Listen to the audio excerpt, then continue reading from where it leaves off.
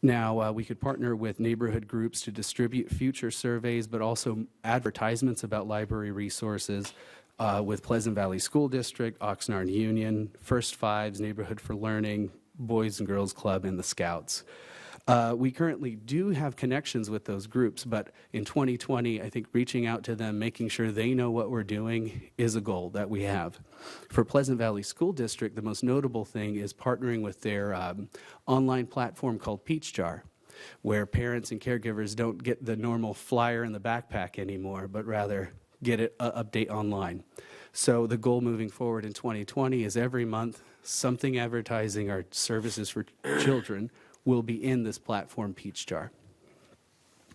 Oh, and sorry, the reason why they're at the bottom, most respondents to this survey did not have school-aged children. The survey really didn't ask for more information than that. I would assume that, you know, if folks did have children, maybe they are grown now. If we were to advertise the survey maybe a little bit more closely with the school districts, I think we'd see a larger amount of the respondents with school-aged kids. Okay, and then the last area of opportunity here I want to mention is to hold more instructional classes to inform patrons about electronic resources. We have LinkedIn Learning, which is formerly lynda.com, Libby and Overdrive, which is our ebook platform, RB Digital Magazines, Brain Fuse, which is online tutoring, Canopy, which is a video streaming service, and Freegal, which is a music streaming service. We have these out there. And if you notice the Y there to the bottom, many respondents want streaming services such as ebooks, e-audiobooks, music videos, all of those things that I just mentioned we already have. So I think the big insight was, well, then the library needs to do a better job educating those folks. So a nice way to do it would to be a did you know kind of campaign. Did you know the library has ebooks? Did you know the library has interactive online instruction? We could post that to Facebook and across our other advertisement streams with the idea that, well, the patrons already have their library card. Now, do they know that they can use it for these other reasons? So I'd really like to see that be an area of growth for us next year. I just wanted to wrap up quickly here with some quotes. I feel like these really speak to the library, and I'll read them now. The library offers a rich and rewarding array of programs and services, and you are helping our senior population adjust to changes, technology, improvements, and understanding other age groups in our community. Thank you. That was a very nice quote, and the image that we have behind that is from our partnership program with Oxnard Adult School. We do offer English as a second language courses in the morning while school's in session. And it speaks to, I think, our lifelong learners and the diverse approach that we have. And the second quote here, I appreciate the wide range of programs offered, like talks from authors, self-defense class, music performances, etc. Please continue to provide these things. It'd be nice to have more craft building opportunities as well for toddlers and young children. And I think that speaks to, well, children's programming being a priority for us moving forward. And I'd like to turn it over to any questions, but I'll end kind of on this slide, which is a word bubble of our open-ended responses. You see books, library, programs, like and love are really big on there. So it's very nice to have these responses. And just as a reminder, if you wanted to see the full results or any other information of the survey beyond that summary that was included on the agenda, you can contact Administrative Services and we'll make sure to get you up to speed. Thank you. Comments? Yeah. Or questions? Excuse me. Yes. First of all, I want to say that the variety and the breadth of programs that we have now under LSSI or whatever your new name is are much, much greater than we ever had when we operated with when the county was operating our library. And so I want to thank you and everybody for putting these together. Second, I think that in my mind, the children's programming is extremely important because it does introduce them sometimes before they're walking sometimes before they're crawling to the library. There are a lot of young mothers bringing children to the library. They're becoming familiar with it. They're learning this is a good place, and they handle the books. They learn to read. They're reading the books, and it's keeping them in touch with reading, and I think that's extremely important. So if you haven't, one suggestion for the next survey would be to be sure to announce at the story hours that the survey is being conducted, and go to the website or take a paper or whatever and fill it out. And I'm sure you'd get more from younger children, not school-age children necessarily, but I think you're doing a great job. Well, thank you. That's an excellent point. I think a fault of this survey, and something we need to revisit, is it was too long. The paper version was just several pages. So I think if we can do it to get some apples to apples comparisons next time, we could just get that scaled down a little bit for those parents and caregivers that are kind of on the go, and to be able to sit down and actually have time to complete it. So I agree that we could have just got that out in a simpler version maybe to a lot of the parents. Other comments or questions? Mr. Killedy? Comment. I like your comment about the 96%. You're shooting for 100%. That made me Why feel not? happy. Yeah, Absolutely. that's right. I want to just speak just very briefly about Mrs. Craven's comments. And I have two daughters, and way back when, a number of years ago, they started, my wife and I were, to a certain extent, my wife was a stay-at-home mom for a while. And I would take the kids, before I had to open up my business here, to the library to read. And they, both of them acquired an insatiable likeness for the written word. And a lot of that, I say, to a certain extent, is, showing them, books at a very, very early age. And I used to read to them when they were extremely young. And I know Mrs. Craven goes there with her grandchildren, and all the rest of us have gone there as well. But what you do for that young mind is so, so important, and they carry it through them the rest of their lives. And my youngest daughter is now at university majoring in English.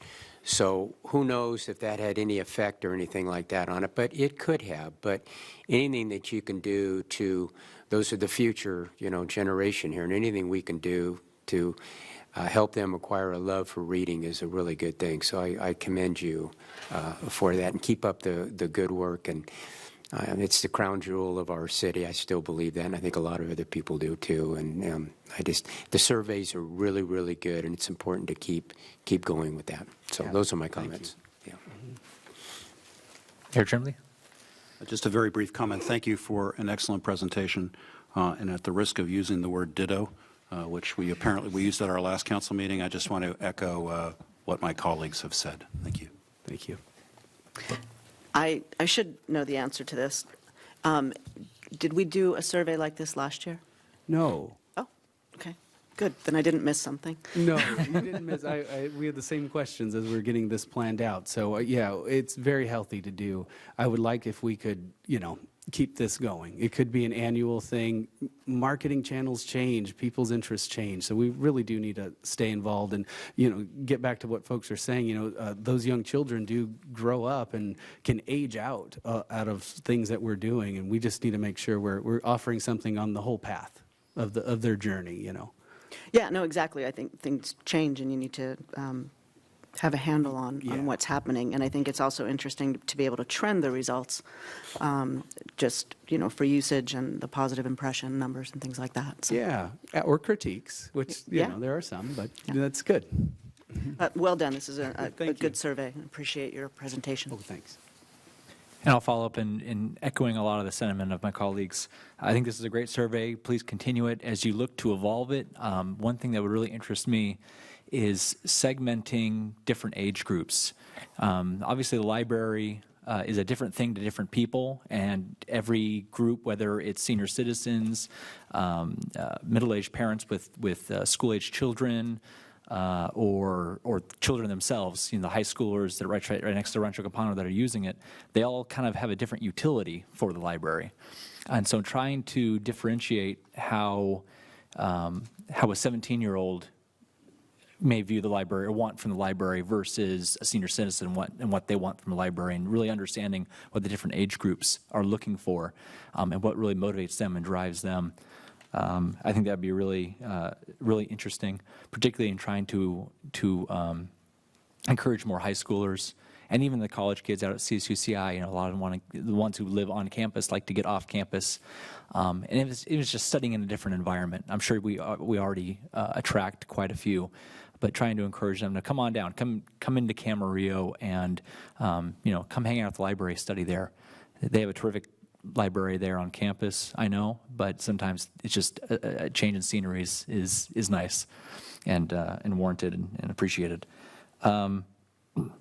Mrs. Craven had mentioned young mothers and whatnot. When it comes to trying to encourage different segments of our community and using the library, I would definitely encourage you to try to leverage different online platforms, whether there are a lot of Facebook groups that are tailored to young mothers in the community or parents with school-age children, and trying to make inroads into those groups. Along with, there's a lot of meetup groups on meetup.com, and there's tons of mothers right now. They like to go to parks and just kind of meet up and talk and share stories and advice or whatnot. And there's a lot of opportunity, I think, where they can come to use the library as a resource or a meeting space, and with that probably get exposure to a whole slew of additional resources that maybe they weren't truly aware of, and that would be a great opportunity to kind of get them as patrons for life, at least for the next 10, 20 years as they raise their children,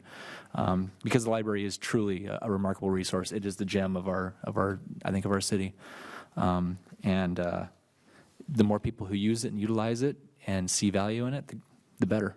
So I really appreciate this, and thank you for continuously working to improve and push the boundary. 96%. Thank you for that feedback. Those are excellent points. I personally can say how valuable a meetup group is as a parent of young children, where you just want to know where you can go.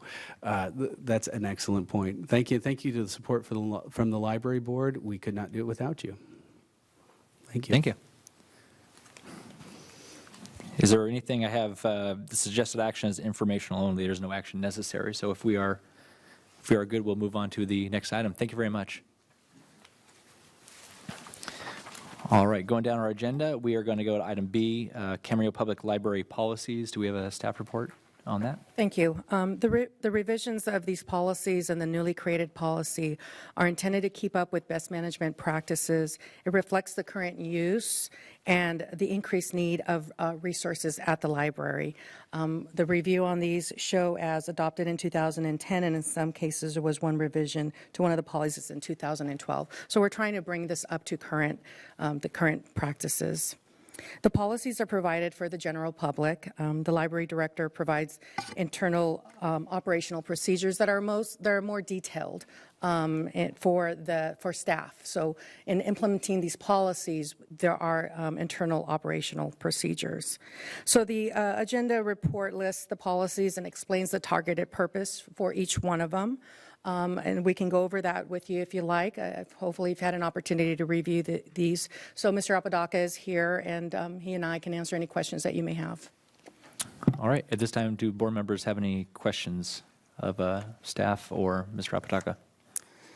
No, I just want to make a point. And the point is we got some feedback. Excuse me. We got some feedback saying that we were putting library employees in a certain position. These were brought to the policy committee by the librarian and by our administrative services director. So these things have the approval of the library staff. I think it's important to get that out. They're not policies that we're forcing on them. Right. Major Tremblay? Well, let me just supplement that.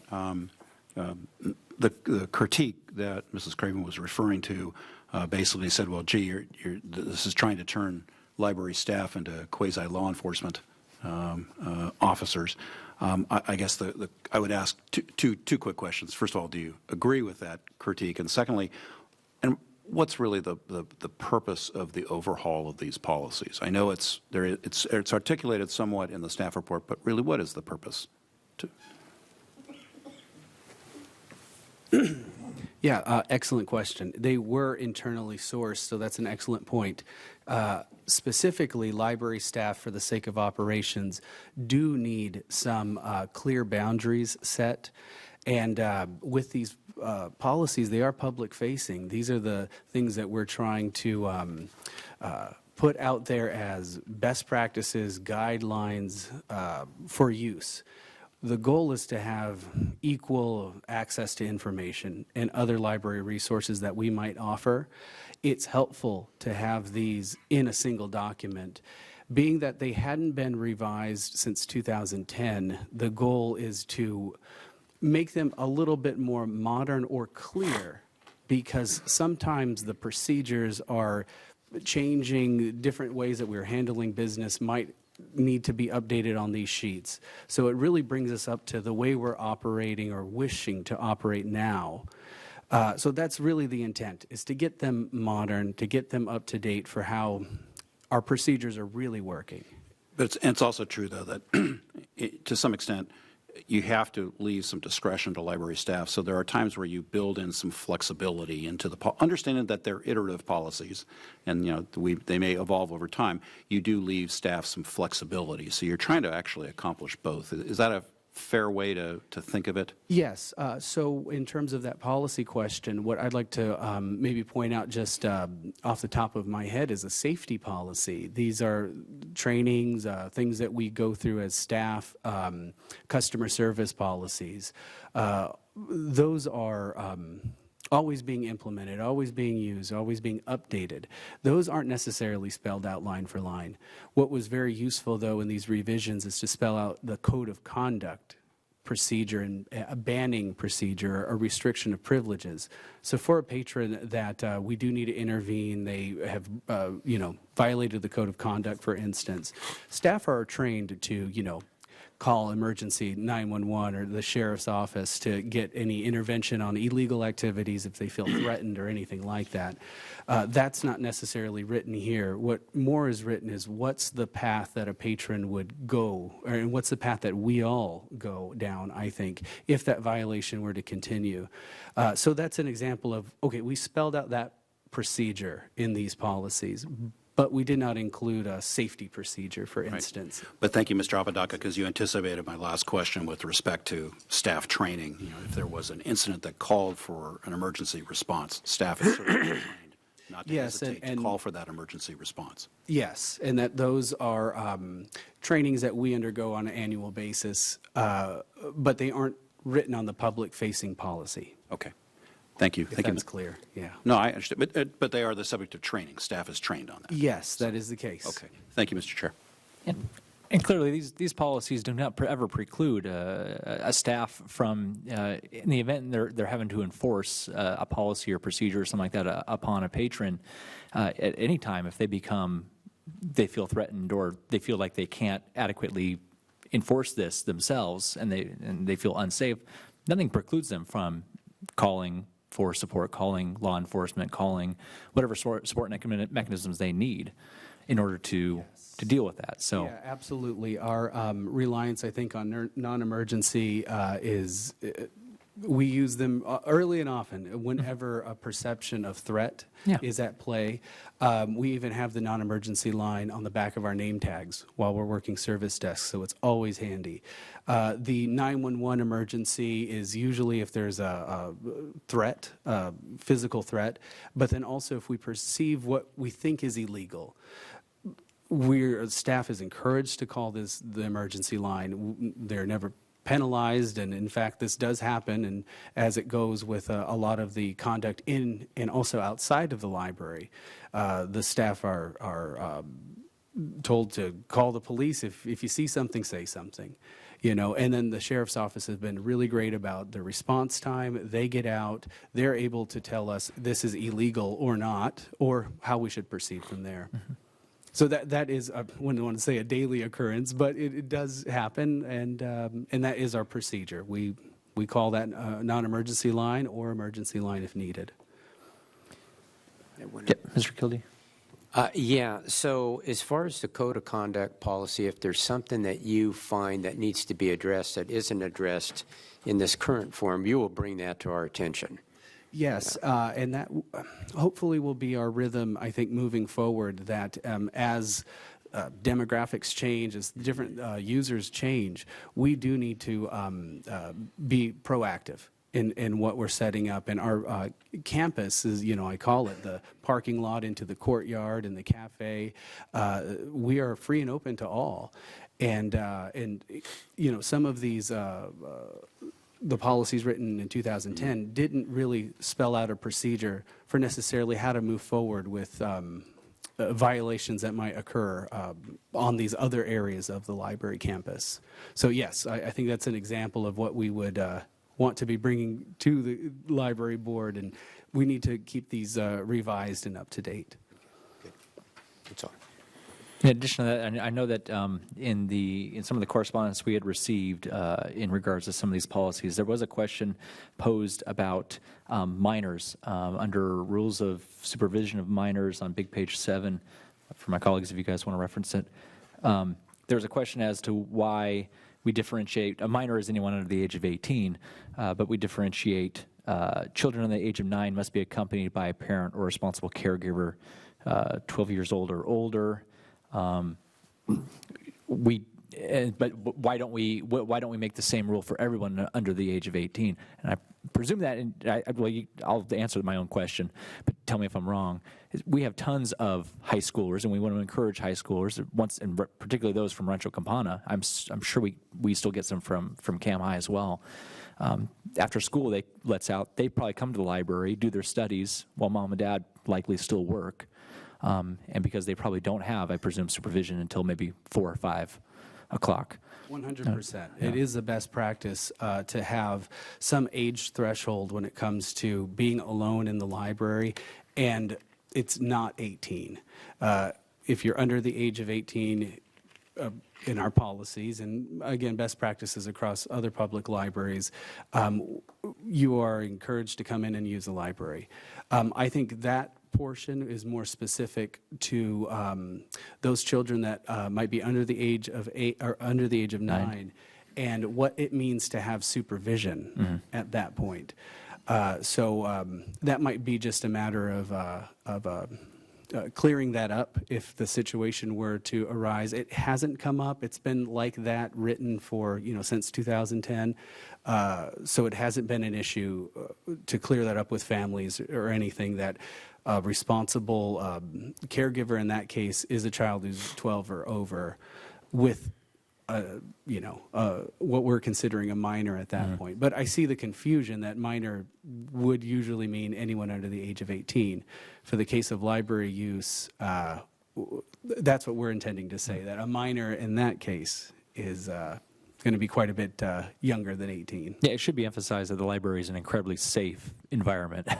Yes. It's definitely safer than the multitude of other places one could go if you're under the age of 18 and out of school. So, yes, it is that safe place in the community. We get hundreds of legal minors, I guess, after school at 3 p.m.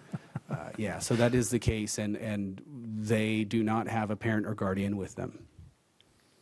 Well, thank you. Are there any other questions or comments from our board members? You're not going to be walking through asking children for identification and their age and this is not, you're going to have some reasonable observations to make, but this is, a lot of these rules in here are about age and things like that, but it's not like you're going to be walking around asking people for identification or for minors to prove that they're 13 years old if they're with a 9-year-old. No, that is not common practice. No, so hopefully this will be a useful public guide in case the issue does come up, where we can really get to the bottom of a situation, and then at that point, we'd address the adult. We'd address the parent or caregiver about what our policy is and inform them at that time. And without it being written, it gets a little too fuzzy for us to interpret. Thanks. Mr. President, I will move to adopt the Code of Conduct policy, the registration policy, the circulation policy, the internet use policy, and the study room use policy. I have a motion and a second. Any more discussion? This time, please vote. And that passes unanimously 5-0. All right, we are on to legal counsel is not here. I assume that we have no items here. Any comments from staff? No comments from staff. Any comments from library trustees? Seeing none. I do want to make one comment myself, and I see Mr. Winkler in the audience, and I do want to extend a great appreciation, Mr. Apodaca, because and I apologize because we have taken George off your hands permanently. We've checked that book out, and we're not giving it back. But That's a good way to put it. yeah, but I really do appreciate everything George has done for the Russell Fisher Business Program, and he has been an asset to the library. I greatly appreciate you and your team have been great to him, and in identifying and hiring a great individual from the get-go. So I feel bad that we're stealing him from the library, but he's a terrific individual, and I know that moving forward you will continue to hire terrific staff members. And I think it says something about your judgment and how the library operates, and the qualifications and the just the caliber of individuals that you have working for you. He was definitely high caliber enough to where we definitely wanted him in the city. So I just want to say I appreciate that very, very much. Welcome aboard, George. All right, with that, I'm going to adjourn the Camarillo Library Board. I'll call the Camarillo Sanitary District meeting to order and ask if there are any amendments to this. No amendments. I'd like the record to reflect that all board members are present. Are there any public comments to the Camarillo Sanitary District Board? Seeing none, we'll move on to the consent calendar. There's a motion and a second. Please vote.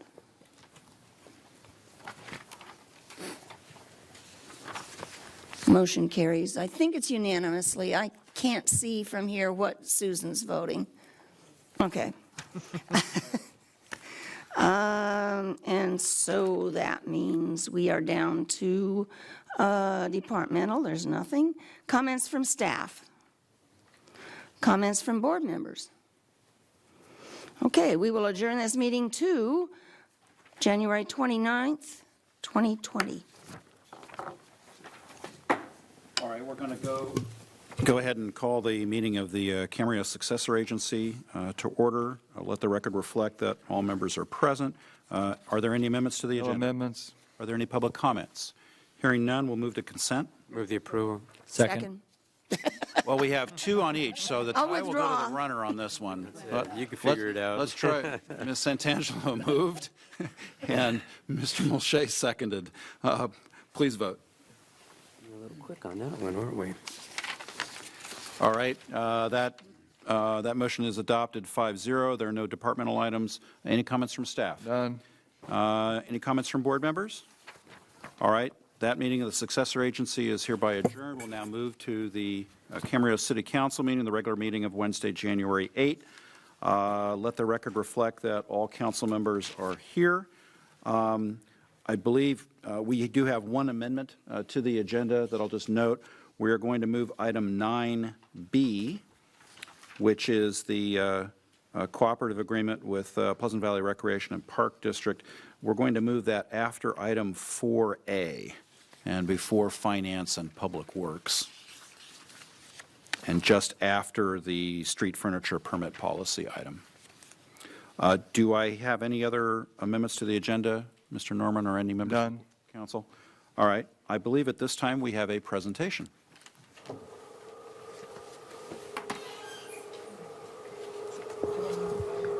for And the. I would invite, Bill, I'd invite you to, why don't we go forward and do the presentation here? Okay, very good. I you did wanna- want, first, while preliminary I remarks. had the microphone, though, I did Please. want to say just a couple things. One of them, the Camarillo Wings Association presents the Wings Over Camarillo Air Show. We've been doing it as a 501c3 since 2010, but we're coming up on our 40th year for 2020. It started in 1980. And Camarillo has been, the city of Camarillo has been an increasingly important partner with us for the last couple of years. I do want to tell you that we have now donated since the 2010 timeframe 440,000 plus to 501c3s in the Camarillo Ventura area who have supported the air show. So this is becoming a fairly significant regional air show now, and we thank the city of Camarillo very much for their support. And we thank you. So I think we're supposed to head over here, Madam Clerk? Okay.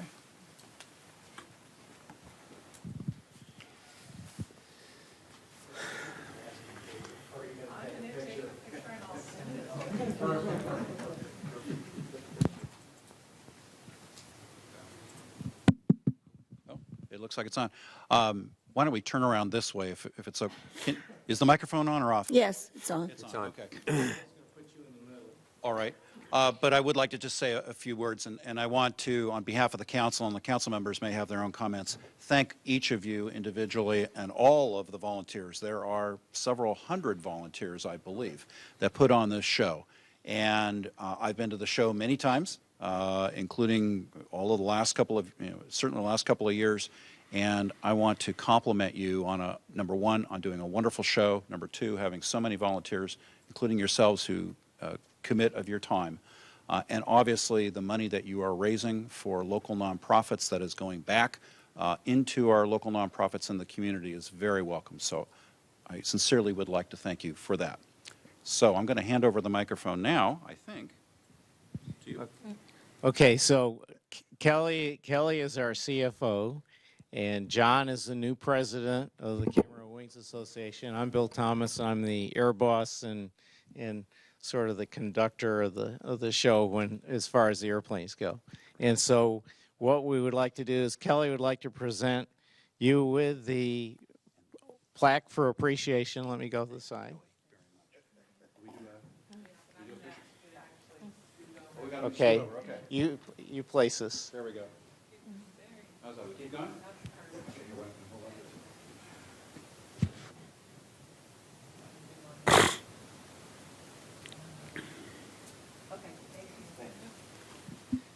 Mr. Mayor, thank you very much. Thank you very much. Thank you for it. Don't leave yet. I just want to see if any council members have any comments. Ms. Craven. Yes, this is an excellent event. It's a multi-day event. It requires a lot of hard work. It brings a lot of people to Camarillo. A lot of those people stay in our motels. They're introduced to Camarillo. Some of them, I'm sure, will find time before or after to go to the outlets, and it all helps the economy of Camarillo, and you've done a great job.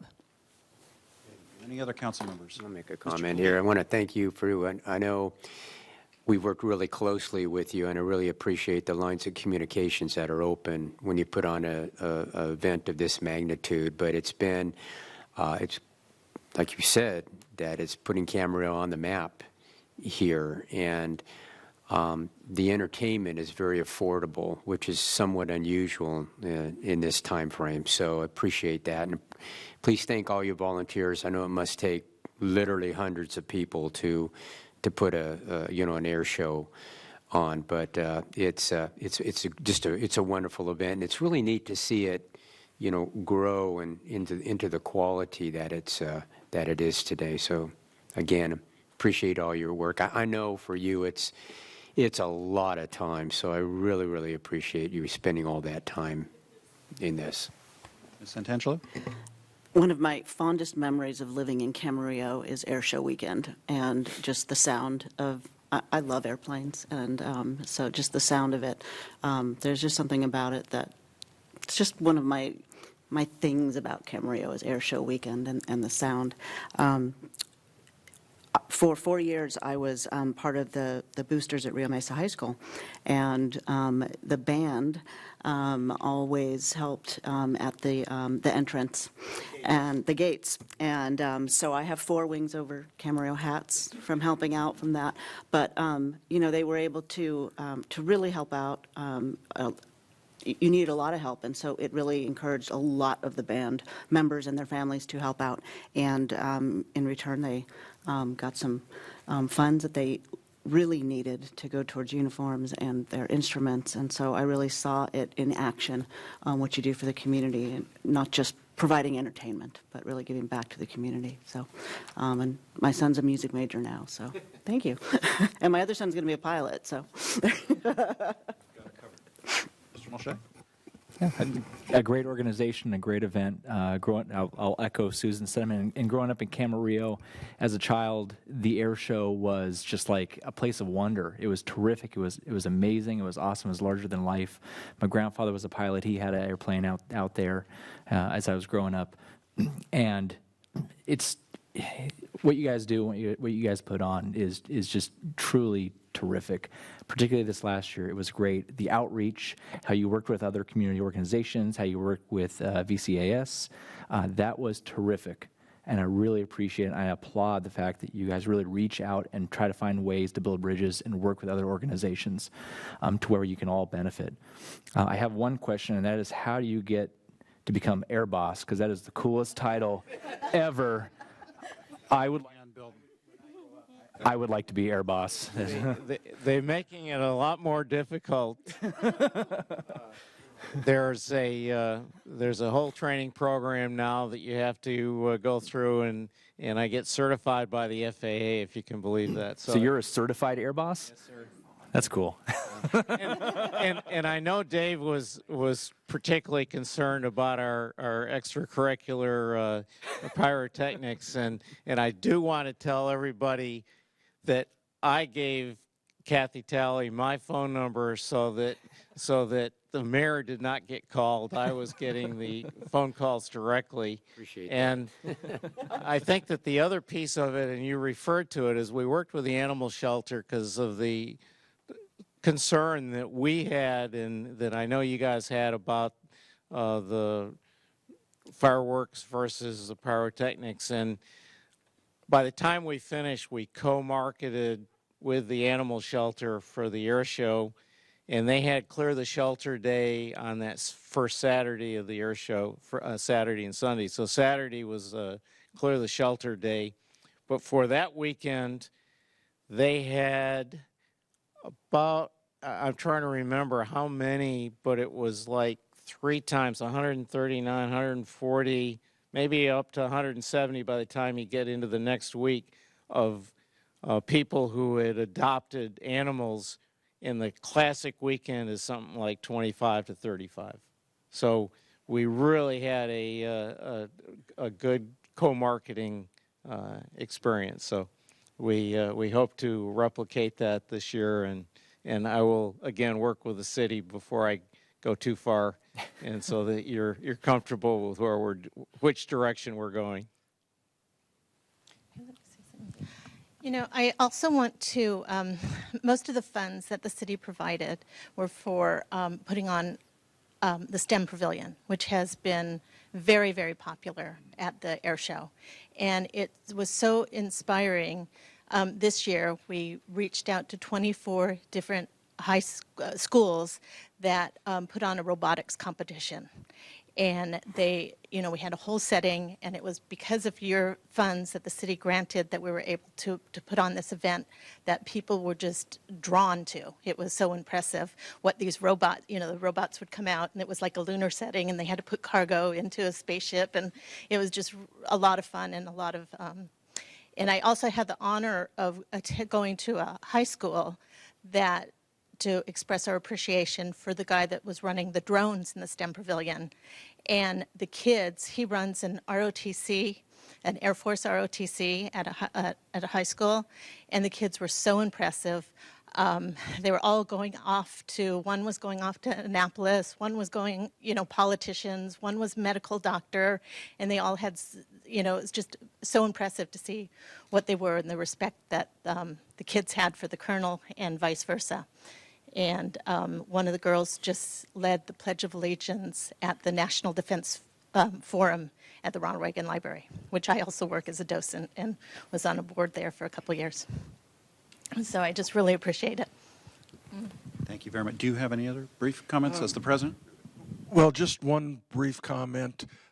If you don't subscribe to the Smithsonian Aviation Magazine, look for it online, because there's a wonderful article about our airport in the magazine and how this airport is such a gem, and we're just proud to have this airport and be able to put on the air show that we do. And last month we attended the International Council of Air Shows, and our show is pretty well known across the country. So we're kind of small, but we are well known, and this is a great place to hold a show. Again, thank you so much. Thank you. Thank you.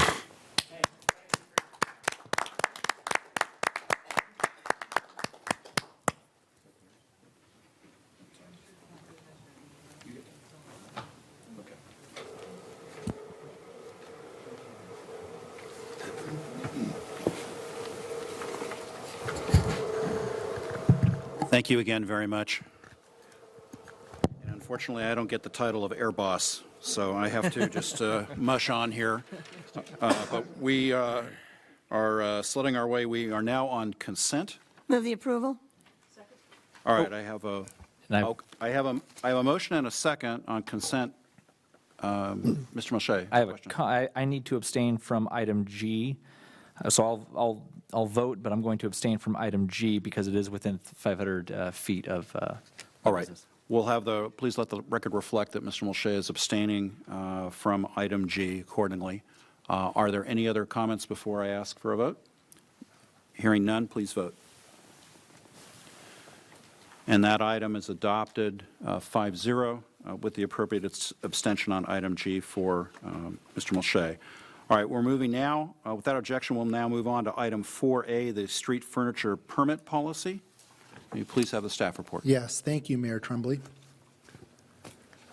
So for background, on January 24th in 2001, the City Council amended the municipal code to add a section that allows for the placement of street furniture in the Camarillo Old Town Zone.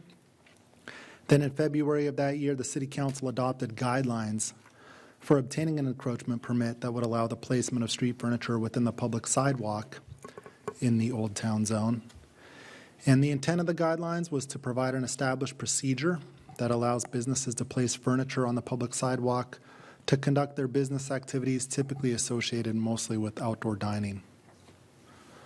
Recently, in this past fall, on September 11th, 2019, staff presented the guidelines at a City Council study session and proposed some updates and revisions. We wanted to change the name to street furniture permit because it technically hasn't really been a traditional encroachment permit. Change the duration of the permit from 1 year to no limited time frame, so long as the business maintained an active city business tax certificate. We also wanted to incorporate the guidelines into a City Council policy for ease of tracking and better application of use. And then we wanted to allow fencing to be secured to the sidewalk if it served as a separation that was required by alcohol beverage control. And we also wanted to allow support structures for covered outdoor dining. The policy committee reviewed the updated street furniture permit policy on November 25th, 2019, and has recommended approval to the City Council. And staff therefore also recommends that the City Council adopt the proposed street furniture permit City Council policy. And we want to clarify that item number 10 references the term business license, and the correct nomenclature is business tax certificate, so we'll be updating that in the proposed policy. That concludes our presentation. All right. Thank you, Mr. Vaca. Do I have questions from any council members? Ms. Santangelo. On the first page of the policy, Number 4, no advertising or signage on umbrellas. Yes. So umbrella or awning couldn't have the name of the business? Typically, no. Just wanted to clarify. I'm sorry. Yeah. Just a quick question of clarification, Mr. Vaca. I noticed in the preamble on the policy, the first paragraph, that trellises are specifically included. I think they're kind of defined as furniture, but just to clarify for the record, trellises would be allowed under this Yes. policy. Also, a covered patio cover, for instance, would be allowed. We just use that as kind of a indication that it allows structures at this point. Okay, thank you very much. Any other? Your Honor, I'd like to adopt a city policy for street furniture permit. Second? We have a motion and a second. Was there any public comment prior to vote? I didn't ask. All right. We have a motion and a second on this item. Please vote. And that item is adopted on a 5-0 vote. We will now go on to item 9B, which is the cooperative agreement with Pleasant Valley Recreation and Park District relative to the senior/community center architectural design refinement, et cetera. Thank you, Mayor, for moving this item. Since July 2017, the city has been involved with the Pleasant Valley Rec and Park District on developing a proposed senior community center.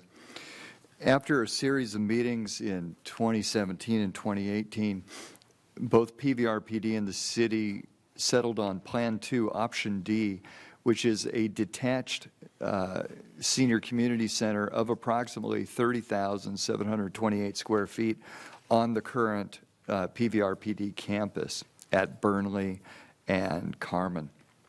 The estimated cost of Option D is approximately $34.4 million. Now, both the city and PVRPD have discussed various financing options, and the City Council has committed $8 million towards the capital cost of the facility. The Pleasant Valley Rec and Park District prefers to use a community facilities district assessment to finance the balance of the construction, because the CFD can be used for not only capital cost, the $34.4 million, but it can also be used for operations and maintenance cost. And those new costs to PVRPD are something that cannot be ignored. They don't have the financial capacity to operate the center currently, and they're going to need those extra funds and a source of those funds to be able to keep it open and running once it's constructed. An election is required for this assessment. Now, prior to getting to the assessment, getting on the ballot, a couple things need to happen. We need to go through CEQA, and we need to do an analysis through the California Environmental Quality Act, and it's good practice to have a survey of potential voters who would be voting on this assessment before you put it on the ballot. So in working with Mary Otten, the general manager of PVRPD, we've come up with a new cooperative agreement to get us to the point of dealing with CEQA, the assessment, and any other architectural refinements that are needed in order to have a project description for CEQA. So the cooperative agreement before you does three things. And what it does is that it allows the district to contract for any additional architectural design refinement and information needed for the CEQA initial study and project proponent submittals. And the city will reimburse the district for up to half of that, for half of the estimated not to exceed cost of $88,500 for that architectural work. The city will contract for the CEQA analysis, and the district will reimburse the city for half of that cost, which is expected not to exceed the cost of $40,000. And then the district will contract for the statistically valid and stratified survey of registered voters. The city will reimburse the district for half of the estimated not to exceed cost of $35,000.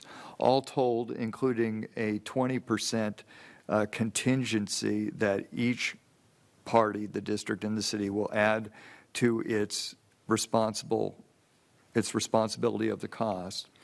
Adding that all together, the city's cost for these three items is not to exceed $98,100, and that is before you for your consideration. All right. Do I have any questions from members of the council? Ms. Santangelo. Does the survey occur before the CEQA analysis? No, not necessarily. CEQA is the long lead item, and we would be starting that, very soon after this is adopted by the district, if you adopt it tonight. So if we went ahead with the CEQA analysis and did the study on the voters, and it came back that the voters would not support the assessment, then? Well, then, there are several options at that point. The district and the city could, for example, decide to do a smaller project that could be accepted by the voters. You would already have done CEQA to the largest project envisioned, and so that money would not be wasted. We would just do an amendment or some other, add-on to CEQA to fix that. Okay, thanks. Any other questions from council members? Do we have any speaker cards? Anybody wish to speak on this item? Do I hear a motion? Move the approval. Second. All right, I hear a I have a comment when it's ready, please. No problem, Mr. Khalid. We have a motion and a second. Mr. Khalid. $98,000 is a lot of money, and I don't take this lightly, but if we're serious about getting serious about looking at this, I think all three of these items need to be done so we can be on the firmest ground as possible as we move forward on this. Thank you. Hearing no further comments, let's go ahead. We have a motion. Second, please vote. And that item is adopted on a 5-0 vote. Thank you very much. Without objection, we are going to move now to item 6A, City Hall Council Chamber Remodel.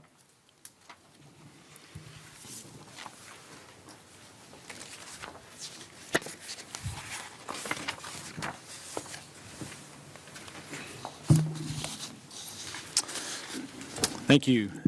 This item is to award a professional services agreement for the final design of the City Hall Chambers remodel project.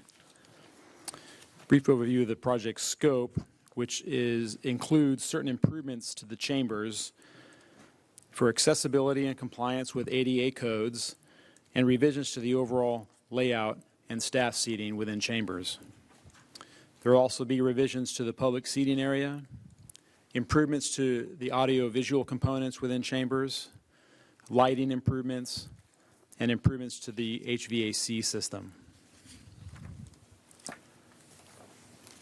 Project status is on September 5th of last year in study session, several conceptual layouts were presented to council, and a preferred layout was chosen to move forward with. And also general direction on the finished appearance of the improvements was given. And preliminary design has since been completed, and now staff is recommending tonight's action of award of a professional services agreement for final design services. As far as schedule goes, we are targeting another study session with City Council in May, where we will bring back renderings of the proposed improvements to council chambers at that as final design has progressed, and then another final study session with City Council as the final design is nearly wrapped up, targeting the fall timeframe, and that'll be for review of details of the finishes and some of the final items of selection for the project. After that, design will be completely finalized with a bid package put together, advertised for bids, and then award of contract anticipated in early 2021. Construction is anticipated to start in the spring of 2021. As the construction timeframe gets closer, staff will finalize a plan for the council meeting location during construction. Some initial discussions have occurred on that, and we will continue to work on that, and that'll be part of the discussion with council as we move forward for a meeting location during construction. An overview of the cost and budget of the project. The current estimated total cost, including design and construction, ranges from $1.9 to $2.1 million, and that estimate will be updated as the final design progresses. The currently adopted total project budget is $2 million in our capital improvement program, and that is made up of $1.1 million in public educational and government access channel fees, and the remaining $0.9 million is from the City Hall Facility Fund. A quick overview of the proposed concept that was selected during the study session that we're going to be moving forward with in these final design services. That's what is shown here. And start out with mentioning the dais location, and the room for 7 seats that exist will remain. Same location, same layout of the seating. There will be improvements to the microphone and voting systems upon the dais, including the finish to the dais will be upgraded to match the other finishes selected within the council chambers. The staff seating will be rearranged as shown, and including access down to the staff seating level. We'll be currently at the same level we're at now, but 2 access points on either side of the dais will be provided. And the lower wall separating the dais and staff seating area, it will be slightly relocated, reconfigured here, and a ADA accessible podium will be incorporated into the middle of that.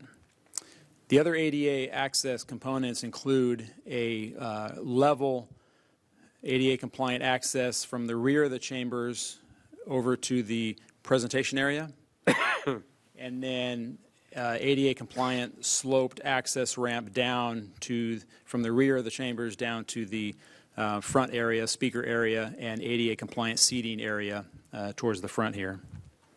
The sheriff's desk will be relocated up to the same elevation level as the dais, a continuation of the dais arc and desk area here for the sheriff for observation point. And the rearrangement of this and these relocations result in the clerk's staff desk being located back here at the rear of the chambers area. All this is conceptual, proposed. The final design is what we'll be entering into now to nail down the exact locations of all of this, and including revisions to the seating that needs to occur in the public seating area. It will result in a net increase of seats, so there will be no loss of seating area. And that concludes the presentation. I'd be happy to answer any questions. Thank you, Mr. Klotzle. Do we have any questions from any council members? Mr. Kildee. Yeah, Mr. Klotzle, this is a lot of money for design.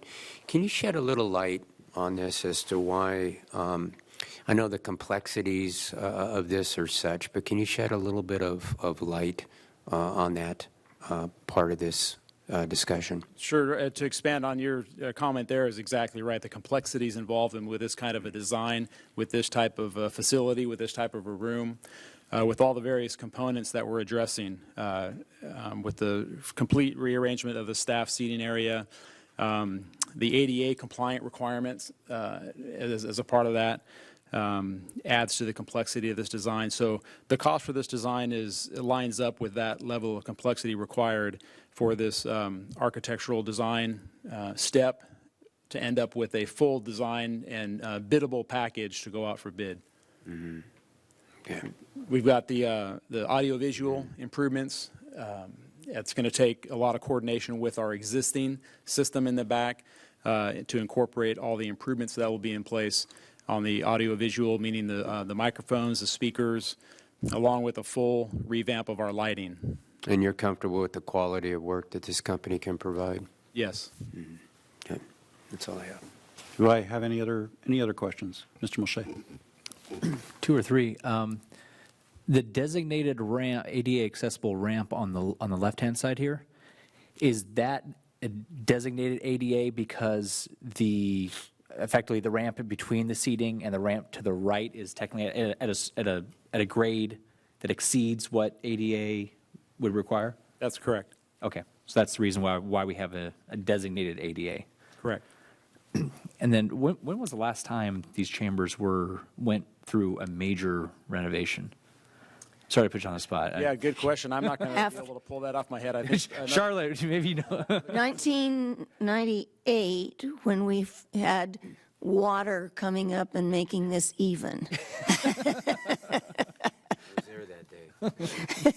I think it was February 6th, the day of the flood. But after that, we had to make some big improvements. And then as a resource to not only the city but and the council, but this is something that a lot of people probably don't know. There are an exorbitant amount of organizations throughout the entire county who use these chambers, and I mean I'm not sure exactly how many. I don't know if you have a rough ballpark number as to how many. I know there's PVRPD uses it, and I know there's a lot of committees in both county and city and the like who use this chamber. So it's not just we're not the only group getting use of this, but I know there's a tremendous amount of countywide orgs who rely on this. And I know this wouldn't just be an improvement to us, but it'd be an improvement to all of them. A lot of them being public facing, public organizations. Definitely. And so I assume that each one of them would also be able to leverage and utilize each of the resources, technologies, and the like for their use. Right. Yes. Okay. Thank you, Mr. Mulchay, and I wanted to echo that. This is a community asset, and it's used by an awful lot of organizations. We have no speaker cards on this item. I have a comment. I don't have a question. That's great. You'll hear me say this again because we're going to discuss it at least 3 more times, but maybe 4 more times. I know we were told it would take probably a year, 18 months, 2 years to have this completed. I would like to see if it's possible to have things staged and come in and do it as quickly as possible when it's time to go to construction. Very well. And I would echo that. Well, coming from a construction background a bit, I know things they can lag. They can take quite a long time. And but to the extent that we can stage this, because apart from us being put out in a meeting and trying to find a suitable place, but as I kind of echoed before, the number of community organizations and groups that rely on this venue, they will also be put out for that duration of time. So the quicker we can do this, the more efficiently we can do this, I think the better for everyone involved in all parties. So I think I heard a resounding ditto. All right. Move the approval. second. We have a motion and a second. Please vote. That item is adopted on a 5-0 vote. Let me inquire of Mr. Norman. We thought we might go to about 6:20, but are we at the point where, based on your anticipation of the length of the study session items, or any closed Yes, session we items? need to recess to study session. All right. Should we announce the closed? Go ahead, and Mr. City Attorney, would you please go ahead and announce the closed session? Yes, closed sessions are anticipated litigation, conference with legal counsel, initiation of litigation, Government Code Section 54956.9D4, number of cases is 2, and the other item is a conference with real property negotiator. The property is at 78 Raymer Street. The agency negotiators are listed, as is the negotiating parties, and under negotiation or price and terms of payment, and I believe Mrs. Craven will be abstaining from participation in that because of a conflict of interest. All right. Record will reflect that we'll be back for call to order in council chambers at 7:30.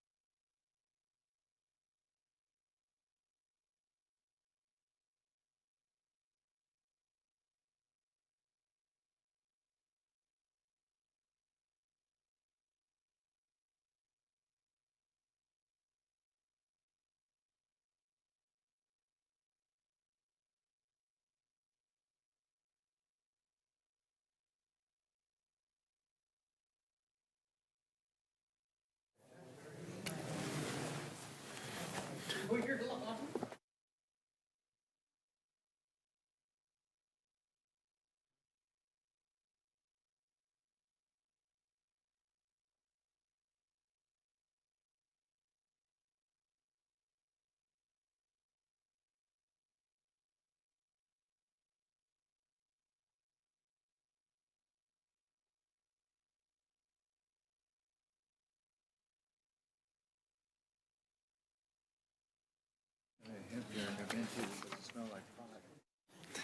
swear when the farmers walk in.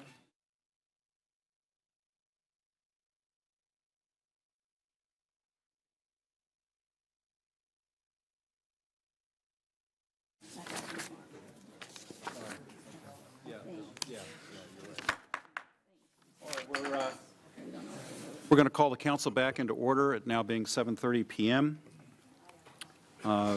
Let the record reflect that all council members are present. Ms. Santangelo, would you lead us in the flag salute, please? Please stand. Hand over heart. Ready? Begin. I pledge allegiance to the flag of the United States of America and to the republic for which it stands, one nation, under God, indivisible, with liberty and justice for all.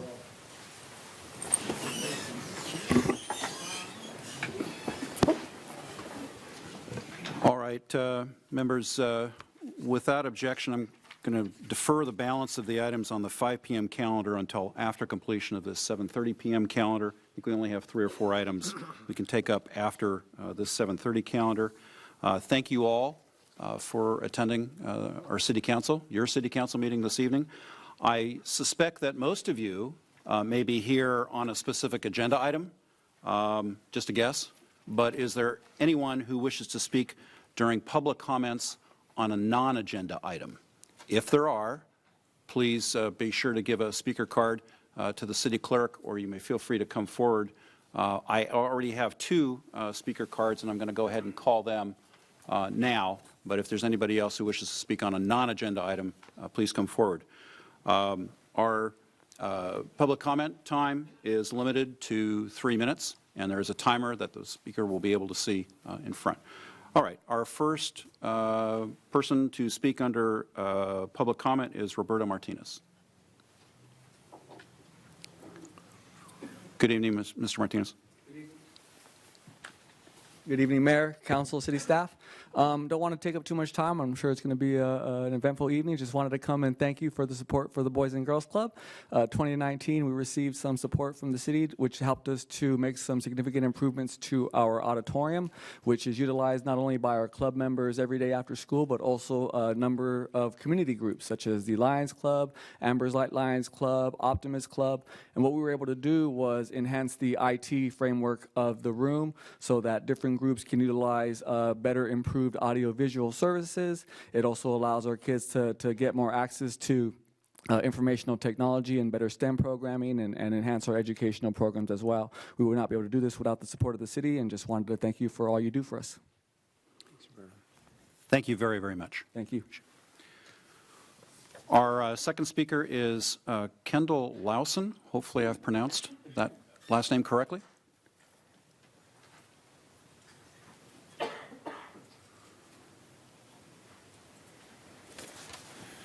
Hello, my name is Kendall Lucene. I was close, but not close enough. I apologize. All good. I'm with Naval Base Ventura County, and I want to thank you for your time, and I'll make this also short. Just want to also inform you that Naval Base Ventura County at Point Mugu will be hosting the 2020 Air Show, October 3rd and October 4th. It's anticipated that it will be 100,000 to 150,000 attendees to participate or will come in for that event. As information becomes more available, as we refine the logistics and planning, circulation, I will definitely keep the city informed. Thank you. Thank you. Thank you very much. Appreciate it. Are there any other members of the public who wish to speak on a non-agenda item? All right, hearing none, we will move forward immediately to item 18A, public hearing, introduction of an ordinance adding Chapter 19.57 to the Camarillo Municipal Code regarding the prohibition of hemp cultivation. And I believe we have a presentation from our city attorney, Mr. Pierrick.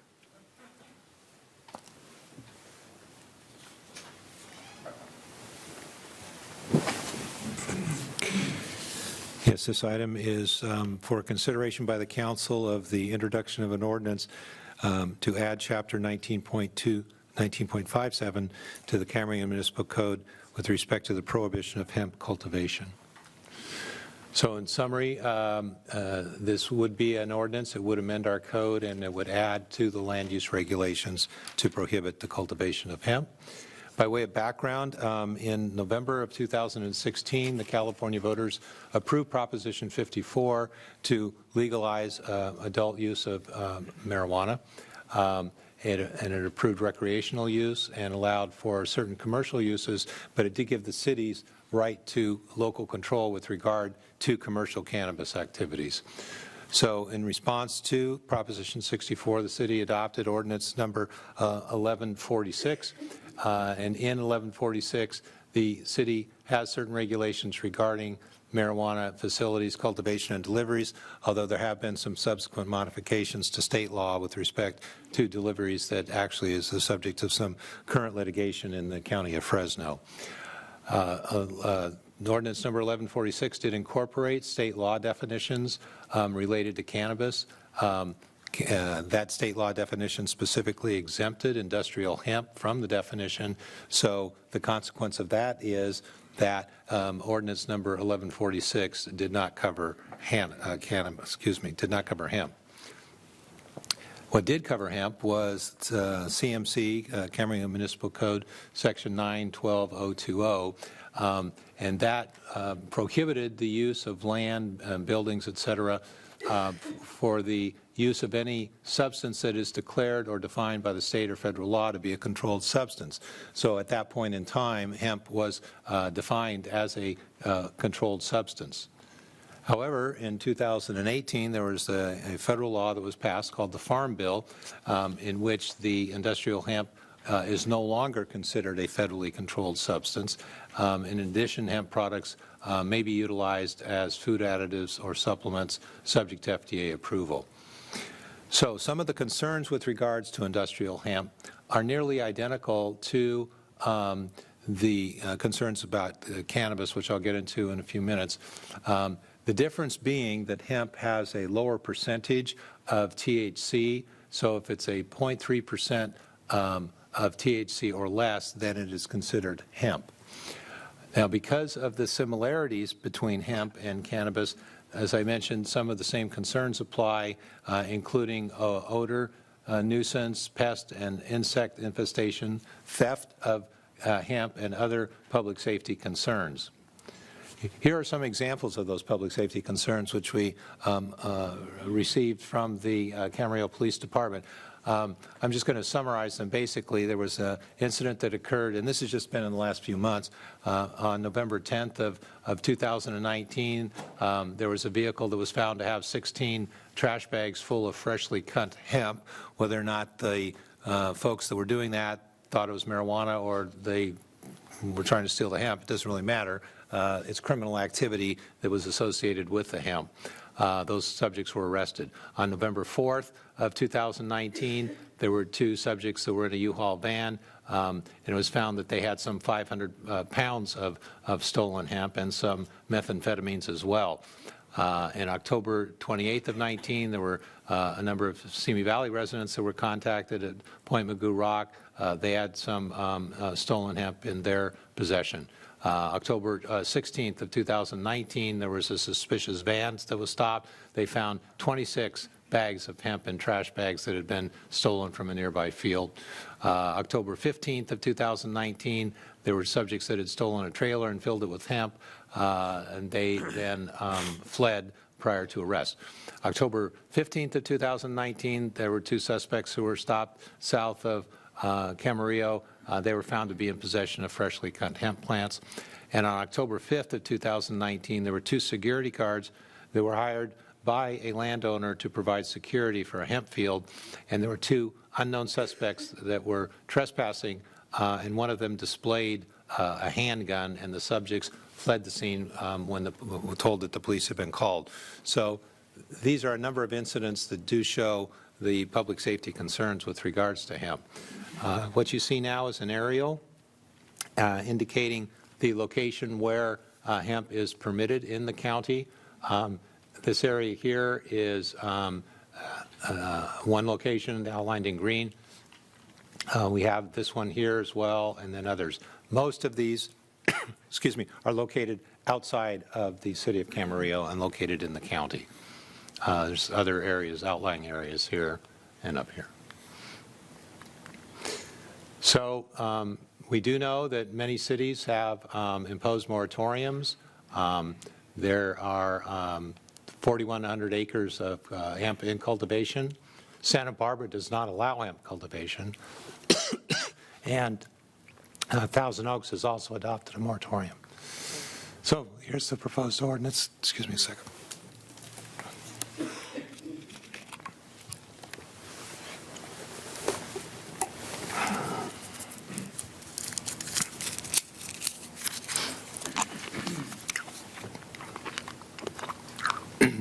So here's the proposed ordinance. It would update the municipal code to reflect that industrial hemp is not going to be permitted. We also have a county council memo that supports the legality of prohibiting hemp cultivation. We have the Planning Commission recommendation in support of this ordinance. And here is the suggested action. So I'm available for questions if my voice holds up. Do members of the council have any questions for Mr. Pirrick? I just have one. It looks like on the map, most of them are outside the city limit. However, I do count, I think, at least one within the city limits. Is that? I'm not sure what just happened here. Did somebody put this up? That's the one I'm okay. referring to, yeah. I think the one in Camarillo is this one here. Yes. That's correct. Am I reading that right? Yeah. Yes. Okay. That's the question I had. Thank you. Ms. Santangelo. Going back to the police reports, do we know if the burglary, is it burglary, occurred on the one Camarillo crop or on the crops out in the county? We could ask Commander Tennyson.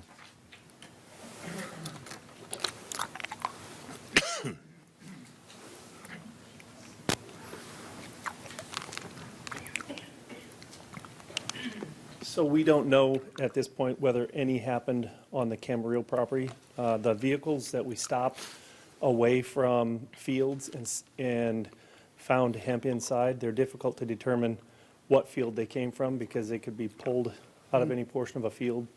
And so it was really hard on some of those to identify where they came from. The ones that we specifically know where they came from were in the county. Since you're standing there, can I ask you one more question? Absolutely. Do people steal avocados? Yes. Thanks. You're welcome. Mr. Mulchay.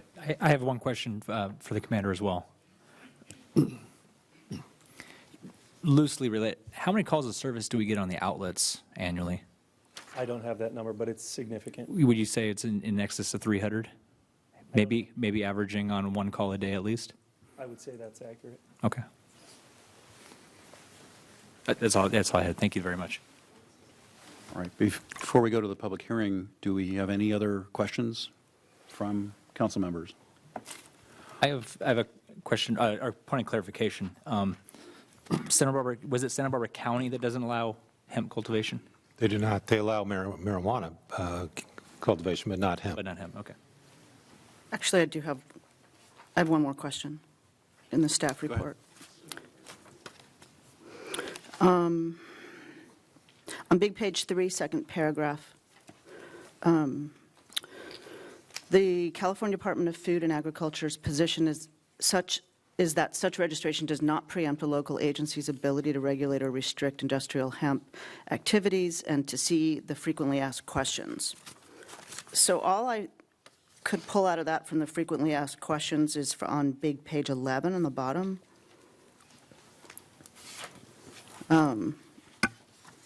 The last question and the answer, regardless of any federal requirements, all hemp growers in California must comply with existing laws and regulations as well as any local restrictions that may apply.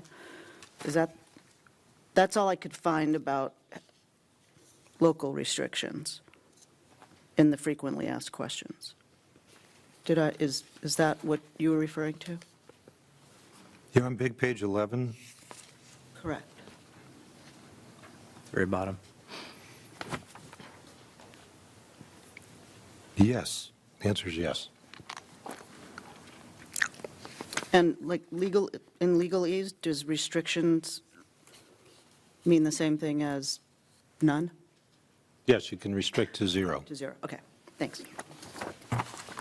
Mr. Mulchay. Sorry, one additional question. The location inside Camarillo, how many acres does that constitute? Do we know? I can't remember if it was 8 or 18. It's 18. 18. And do we know as of to date whether the county agricultural commissioner has authorized and or permitted any additional hemp grow? Seeing that he's the permitter, has he permitted anyone else to grow hemp, or has anyone else applied in which he's issued permit for to grow hemp within our jurisdiction? Not that I know of. No, not that we know of. This is the only one right now, and this permit would expire at the end of 1 year, so I think it was April? That's correct. Okay. And we don't know if they've expressed any desire to renew their permit? We don't know. Okay. The agricultural commissioner has stated in other forums that most of the current permittees are intending to renew their permits. Sorry, a follow-up question to that. In renewing your permit and having the permitted ability to grow hemp doesn't preclude you from growing everything except from hemp. It just allows you to use that land within that designated period to grow hemp if you choose. Is that correct? So they hypothetically they could grow cabbage if they wanted to, even if they just because they have a permit to grow hemp does not mean that they're going to utilize that privilege. Is that right? That they're not required to grow hemp just because they have a permit. Okay.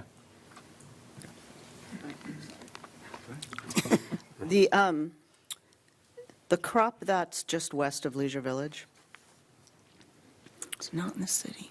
It's outside the city. I'm sorry? It's not in the city. Right. Was there, I thought I heard that from the grower there that he was not intending to regrow there? I was at that hearing, and I heard that statement also. I just wanted to confirm that that's what I heard. Thank you. to add. I'm really enjoying this. Yeah. No, that's fine. Robodope. This initially came before us for a request of an urgency moratorium. It's been widely reported as how that panned out, and I know it failed at the time.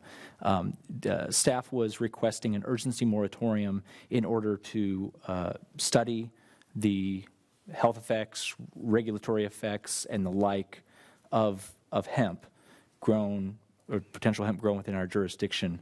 And they were asking for, I think it was an initial 90 days, which then could be extended up to 45 days, which could be extended at least twice up to approximately 2 years. Is that right? It's 45 days would be the initial, and then it could be extended up to a year, and then at the end of the year, it could be extended for 1 more year. At that time, and that was that August or? I think it was October. Early October, I think. October, November, somewhere in there. I want to say it was October, but I want to say it was maybe the first meeting in October. I could be wrong on that.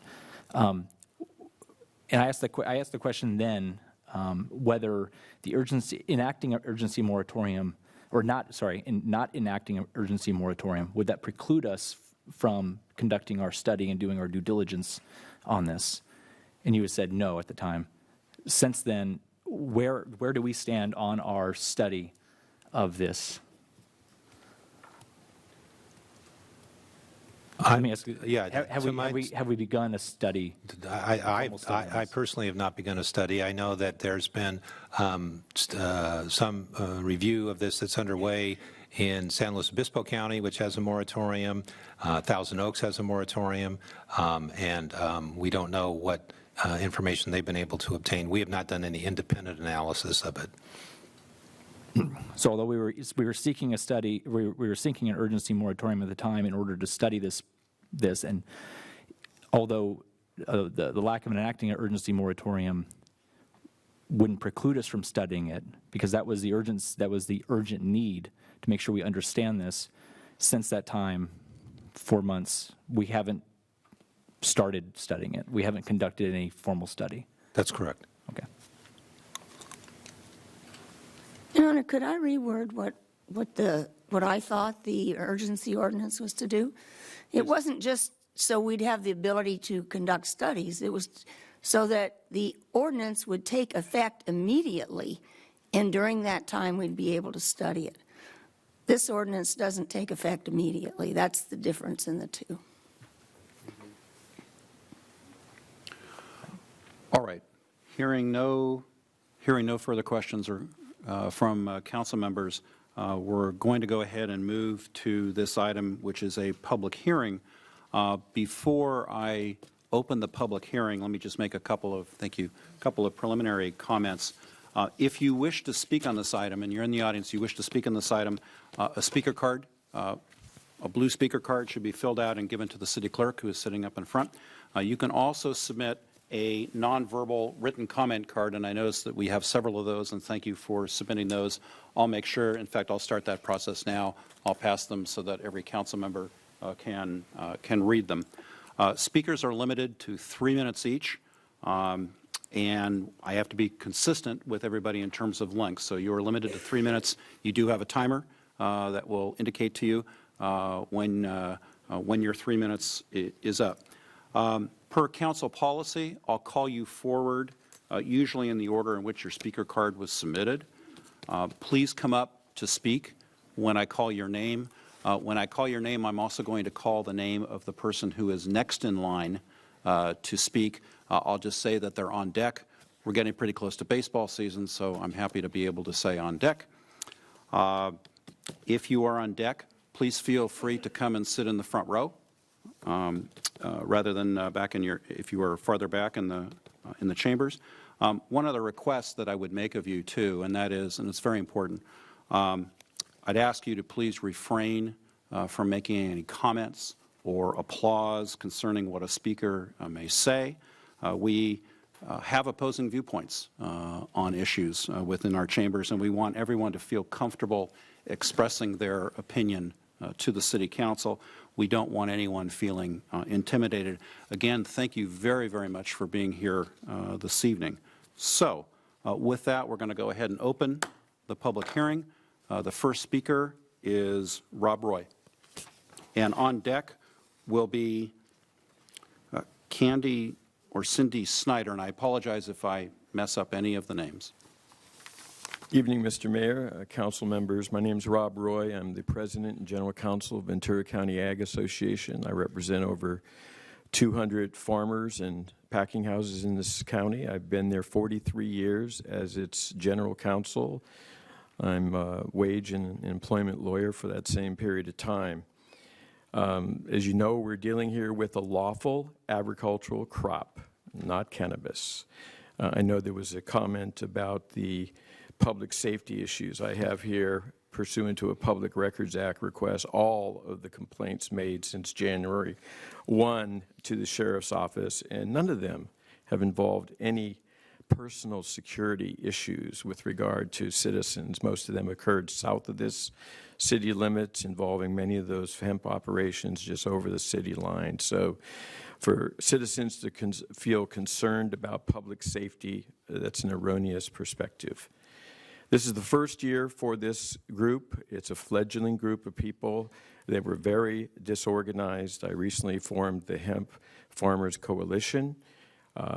We've organized all these guys. I've been appearing at all the city councils. We're meeting with them, and we're trying to get our hands around this issue to see if we can't take care of this situation internally. We've identified some hot spots. When my client decided to pull out of the area very close to Leisure Village, we're trying to deal with some other issues. This harvest period took longer than required because there was just too much pandemonium going on this year, and that unfortunately extended the noxious period of this particular odor. This is a high-value crop. It doesn't use pesticides. It uses little water. It's a great agricultural crop in our county that seems to put a premium on saving our agricultural resources, not trying to put them out of business. I don't think that people are looking at this thing in the right way. I think this council should probably spend a little more time, rather than jumping to the conclusion and jumping on this issue like 3 other cities have, and give it some more thought. I think that one thing that I want to express is there is a state law, a right to farm law, Civil Code Section 3482.5, that protects farmers from public nuisances and private nuisances, and specifically indicates in subsection D that it will prevail over local, county, and city laws to the contrary. So that's something I'd ask you to consider before you make any final determinations tonight. Thank you. Thank you. Our next speaker is Cindy Snyder. Candy Snyder, I apologize. On deck is Lee Reich. Hi, I would just want to say, I think everybody has a right to make an income, to harvest, to do whatever they want, but we also have a right to breathe. I have a 4-year-old grandson that spent all of October on breathing treatments twice a day and in the hospital because he couldn't breathe from the allergic reaction to that crop. My husband has asthma. He couldn't breathe. He was living on his nebulizer. I couldn't open my windows to my home. I had to run my air conditioning constantly. Who's going to pay our electric bills for that time period that somebody else is making a lot of money having a legal crop?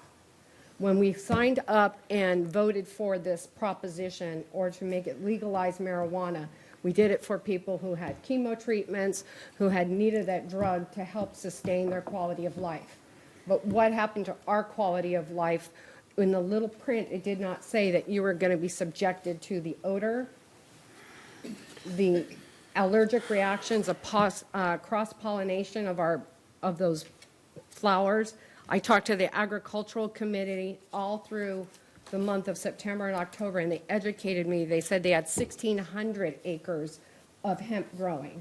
They said 3,000 to 5,000 plants per acre growing in the whole Ventura County, per acre. And although they said the main problem was the stink was the plant and when they harvested. I said, so what do we do? How do we keep them, let them have their right to plant and grow this and harvest this when it's not in a contained environment? If they had it in a contained building with filtration systems and did not subject all of us to being sick, stuck in our house where we can't open our doors or our windows. I just want to understand this. And who's going to pay our medical bills? My grandson's medical bills was like thousands for the month of October so he could breathe at 4 years old. What about all those little kids trying to play on a playground?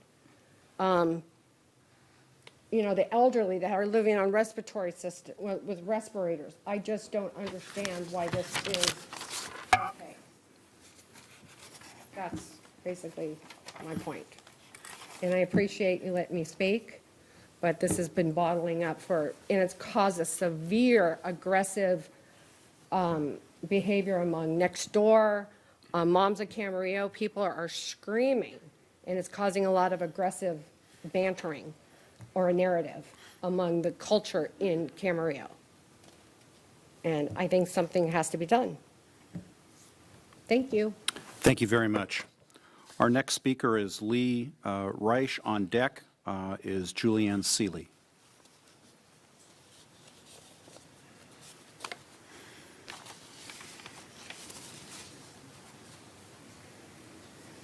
Good evening, Council. My name is Lee Reich. I'm a documentary filmmaker. My film, Hemp for Victory Chronicles, has tracked the last 13 years of industrial hemp and medical cannabis prohibition. First, I want to applaud you for making history, because you have actually been one of the first cities in over 80 years to grow this crop. This is history. This is actually a very important media event that's not being covered by the media. And I wanted to applaud you for making history. Congratulations, Camarillo. You have made history. And I don't want to see you lose the opportunity that you've already embarked upon. The smell and the placebo effect. Let's just, because I realize that's going to be the hottest issue around here, is the smell. And I want to ensure, Candy, that I've done 13 years of research. Cannabis is actually, when used as medicine, is a bronchodilator. It will help you breathe.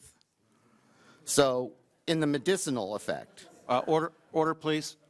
But before I go into the science, let's look at the benefits of having an industrial crop. This jacket I'm wearing is made of fine hemp. This is clothing. We're talking about the #1 food, fuel, and fiber. Anything that you can make with hemp products or plastics, you can use hemp plastics and make biodegradable plastics. You can create things with hemp, reduce the greenhouse effect, and we're talking like the $1 million crop, the $1 billion crop, and the $1 trillion crop. And you've already begun to allow it, and a lot of people smell and are aware of the smell, but we're not really aware of the benefits to the topsoil, the root systems. And I want to be here to help answer more questions and consult the council if possible, and share some information and show some of the fine products made from hemp, and help to see that your city makes a wise decision in embracing this change that was brought to us with the Farm Bill to allow industrial hemp to be grown. And even if it's only 18 acres in your city, that it's not going to cause any harm. That's, a lot of it is propaganda and a lot of it is fear. But we have to learn to understand better ways to cultivate. Strains that have less smell. Some strains grow 16 feet tall, and they're not grown for the CBD medication. They're made for rope and other fine goods. You can make more paper. The acorn could be printing on hemp paper because we made it here in Camarillo, making made in the USA important, but making Camarillo the place. Thank you very much for your time. Thank you for your comments. Our next speaker is Julianne Seeley, and on deck is Jane Troy. Hello, my name is Julianne Seeley, and I want to apologize for my raspy voice. I actually came out from being sick, but I felt that this was important enough for me to be here and speak on this. Around the second to third, first of all, I've been a resident of Camarillo since 2003. Around the second to third week of August, I woke up one morning with a very, very scratchy throat, very similar to maybe a postnasal drip. And I thought to myself, oh, I'm getting the typical summer cold. And that's what I expected to happen. Well, I never got a cold, but that scratchiness, that irritation in the throat never went away, and it kind of just kept getting worse. Finally, after 5 straight weeks of that, I went to the doctor.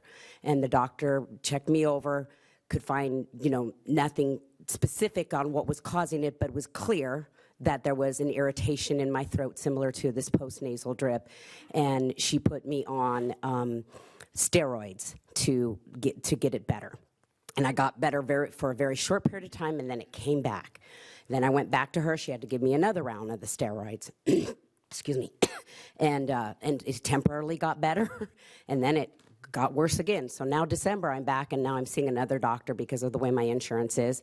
And same exact thing. I ended up between August and December on 3 different rounds of steroids because of this irritation in my throat. Both of these doctors said there was no specific proof yet, but they had seen so many patients, an insanely increase in the amount of patients that had come in with, whether it be the migraines or the sinus headaches or asthma attacks, allergy, the irritation that I was having, and the common denominator was in that same time period, and the common denominator was the hemp fields. I can't live like this. I do understand that, yes, we only had one of the farms within the city that grew it, and all the other farms that were causing the irritation were in the unincorporated county. And I know the county is addressing this issue and apparently potentially going to impose a restriction of it having to be at least a half a mile away from residences and schools, which even isn't enough for that. But I do not want you guys to let that influence your decision, because even if they do impose that, but you then pass this, we're going to go through another growing season of it, and there's going to be even more people that are going to have these illnesses from this growing product, and the county is eventually going to have to do better. I am not against this cannabis. As a matter of fact, probably within the next couple of months, I'm going to be looking to buy some CBD lotion to see if it helps some of my joints, aches, and pains. But I can't live with what it's doing to my health, and I'm not going to be able to continue to live in the city if we let this grow here. Thank you. Thank you very much. The next speaker is Jane Troy, and on deck is Akasha Ellis. Hello, thank you. I first want to say that I moved to Camarillo about 20 years ago, and I knew that I was going to an agricultural community and put up with the fertilizer smell a couple times a year, lasts a day or two, and it's gone. The plantings that when the crops are ripe, of course there's a little bit of a smell, then it's gone. This crop, however, was a minor smell that continued to grow and grow and grow and grow. I travel from Camarillo to see me every day, so I got it in the fields on my way to and from work, and I got it when I came home. There was really no escaping it. I understand that hemp is a very valuable plant. It's an ancient plant, so I get the history, but I don't want it here. I want Camarillo to be the place that I first started to live in. I don't want it to be the place known as the stinky city. So the value of the plant, that's great, but I don't want to have to deal with the smell. I too had some health issues with it, nothing like you've been hearing. It's just, I don't care what the science says. I don't care what your studies say. You're listening to real people. We're here as your constituents who are voting you into office. Please listen to us. We do have something to say, and we don't want this. The way, whoever said that the residents of Camarillo, the morale here just over this issue has certainly changed. You know, talking to neighbors, talking to each other, the nasty, mean comments that are made back and forth that have nothing to do with it, and asking questions. I don't care who burgled the plants. It doesn't matter. What matters is what the crop is doing to the health of this city, the people who live in this city. So we need you to make sure that you listen to what we're asking you to do and not let hemp be grown in this city. I don't care that it's legal. I care that the effects on us, on what it's doing to our city. What is the benefit of growing hemp here in Camarillo? Is there a monetary benefit? That's what you need to think about. It's not worth it. Even if there is a monetary benefit, it's not worth it. Thank you. Thank you very much. Our next speaker is Akasha Ellis, and on deck is Jim Contentoulis, I believe. Thank you, Mayor, and thank you, Council. I am a grower of hemp, and I grow very close in the Oxnard Plains and here at McGrath, the family farm here, organic farm. We've been doing this for about 2 years now. We started a pilot program here 2 years ago. The benefits of hemp, I mean, everyone has talked about it. We know that the stalk can help bring, fiber for the clothes that we wear, and we know that the CBD itself can actually help with people with cancer. It can help people with anxiety. It can help people with sleep issues, a number of other positive effects from it. The other benefits to the county, though, that I can address directly is that we know that it helps bring about more organic farming, which is a big deal, I think, to this county. It does reduce pesticides. It is something that we're not actually smelling as the pesticides in our county. So this is a great crop that actually will remediate the soil. We've got some farmers that have actually been able to begin to transition land in this county from conventional land that was grown with pesticides. They've now had a year of organic farming with hemp, and they're able to actually transition it to potentially other crops that would then be organic that they could sell in rotation with hemp. There's actually one crop, about 200 acres in Oxnard, that probably can happen with another year of grow happening this summer. The obnoxious smell or the nuisance of the smell, I'm sorry that is happening. I'm personally in it all the time. We also do genetics in the county. I'm not experiencing what most of the people are experiencing. We have around 30 to 40 employees that have been working with us in the county for, during the peak season of harvesting and planting. I don't see them experiencing it either, and we're in it, knee deep from 7 a.m. until evening every day. I do also feel that part of the issues that we may be facing is during the harvest that we all experienced this last year in August or September through November. That's a period of time that we get the easterly winds. It's also a period of time we have fires and ash, which we had a lot of. I was harvesting in 80-mile-an-hour winds this October, and we were also dealing with the smoke and the fires that were all around us. The firemen were out there putting the fires out. I was inhaling that myself. There was ash everywhere. So I think that's a big issue we need to take into consideration during September and October. One of the suggestions I think that we as farmers are trying to do is we limit the amount of time it takes us to harvest. In the previous October, November, we actually made the timeline that was expected upon us in the county. We were able to harvest everything in 23 days. That was the time that was given to us to do that. I know that most people were not able to do that in Moore Park, but we were able to do it here.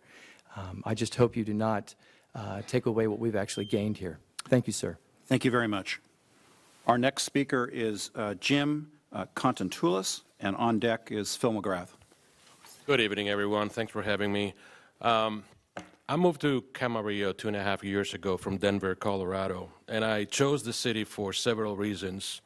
One was close by to the farming community, which I love, and the weather and the quality of life. I was able to walk my dogs outside every night without the winds and the snow and the hail. It was beautiful. I enjoyed every moment of it, and I paid dearly for it. I sacrificed all my life to save up to move to Camarillo. Unfortunately, with the hemp issue and the otter, I'm no longer able to enjoy the quality of life that I was hoping to enjoy by moving into Camarillo. I no longer enjoy taking my dogs out. I do have a scratchy throat. I had no idea that was related to hemp. And it took a long time for me to go away, maybe sometime in November, December timeframe. But I also want to emphasize that I do have family living in Leisure Village, and they have it worse there. My family there lives on Social Security. The fact that they have to close the windows and the doors every evening and turn the AC on does provide a big financial impact for these people. The worst part that I'm afraid is during the Santa Ana winds, September, October timeframe, there may be a potential of a power shutdown, as we all know, have experienced in Camarillo. And I'm very, very concerned about the health of my in-laws, basically, living in Leisure Village, because they won't be able to breathe outside easily. They won't be able to turn the AC on to stay inside and have a decent life. The other impact that I see here is financially, both on my property, because I bought and I paid very dearly for my home in Camarillo, as well as the financial impact that I think it's going to have at the city of Camarillo itself. And the reason I'm saying this is basically, I lived before close by to a refinery, and the refinery is very strong odor, and people just don't want to live close by to a refinery. They don't want to live close by to something that's very bad when it comes in odor. So obviously the values of our homes are probably going to drop. People moving to Camarillo, whether they're buying or renting or whatever basically they want to do in Camarillo, maybe drop. Businesses may actually decide not to move to Camarillo because of the odor. And I think also the effect of hemp next to the outlet mall could actually potentially affect the business in the outlet mall, because I think it's right adjacent to that. So looking at the quality of life and the financial impact, I would appreciate if you folks basically take in very serious consideration and keep the prohibition good, as well as influence the other surrounding counties, because it's not just what the Camarillo city can do, but also how we breathe all this stuff coming to our community. Thank you. Thank you very much. The next speaker is Phil McGrath, and on deck is Gene Tucker.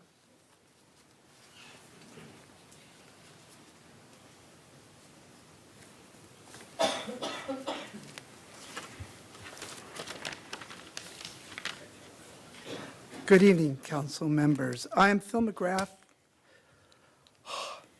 My family's been farming Camarillo since 1914. We have been farming in Ventura County since 1867. I've been farming organically since 1995. I've always strived to be sustainable and have now plots of biodynamic and regenerative agriculture. We don't use pesticides, chemical fertilizers, and have plans for the future for electric tractors powered by solar or wind power. The issue tonight on hemp is warranted. It smells. I get it. That's the one negative effect of this product. I'd like to talk about another 7 positive effects. It uses so little water, it's negligible.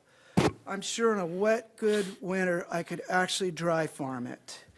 It uses so little pesticide, its too is negligible. The only pesticides registered for the crop are all organic.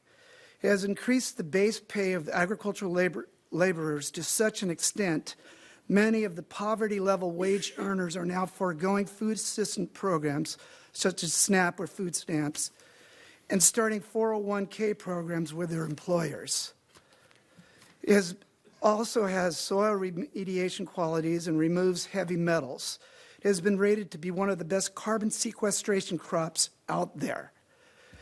At this point, it is sold in-state and doesn't need to be shipped 10,000 miles to be sold. It has multi-purposes uses that extend from superfoods to biofuels to building materials to fiber textiles to nanotechnology. You got to realize what this crop is. Okay, it smells, but it also has the potential to lessen global warming by sequestering carbon. Please look at the bigger picture here. Plant breeding will very shortly produce varieties that will have much less pungent smells. Farmers will figure it out. We always have. That's why we're still here. Camarillo is a farm town. Please don't forget that. Thank you. Thank you very much. Our next speaker is Gene Tucker, and on deck is Patricia Finey, I believe is how you pronounce the last name.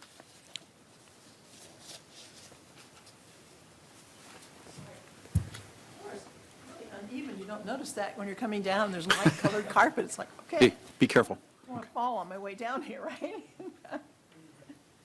Okay, my name's Gene Tucker. Pull the mic down, please. Ms. Tucker, could you pull the microphone a little closer to you? There you go. Thank you so How's much. that? Yes, thank you. Okay, my name's Gene Tucker. I live in Leisure Village. So the field that you see on the far right-hand side by the little green square there, I live a quarter of a mile from that field. So I came here to share with you my experience and the experience of my neighbors who I'm speaking for, who've asked me to come here as well. We have been experiencing, starting in September, we started having a little skunk smell. People were talking about it. We finally discovered it was hemp.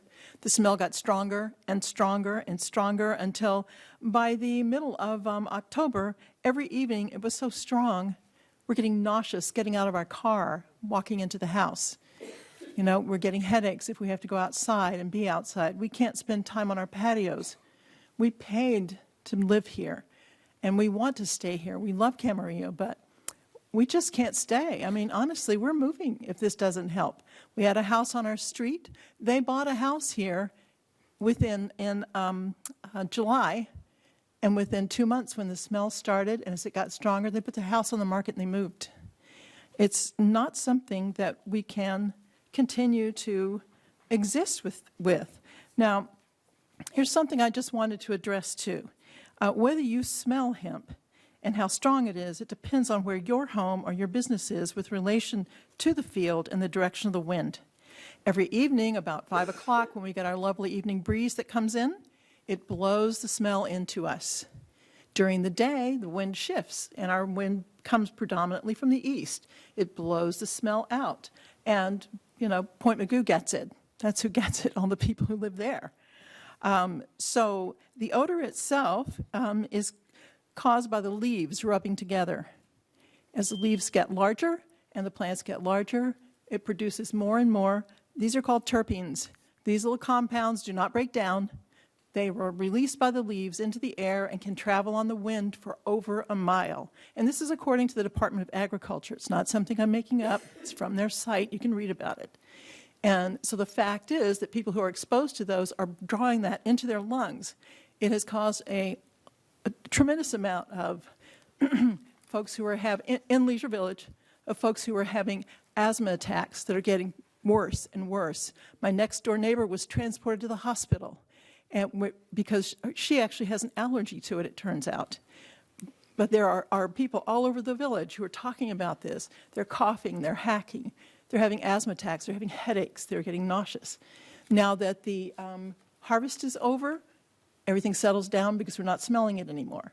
So I would just like to say I would really like to see this ordinance passed. Thank you very much. The next speaker is Patricia. Thank you. Next speaker is Patricia Finney. On deck is Vishnu Patel. All right. Thank you. Can you hear me? Yes. All right. Thank you. I'm not going to repeat a lot of the really good points that previous speakers have made, or at least try not to. I actually wasn't going to speak tonight, but a couple of comments that I heard inspired me to get up and fill out the little blue card, so I'm doing so. I can understand the positives of the hemp that have been discussed by a variety of people here, for people in pain who need it, as well as for the bank accounts of the growers and our city and our county. We're making a lot of money, or we're going to be making a lot of money off this growth. And so I understand that that's a factor, whether we acknowledge it publicly or not. However, I also think that if we're going to allow this to continue in any way in the city or in the county, that the growers need to be required to grow them enclosed with air filtration systems. It is possible to do, and yes, it will probably cost some money, but they're going to have the money to do that with. Nobody's talked about that aspect that all the growers talking about it, what they're doing. No one's talked about how much money they're making off of this. So I think that there should be required to put some of that money back into systems so that all of us in this room and in the city are not suffering from their success, shall we say. And if you happened to be at the county meeting, the agricultural meeting that was held November, December, only a couple people I see here on the other side were there. I don't know if anybody behind me was, but only my husband, I think, and I were there in Moore Park. The supervisors scoffed at us because the moratorium that you all worked on was voted down, or we didn't get enough votes from our illustrious council members to pass it. And they were like, so if you can't even get your own act together, how can you request that we act if you're not willing to act? So I think that is the important thing that has to be accomplished tonight, because if we don't show support for having some regulation on this, the county is going to say, well, you know, why do we have to do it if you're not willing to step up and take the consequences? So that's what I am asking our city council to do, is to step up and put down their recognition that their city is not happy with the way the hemp growing is being managed. Thank you. Thank you very much. Our next speaker is Vishnu Patel, and on deck is Alfredo Melendez. Hello, everyone. I'm Vishnu Patel. I'm a pharmacist working at Ralph. I know marijuana, it was a controlled substance. Then came industrial hemp, which is not a controlled substance. So only difference is not a habit forming, or it does not have euphoric effect. But the potency of the chemical, or how fast it works and what it does, has not changed. So I'm going to give you 2 examples that maybe make it a little simple for everyone to understand. There's a thyroid or synthroid, which human needed when you are hypothyroid, which is miracle drug. So whoever have low thyroid, doctor prescribe you right and left. Almost maybe 2 or 3% of people take thyroid. But the same thyroid, if somebody is healthy and take that thyroid, that can be poison for them. It's very strong medicine. It can give you fast heart rate, high blood pressure, lose weight. Yeah, someone can take that as benefit, but it is very harmful effect. So one chemical can be very great for someone if there is a needed. The same chemical could be poison for someone else. The second example I can give is insulin. If you have diabetes, insulin is a miracle drug. You need it, you can save your life. But the same insulin, if somebody is adult, taking that insulin can lower their sugar level, and person can die, person can be admitted to the hospital. The same example in this one. Industrial hemp, yes, it's miracle drug, it would work everything, but when it's come in the air or when it's come in our water supply, and when it's the 99.9 people are healthy, there are 0.1% we need to be treated. That's what the medical field is for. But not to have that chemical in the air so everyone can breathe, and that's really poison. I'm going to give you an example. I know we are all excited and whole world is excited. This is miracle drug. This plant been around at least 5,000 years plus. I've been in India. This chemical was used in the society. Those plants as a social responsibility. Every town, the farmers are growing in the middle of cactus where there is a thorn. So no animal can eat that plant and no children can access. That was just a social responsibility people have created. And that chemical is not a new, marijuana is not a new. It's new for this area, but it's been there for 5,000 years.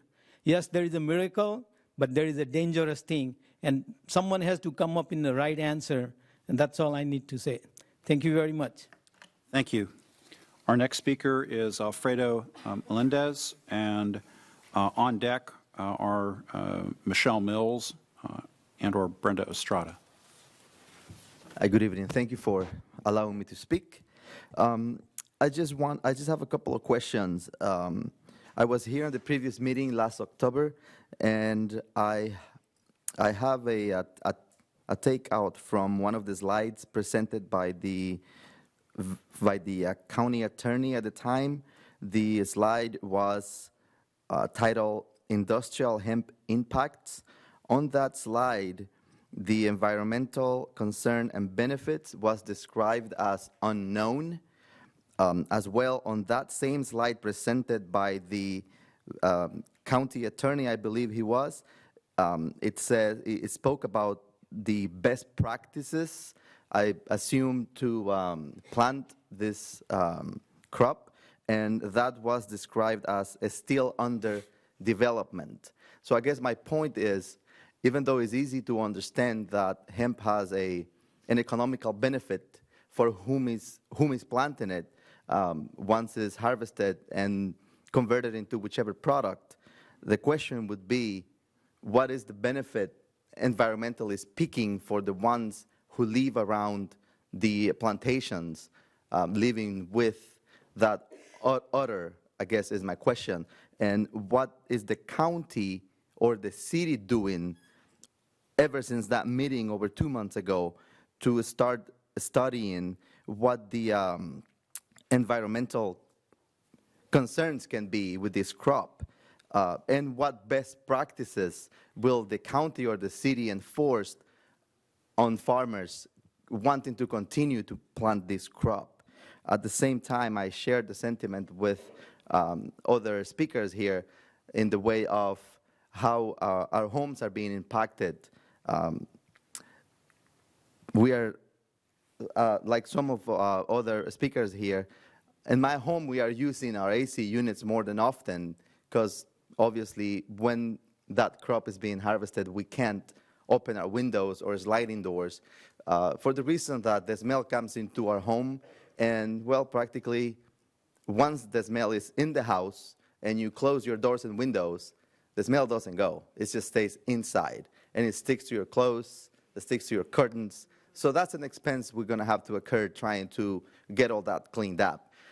In regards to the one comment, those people also steal avocados, I would like to just say respectfully, it would be almost the same as saying, what is more heavy, a pound of gold or a pound of cotton? You know, obviously, one is more valuable than the other, so just want to leave that there for a thought. Thank you. Thank you very much. Our next speaker is Michelle Mills, and I believe followed by Mike Morgan.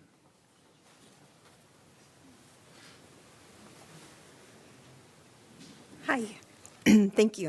My name is Michelle Mills, and this is my neighbor, Brenda Estrada. I wasn't sure if I was going to need to leave to pick up my son from basketball, so I put us together. Thank you very much. So I've lived in Camarillo for 20 years. I moved here in 2000, and I love Camarillo. I live in Old Town, and several of my neighbors are here. And I love Old Town for so many reasons. We can walk to the farmer's market. We walk to the outlets. I mean, there's just... It's very convenient. My son walks to school, but this summer, I just like everyone else had to run my air conditioning all the time, close my windows because I live in Old Town. Just everything that everyone has said is consistent with my experience. In that the direction of the wind. In the 20 years, you know, we spelled the cilantro, the strawberries, the onions, the fertilizer, same thing. But it goes away. It's a quick to draft. This was months. It was consistent. So much like the last speaker said that my garage would fill with the smell. I go out there to do laundry. My laundry smells like hemp. My car, it's inside my car in Old Town. And then you start to think, is it on my clothes? And I personally did not realize that it was all growing right there. I thought that many of my neighbors were actually smoking pot, and I had to literally go apologize for my thinking that that's what the smell was. It's so strong. My mom came to dog sit for 2 weeks, and she had to close the air conditioning and run our air because the smell was just horrible. I had headaches. I've had, just like other people have said, I've had headaches, the strong irritation. And then not only do I love living in Camarillo, I work in the county. I drive every day to Port Hueneme. I work at the schools, and I hear all the complaints, the same complaints. So I get the wind draft that direction, and then I get it at home. And it used to be like I love coming home to Camarillo, but I've been very frustrated, and it's very unfortunate in that the toll it's taking on our quality of living, in my opinion. I hope I have enough time. So my name is Brenda. So basically what I really wanted to come and talk about is like the lady that spoke first. I have a 4-year-old daughter who last year started with a lot of, breathing problems, and it's also due to the same, smells. I've been giving her, unfortunately, albuterol, like all sorts of like treatments that, obviously cost money, they're covered by insurance, thankfully. But, just to see a 4-year-old, not being able to play in the backyard because she's having to smell that. And even my dog smells like hemp. But what I also wanted to mention is that I work as a mental health first aid responder. So I'm a clinical psychologist, and I've been actually, I don't know if I can be given a minute. Mrs. Estrada, I'll give you a little bit more time. I appreciate that. I've been experiencing a lot of my clients have been complaining of having, anxiety. Because of the smell, and because of all sorts of effects that they're, experiencing. And I work with children as well, like Michelle, I work for the schools. So obviously it's affecting, my clientele. Additionally, I want to add that I also work very closely with first responders, like firefighters, and they have expressed and shared that they've gone to numerous calls where field workers are passing out because of this smell, because they're picking, the hemp. So I don't know if you guys were aware of that, but you should talk to your fire department, because when they're responding to these calls, they're also coming back to the station smelling like hemp. And they're wearing uniforms are expensive. So I just wanted to, bring that up so you guys are aware that it's affecting not only us, but also our first responders and people that work in the fields. Thank you for your time. Thank you very much. I have one more speaker card at this point. It's from Mike Morgan.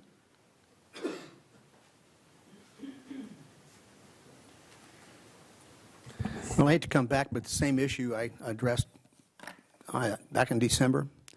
One thing I'd like to find out is CEQA. How does that apply to this, Mr. City Attorney? Is exempt. It's exempt from the order. No. The ordinance is exempt from CEQA review.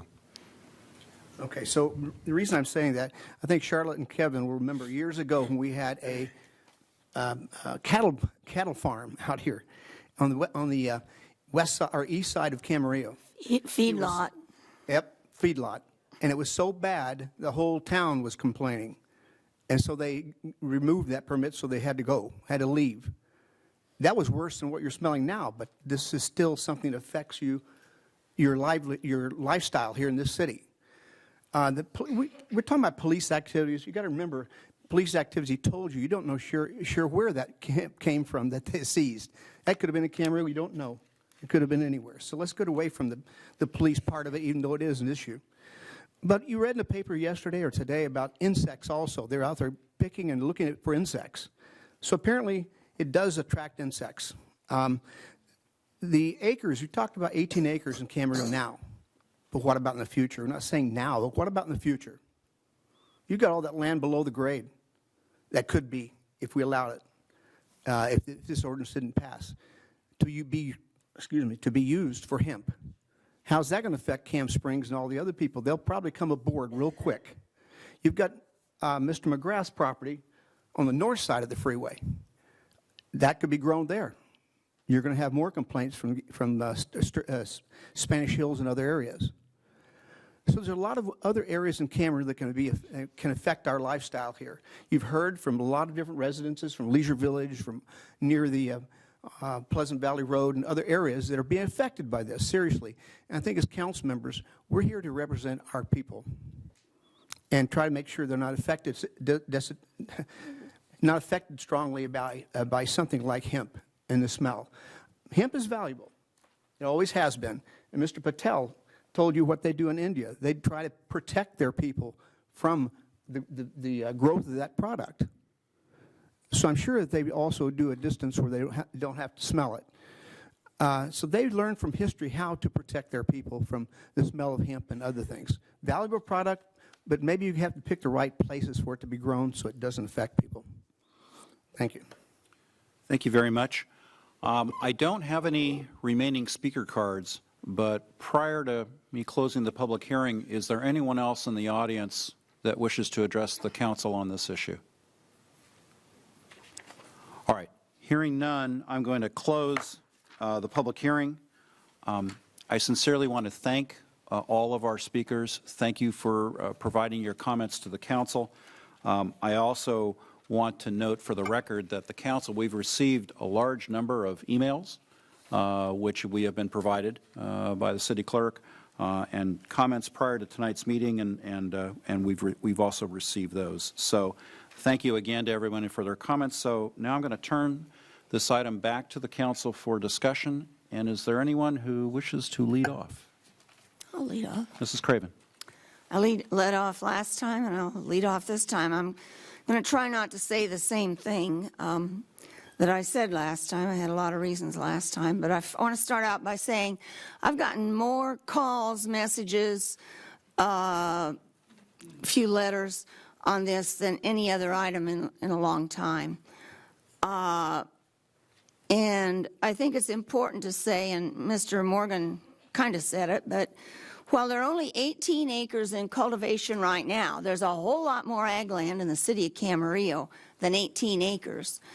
And so if we approve this tonight, it will apply to all of the ag land in the city of Camarillo, not just the 18 acres that's been under cultivation this year.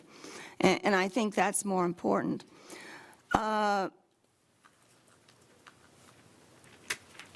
The smell of hemp has kept many people, many of our residents, from being able to enjoy their property this year. And while farmers do have a right to plant the crops they want with the application and approval of the Ag Commissioner, I believe that our residents have a right to enjoy their property too, and I think that's what we're talking about here, the juggling of the farmers being able to grow what they want, to earn the amount of money they want without restrictions versus the rights of our residents to enjoy their property. And the smell is a public nuisance. It's a public nuisance that has been keeping our people from enjoying their property. And it's also a public nuisance that's been creating a lot of illnesses, asthma, sore throats, sinus problems, that kind of thing. Last week I did check with my allergist, and I found out that there now is an allergy test for hemp. And however, he didn't know if a treatment has yet been developed for that allergy. And I think that's significant because allergies can cause a lot of problems.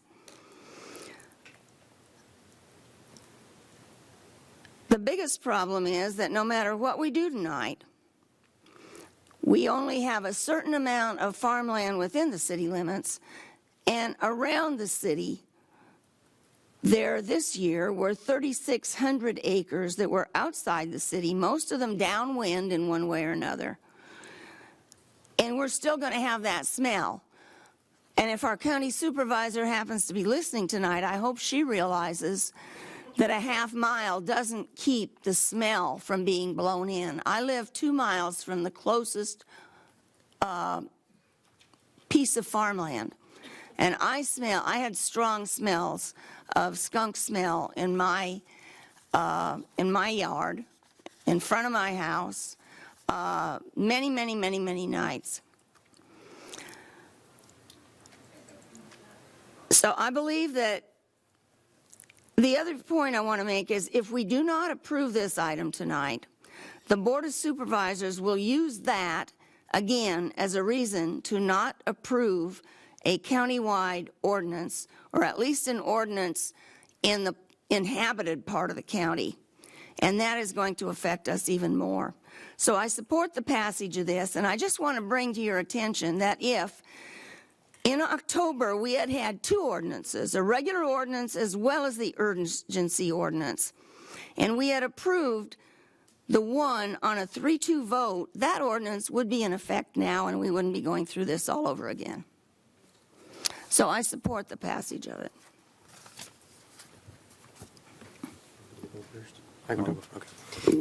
Yeah, I want to thank everybody for being here, and this is an interesting issue, and I've been up here for a few years, and I've had also, as Mrs. Craven has eloquently stated, that I've had more calls on this with the possible exception of the Canal Creek proposal, which was a relatively large development here. And I think what you find here is that you can't control everything. We really can't control much of anything outside our city limits, but we can control a lot within our city limits here. And this is one opportunity for us to do this.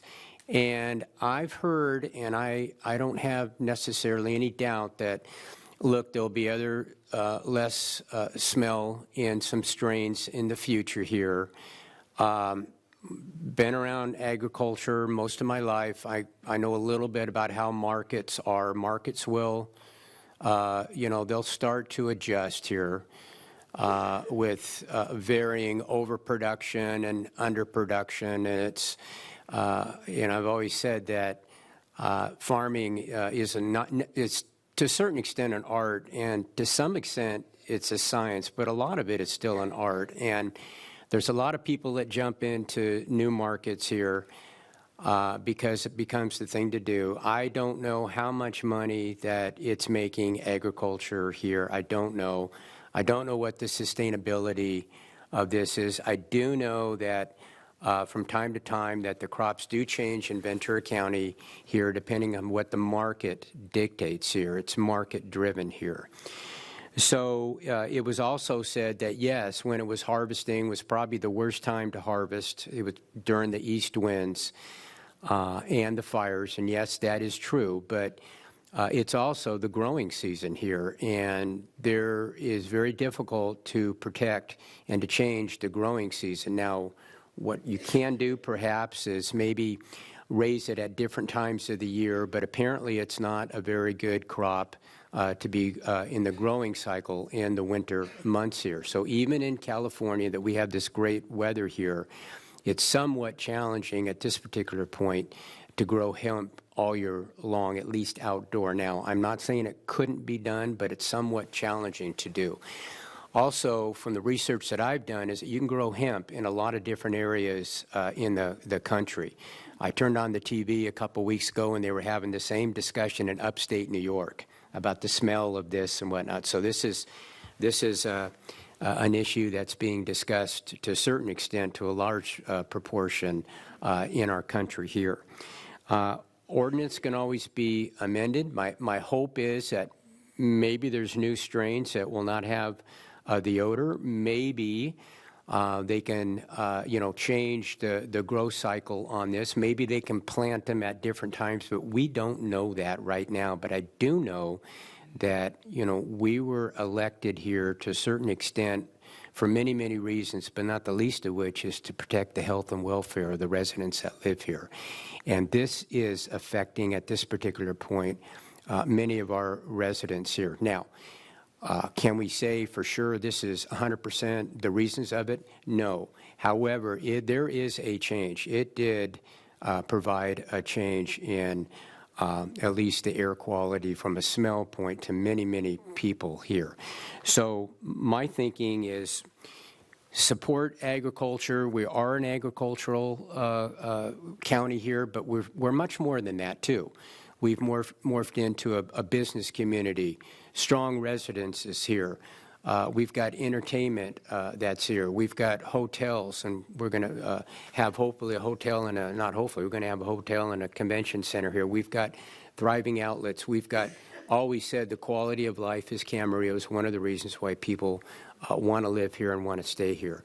So to me, this would be very appropriate to put this ordinance into place, and it's not going to alleviate everything, but it is a step in the right direction here, and I'm hoping the rest of my council members will support this.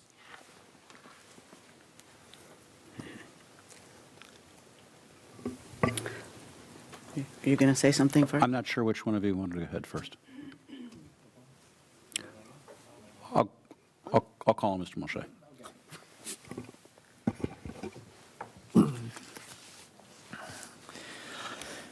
All right. So does hemp have medicinal benefits, environmental benefits, economic benefits, industrial benefits? Absolutely. I don't think there's anyone willing to contest that. We discussed about that, or that was mentioned extensively. There are a lot of benefits to the crop. Are there negative impacts, and is it negatively impacting the quality of life of some of our residents? Absolutely, no doubt. I'm not going to negate as many of the people who spoke tonight and some of the ones I spoke to off this dais. I see and I hear and I don't contest the negative impacts you've incurred or your family.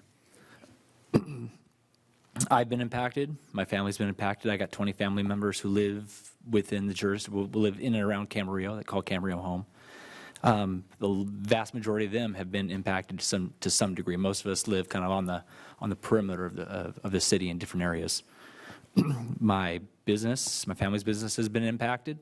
We're right near the corner of Lewis and Pleasant Valley.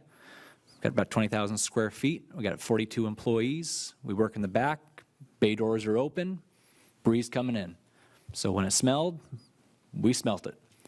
I definitely had to question whether or not any of my employees were smoking weed, because absolutely it smells like weed.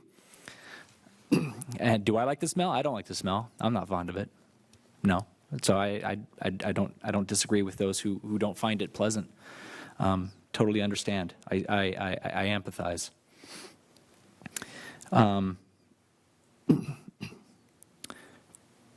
We see more than ever, we seem to live in a world of absolutes.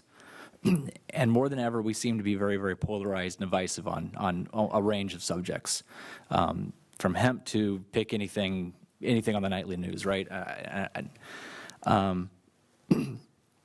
And I think this is kind of being portrayed as an absolute. Either we can have it and endure all those negative, and the smell, and deal with that, and the negative impacts as it relates to the smell and the quality of life, or we can eradicate it entirely and just say, nah, nothing.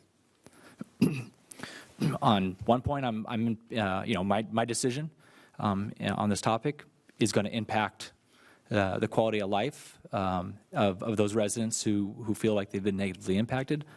On the other end, I am impacting a lot of farmers and their ability to make a living.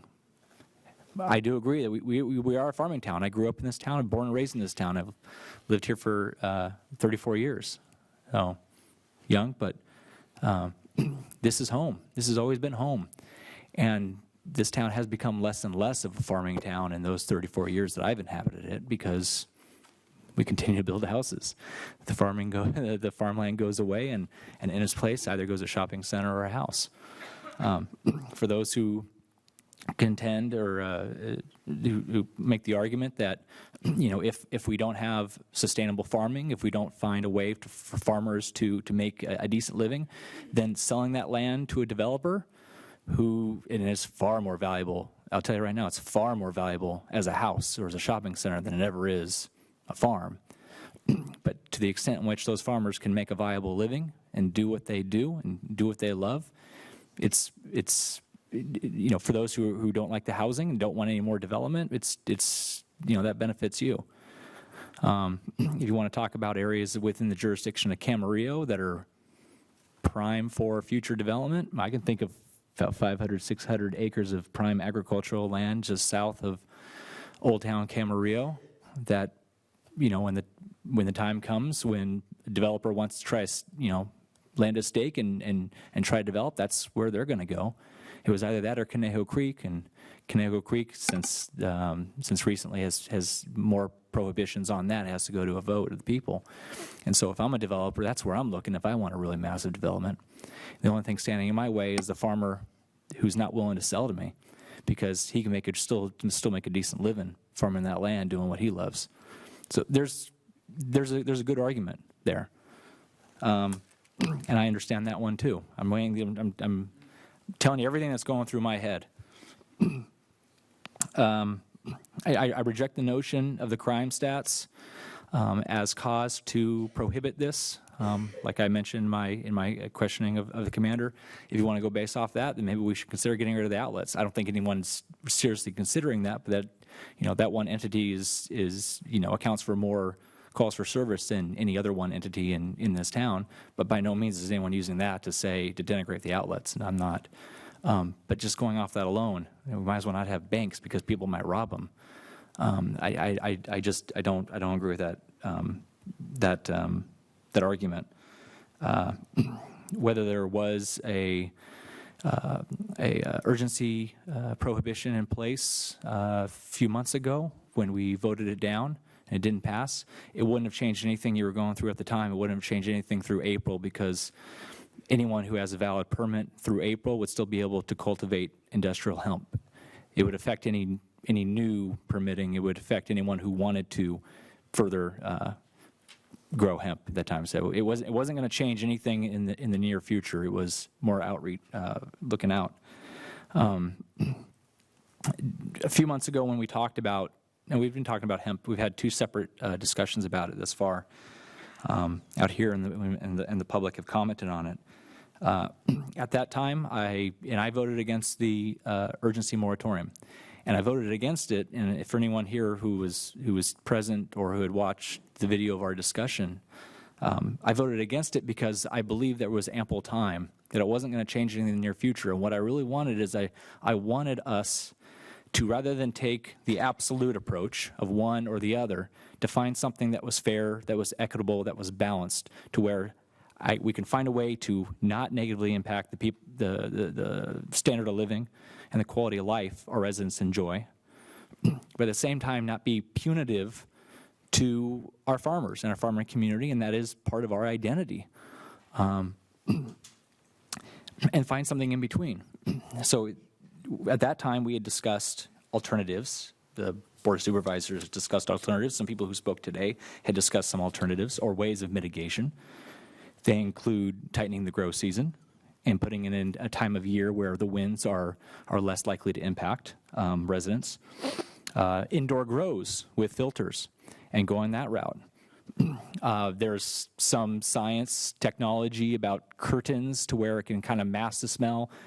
I don't know if that's all legit or not.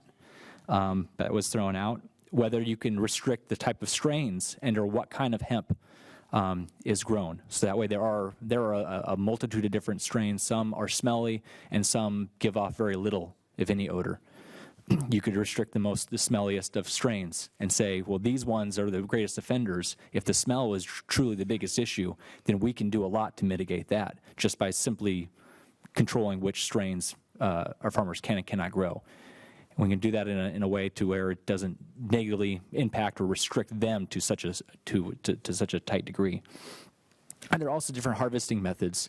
And I personally went and watched a few different harvests, and that's when it's really smelled the worst. Usually it's like when it seems like when it's kind of flowering, and then when it's being harvested is when the biggest complaints come about, and that's when I really smelt it. That's when I got more inundated with complaints, and that's when it kind of seemed to spark up online as well. But there are different harvesting methods, and in speaking to a few farmers and a few people who are familiar with the agricultural community, some people were really efficient about how they farmed, or how they harvested it, and some were just it was a mess.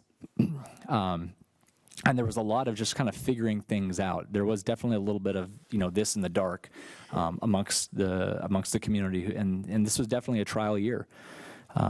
And in the farmers that I've spoken to and the farmers I've seen speak, not just before us, but before the County Board of Supervisors, a lot of them will be the first to admit, yeah, this is the first year. We could have thought more about this. We could have been more strategic. We could have taken into consideration the fallout and the negative impacts to the communities we are farming around. They'll be the first to admit, and they usually are, and that they want to find ways around it.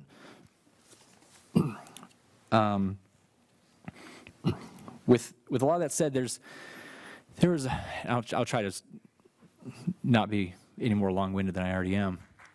Yeah, first clap of the night.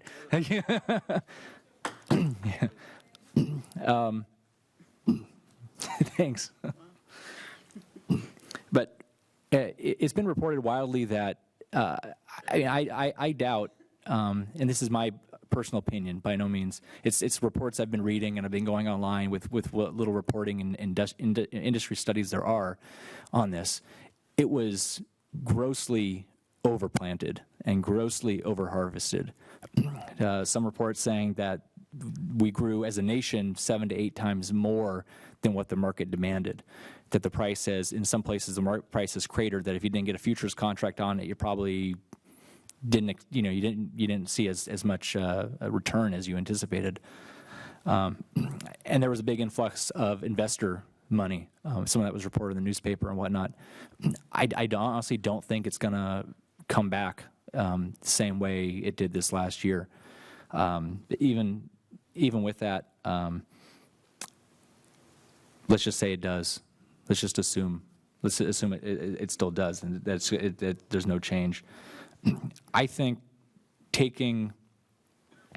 I would like to take a more balanced approach. I'm really disappointed that we talked about enacting an urgency moratorium under the auspice of stopping it in order to really study it, to give us the time to do the study, to find out how we can coexist, how we can work with one another, that being our impacted homeowners and their quality of life and our farming community. I'm really disappointed that since that time, and almost 4 months have passed, we haven't done anything. So I'm really disappointed in that. I am all for finding ways to mitigate the impacts. I want to try to find balance. I don't like smelling it any more than you do. At the same time, I don't want to rob and be punitive to our farming community. I think you can have it both ways in a way. I know there's not a lot of things you can have both ways. I think this is one of them. And it does mean there will be restrictions on our farmers and those in and around in Camarillo and outside of Camarillo, whatever the county board of supervisors does is their thing, and they're likely going to, I assume, put in setbacks along with some other things from what the rhetoric I've listened to. But I think there's a balance here, and I'm just really disappointed that we didn't, in good faith, try to find that balance and do our research and work with one another to find that balance, because we had the time. We had till April. Most of these farmers, if they're going to plant again, they're not planting again until April. There is a relatively short window. You can't plant this and grow this during the recent rains that we've gotten. That's not ideal. So even in Southern California, you can't grow this stuff, and it's not recommended you grow this year-round. We had time to do it. I'm just disappointed that we didn't use that opportunity, like I had been advocating, to really do the homework, do our study, find ways to mitigate, find ways to try to have it both ways to where we can leave our homeowners and our residents happy and not try to be the great, the big hand that came down and smacked the farmers and said, I'm sorry, you're just going to have to cross one more thing off. I was driving along Pleasant Valley yesterday, and it smelled horrible. It smelled like rotten eggs. Rolled down my window just to make sure that's what I was smelling. That's what I was smelling. And whatever they were fertilizing out there, there are bad smells. We live in an agricultural community. There's going to be bad smells.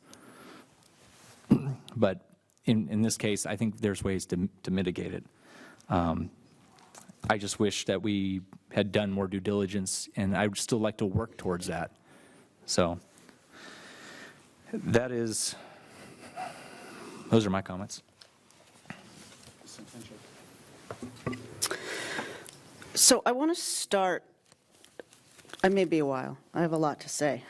This has been really important to me to make the right decision, and I have been doing a lot of thinking, a lot of research, a lot of talking to people.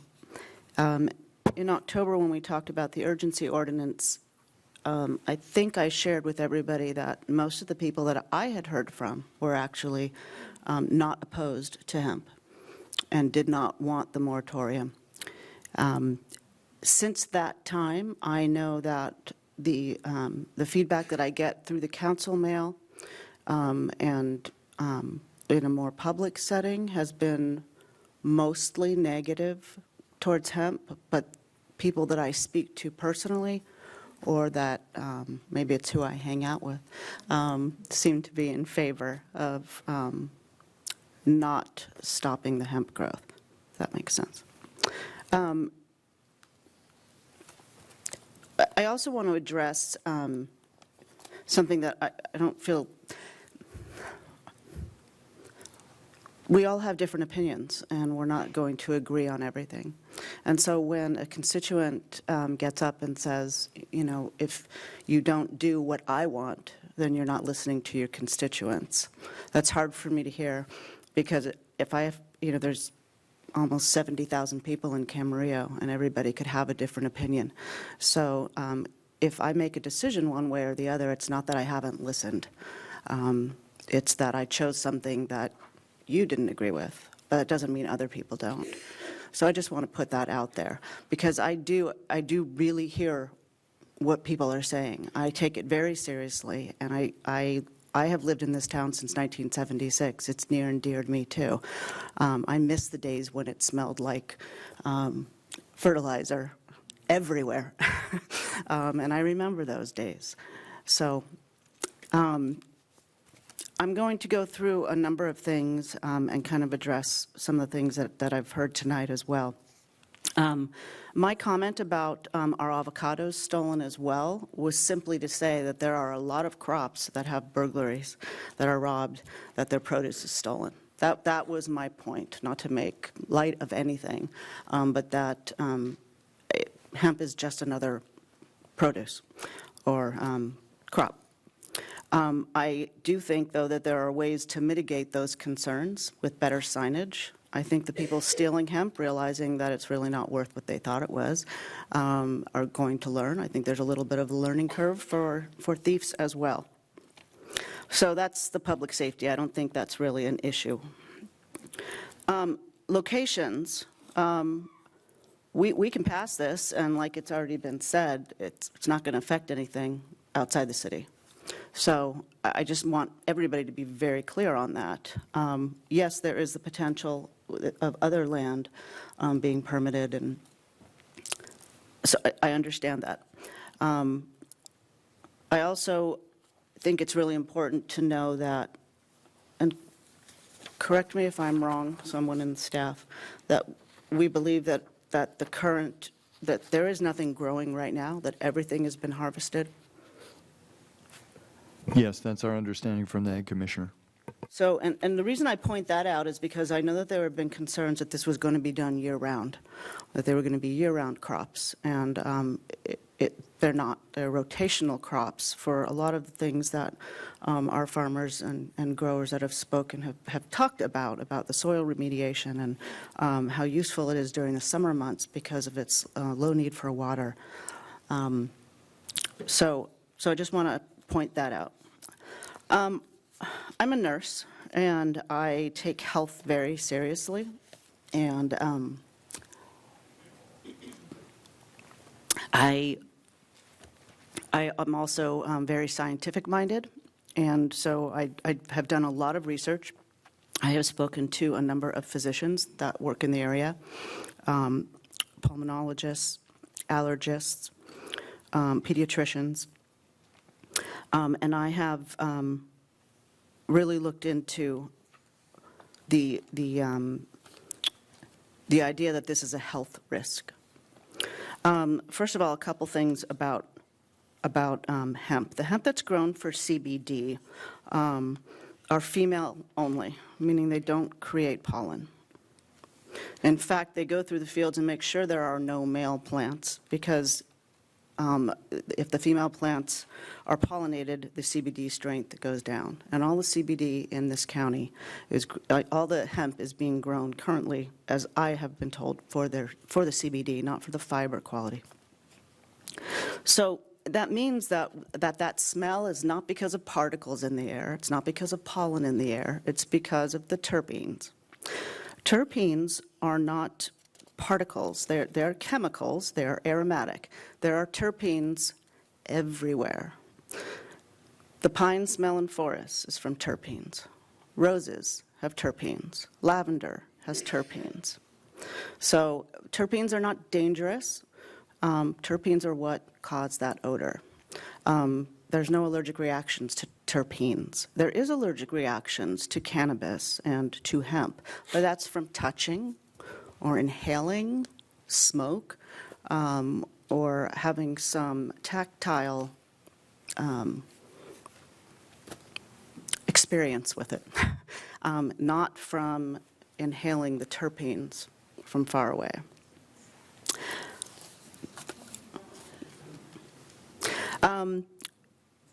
There's also studies that show that the terpenes play a part in the medicinal qualities of the CBD.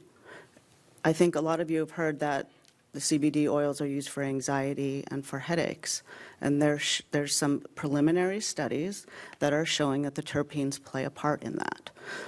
So, why do we have the sore throats? Why do we have the sinus headaches? So if you go to a website called pollenlibrary.com, you can pull up Ventura County, and you can pull up summer and fall. And I'll show it to you from here, but you can all look yourself.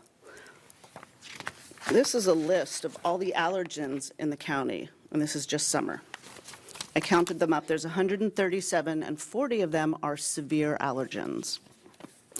In fall, there are 105, and 33 of them are severe allergens. And these are things that grow in our county. This year was especially bad for allergies for a number of reasons. We had a lot of rain this winter, so that means a lot of things were growing and pollinating.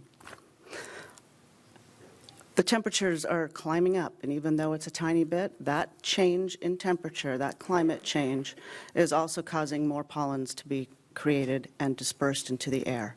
So I believe that what a lot of people were experiencing this summer wasn't specifically coming from hemp.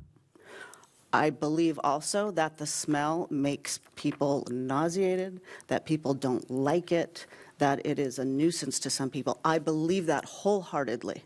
I do not believe that it's a health risk. I know that there is, somebody brought it up and I just have to address it. Cannabis does not help breathing. It does not. So I want to dispel that as well. It does not help with asthma or breathing problems. So let's just throw that out there too. Allergy tests. There are allergy tests for hemp actually, but that again is based on touching it or being in contact with the hemp, not smell. And they are working and they are starting to actually isolate the proteins that are the allergens. So, where am I? I very much agree with what Mr. Mulchay said, and that was really where I had come to my decision. I don't think this has to be an all or nothing. I think we have some pretty good evidence of farmers that want to work with us. I think we have evidence that the farmer who planted the crop out at Leisure Village, who didn't realize the effect it was going to have on the residents of Leisure Village and that side of town, who said, I'm not going to do it again, is evidence that he really cares about what he's growing and about the community. I think the fact that we've had people come and speak about it reasonably and factually helps the conversation. I think there are a number of things we can do to mitigate, and some I'm going to repeat some of this stuff. There is and I mentioned this back in October, but there is a odor mitigation system that somebody has been using, or a number of people have been using, and it's like a vapor curtain with essential oils, and the vapor, whatever it is supposed to help capture it.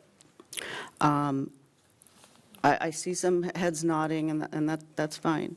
But there are things to try. There are different strains. There are different, like Mr. Mulchay had mentioned as well, buffer zones. We got a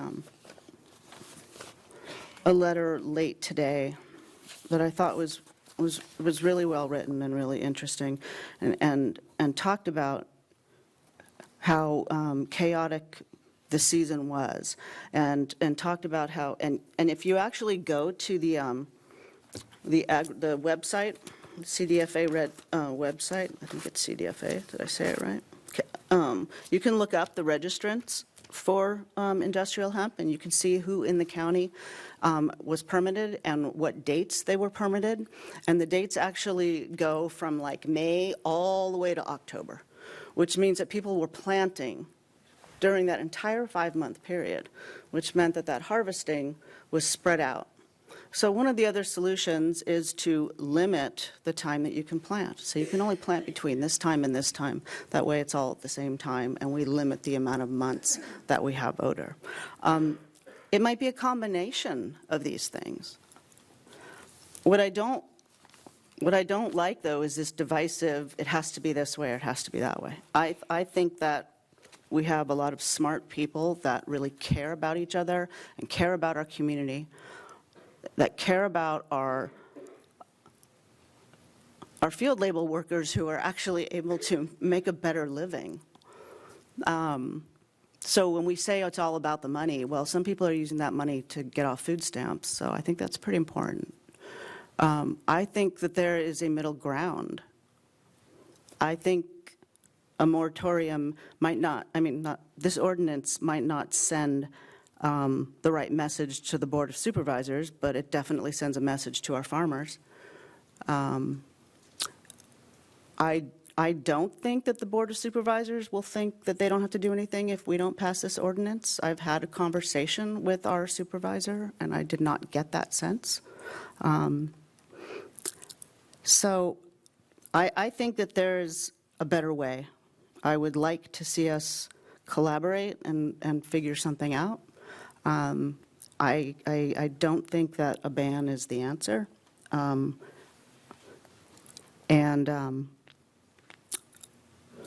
think that's all I have on my list. So. All right. So first of all, again, I appreciate very much all of the comments and the testimony that has been provided this evening, and I appreciate all of the emails and verbal comments that I have received over the course of the last several months on this. This is a difficult issue. Reasonable minds can differ. And as I said on December 10th at the County Board of Supervisors meeting, and I'm going to repeat it here, I believe the agricultural community has acted in good faith. I think this is year one of this issue, and Mr. Kildee said something a few years ago, which I think is very important, and I'm going to repeat it here because his phrasing stuck with me, and that is that we cannot demonize agriculture. And I appreciate very much the good and constructive commentary that we've heard this evening. That said, in my view, this is predominantly a county issue. And you look on the map on the board, the impact on the city of Camarillo, however, even though it is a county issue, is substantial. Why? Because our city is uniquely situated. It is surrounded on all sides, and was surrounded on all sides this fall by hemp cultivation in the unincorporated areas. And it has affected all areas of the city, given the prevailing winds. The comments that I've heard back have not just been from Leisure Village or the east side of the city. It has been from all over the city. So in every part of the city. The most compelling point to me, expressed by many residents, and I think this is where Ms. Santangelo and I tend to part company and disagree, and the point has been made by by residents throughout the city, is that the pervasiveness of the smell is either causing or contributing cumulatively to adverse health impacts. Not sure which one, but anecdotally, I certainly note that, and I note that from the testimony and the evidence, that is compelling, given by many people, and people have complained of many things. They've complained of allergies, asthma, nausea, headaches, etc. So I'm left to conclude that that may be anecdotal, but at the same time, it's obvious.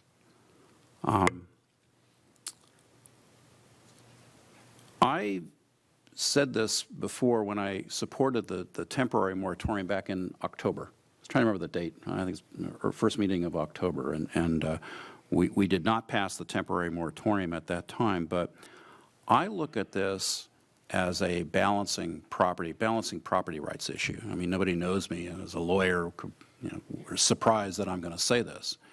To me, essentially, it's balancing property rights, and it's balancing property rights of farmers against city residents. And as an elected official, I believe there is a right to farm. But the question I ask is, where does that end? And sitting back and thinking about it, does it give, and I mean this with the greatest respect to ag and to farmers, does it give a farmer a right to effectively deny, because of odor and what I believe are health impacts, nearby residential property owners peaceable possession of their property? And that's the way I frame that issue, and my answer to that is no, it does not. I support this prohibition. I support this proposed ordinance. Bottom line, it's a quality of life issue. That said, this issue, regardless of what we do tonight, this issue has to be addressed and substantively by our Board of Supervisors. I think Camarillo is a very, here's the irony in this. We have 17 or 18 acres under cultivation this past year. We could potentially have a lot more, and I recognize Mrs. Craven's comment on that. But it's the impact in the unincorporated area that is really telling here.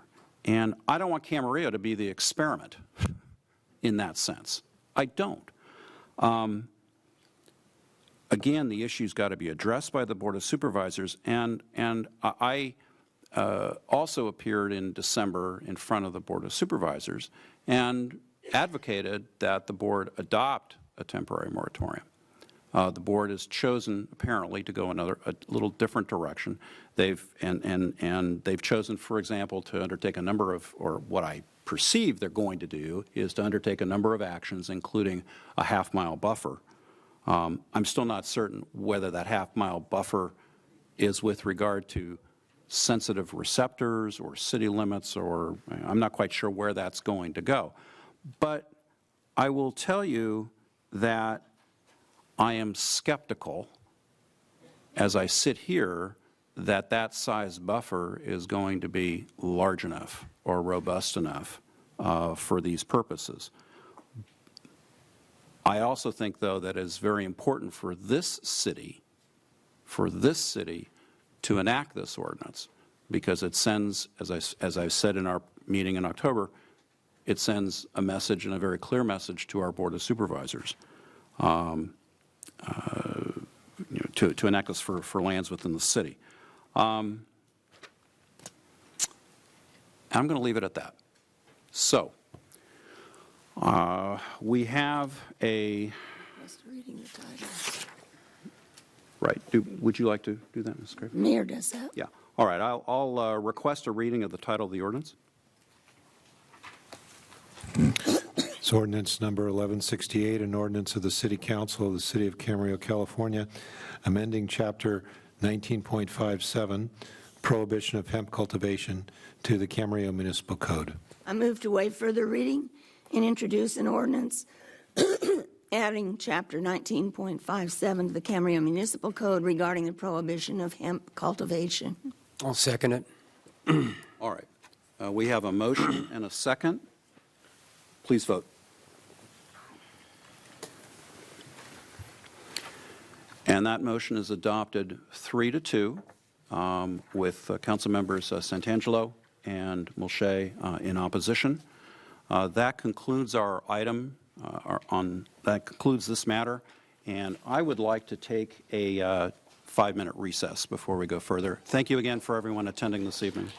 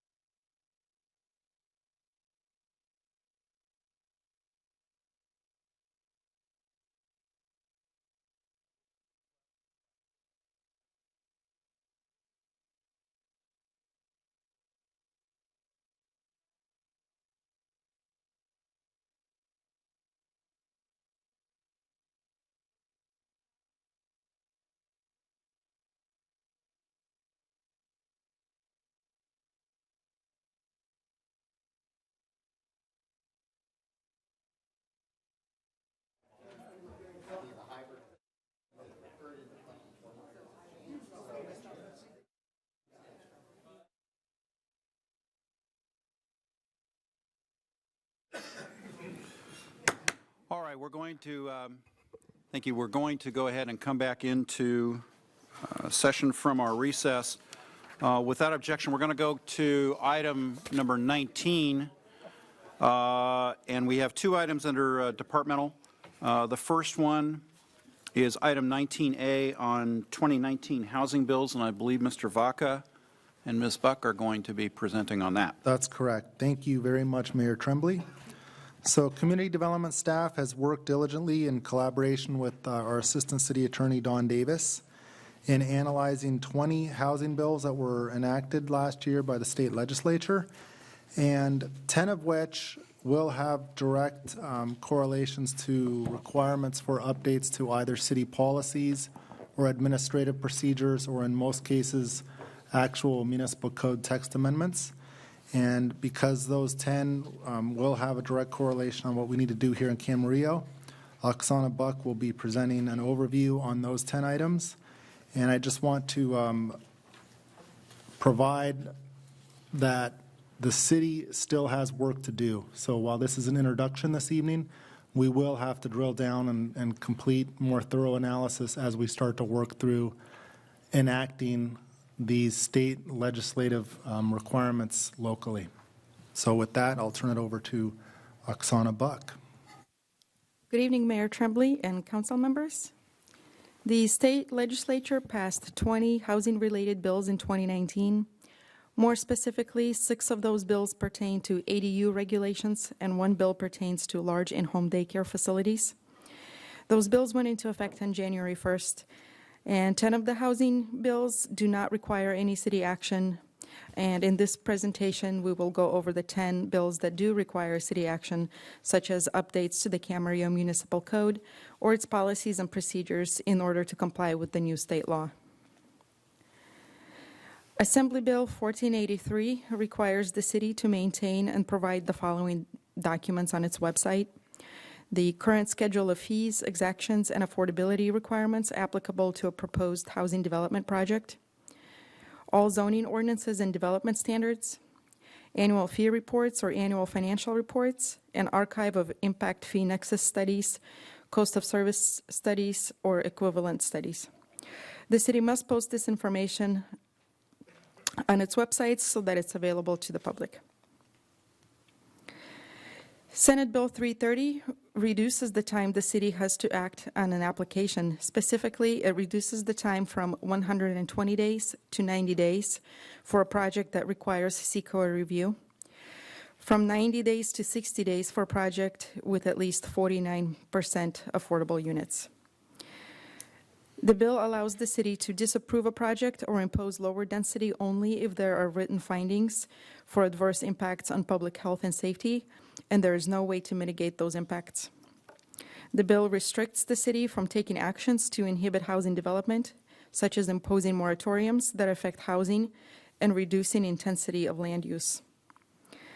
The bill restricts the city from disapproving a project through the use of subjective design review standards and from imposing design standards established after January 1st that are not objective.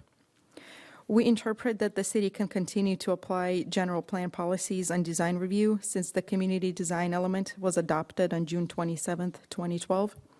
However, the city could not use subjective design review as the basis for disapproving a project. This bill requires the city to facilitate development at the permitted density. Less intensive uses can only be allowed if it concurrently changes the density elsewhere to ensure that there is no net loss in residential capacity. The bill requires the city to have a housing development pre-application process as an option to residential developers and provides a standardized pre-application checklist. The bill restricts the city from limiting the number of land use approvals or permits for housing, and the city attorney will address SB 330 impacts to Measure A, development allotments, and Measure J, curb, as a separate agenda item tonight. The city must process future housing development applications in accordance with SB 330, and the city must also update its residential pre-application form to include the state's standardized pre-application checklist for housing projects. And this checklist was included in tonight's agenda packet. Assembly Bill 1255 requires requires the city to provide HCD with an inventory of its surplus lands no later than April 1st of each year, beginning April 1st, 2021. HCD must then provide this information to the State Department of General Services for inclusion in a digitized inventory of state surplus land sites. The city must include an inventory of surplus lands in its general plan annual report, which will be due to HCD by April 1st of each year. Assembly Bill 1486 requires the city to include a specified information relating to surplus lands in the housing element and in the general plan annual progress report that is submitted to HCD. HCD is then required to establish a database of surplus lands,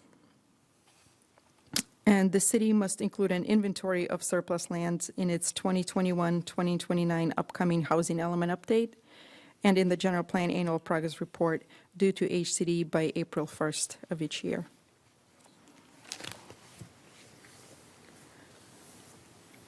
Assembly Bill 671 requires the city to include a plan in its housing element to incentivize and promote the creation of accessory dwelling units that can be offered at an affordable rent to very low, or moderate income households.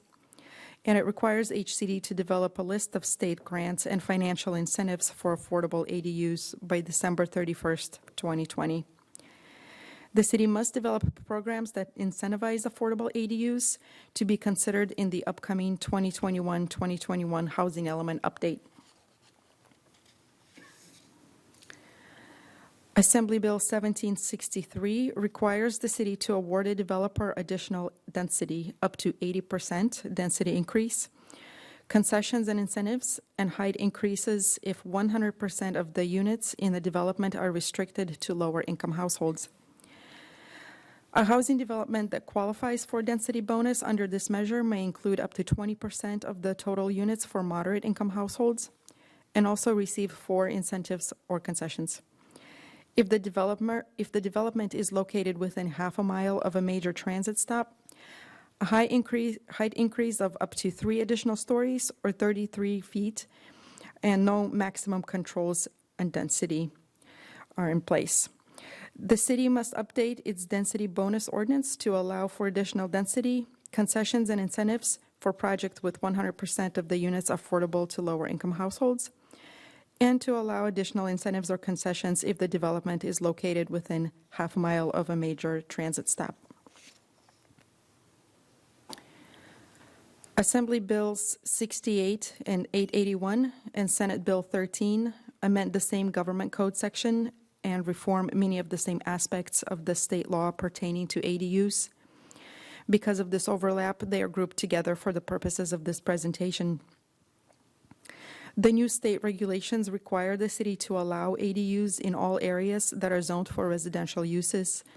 This includes single-family, multifamily, and mixed-use zones. And it requires the city to allow up to 2 accessory dwelling units on a single-family lot, which includes either 1 attached or 1 junior ADU and a detached ADU. So this could total 3 units on 1 lot, consisting of the primary residence, an attached or junior ADU, and a detached ADU. New regulations require the city to allow ADUs on multifamily lots with up to 2 detached ADUs and allow the conversion of space that's not used as livable space within existing multifamily buildings with up to 25% of existing units.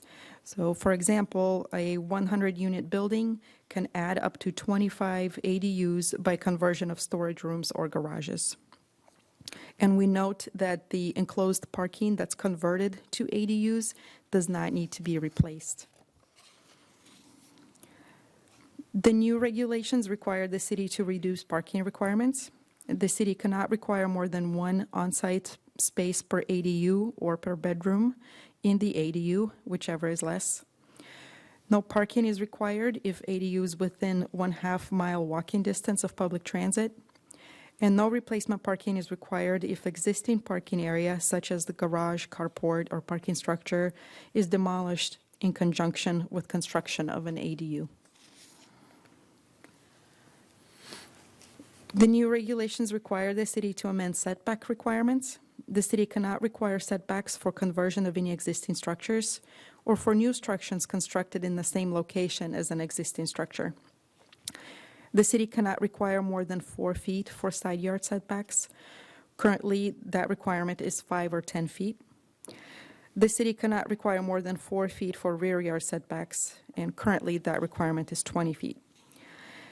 The city must also increase the height limit from 15 feet to 16 feet for detached ADUs. The new regulations require the city to amend ADU size requirements. The city must allow ADUs to be at least 800 square feet, even if it means waiving some of the development standards, such as lot coverage and open space. The maximum size for attached ADUs cannot exceed 50% of primary residence. The maximum size for detached ADUs cannot exceed 1,200 square feet.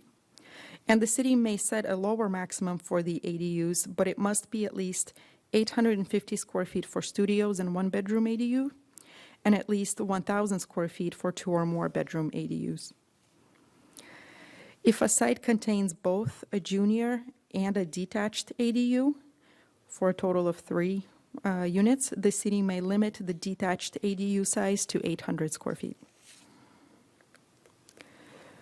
The new regulations require the city to remove the owner occupancy requirement for the attached and detached ADUs if they're permitted during the next 5-year period. However, the new regulations allow the city to impose owner occupancy requirement for a junior ADU or the main residence with a junior ADU. The new regulations require the city to update the impact fees.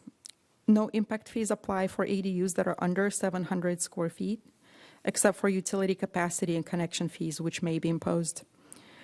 And impact fees can be charged for ADUs that are over 750 square feet, but they must be charged proportionately in relation to the square footage of the primary residence. The new regulations require the city to eliminate fire sprinklers requirement if they're not required for the primary residence. The city must eliminate the requirement for correcting any non-conforming zoning conditions as a condition of approval of an ADU application. The city must review permits for ADUs ministerially without any discretionary review or hearings. And the city must act on an application within 60 days instead of the current 120 days. This period can be delayed if an ADU is applied concurrently with an application for a new single-family residence. The new state law updates the definition for accessory dwelling units. On this slide, you see the city's current definition for an ADU and the necessary revisions in order to be consistent with the state's definition. The new law also updates the definition for junior ADUs. Currently, the city does not address junior ADUs. Instead, it addresses integrated ADUs, which is defined as an ADU located within the living area of the existing single-family dwelling. To comply with the new regulations, the city must address junior ADUs, which is defined as a unit that's no more than 500 square feet in size and is contained entirely within a single-family residence. A junior ADU may include separate sanitation facilities or may share sanitation facilities with the existing structure. The new law also updates the definition for public transit. On this slide, you see the city's current definition for public transit that's included in the city's current ADU ordinance. And right below that, you see the state's definition for public transit. The city must update its ADU ordinance to be consistent with the new state regulations pertaining to ADUs as presented to you in the last several slides. And the last bill in this presentation is Senate Bill 234. It requires the city to treat a large family daycare home same as a residential use of property for purposes of all local zoning ordinances. Currently, the Camarillo Municipal Code requires a minimum separation of 300 feet between large family daycare homes. The city must amend the Camarillo Municipal Code to remove the 300-foot minimum separation requirement between properties that operate a large family daycare. The city must also remove the requirement for a business license, fee, or tax for operating a small or large family daycare.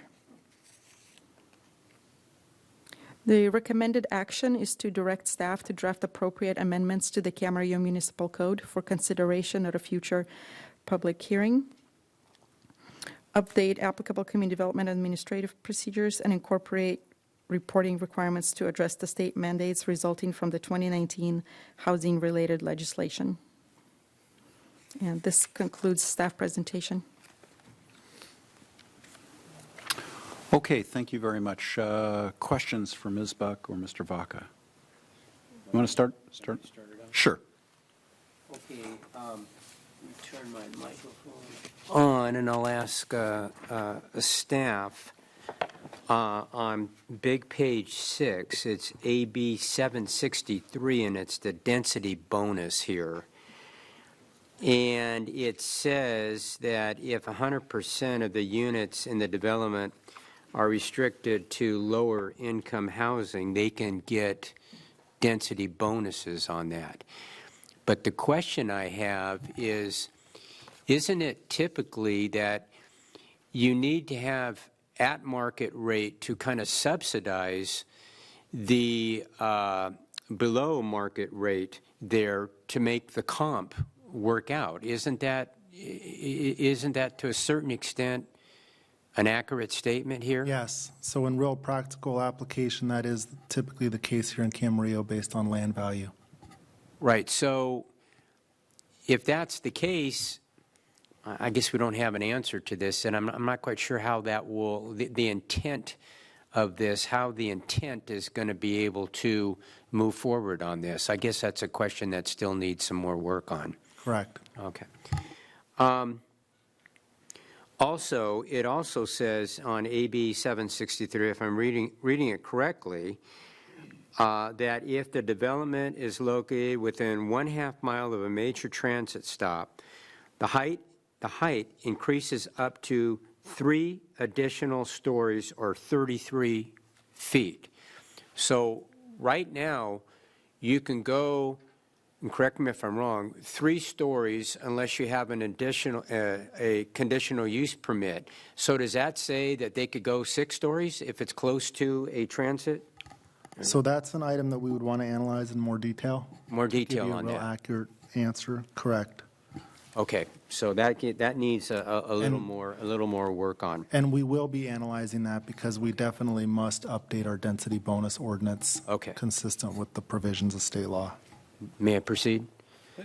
On big page 7, 17-19, AB 68, 881, and 13, if you go down to, it says 1 detached ADU or 1 junior 500 square foot maximum size inside an existing house, or 1 detached ADU. Would it be allowable to build that in the front yard? So no, we consulted with the city attorney, Don Davis, on that, and we feel that the front yard setback requirement can be preserved. Okay. So if, in fact, they allow 1 attached ADU or 1 junior ADU, 500 square foot maximum size inside an existing house, would that be considered a garage conversion? They could convert the garage, yes. And if that's the case, was there any discussion about what we do with the cars that hopefully are parked in that garage? So the new state legislation would not require the reconstruction of a garage. It says that there's no replacement parking requirement. Okay, so if that's the case, we can expect in neighborhoods that there'll be more cars parked outside of their garage. Is that a reasonable statement? Yes, that's correct. So hopefully they'd be in the driveway apron, but they could be on the street as well. Okay, so if I could go down to the middle of the page, it says amend the setback requirements and no setbacks for conversion of existing structures. And then it goes on to say no more than 4 feet side and rear setbacks for all other ADUs. Currently, there's a 5 and a 10-foot. So can we still require any setbacks at all with this? Yes, but it would be the minimum of 4 feet in the side or rear yard. So that we could still require that? Yes. Okay, so if we go down to almost to the bottom, it says amending the parking requirements. And it says maximum of one space on site per ADU per bedroom, whichever is less. Currently, 1 space per bedroom is required. So if in fact you were going to build a 5 or a 700 square foot, how many bedrooms could you potentially fit in that?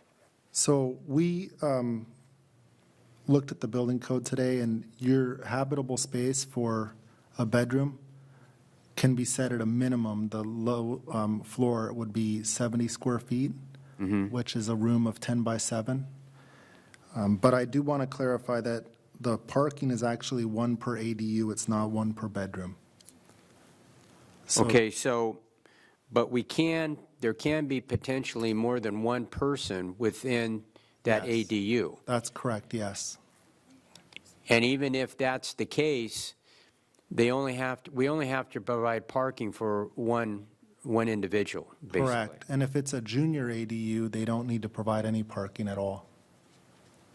Okay, if you wouldn't mind, Mr. Mayor, I have one other question, if you wouldn't. On page 9, SB 234, and that's the family daycare, it said that the city must remove, kind of at the bottom of this, just before budget impact, the city must remove the 300-foot minimum separation requirement between properties that operate a large family daycare.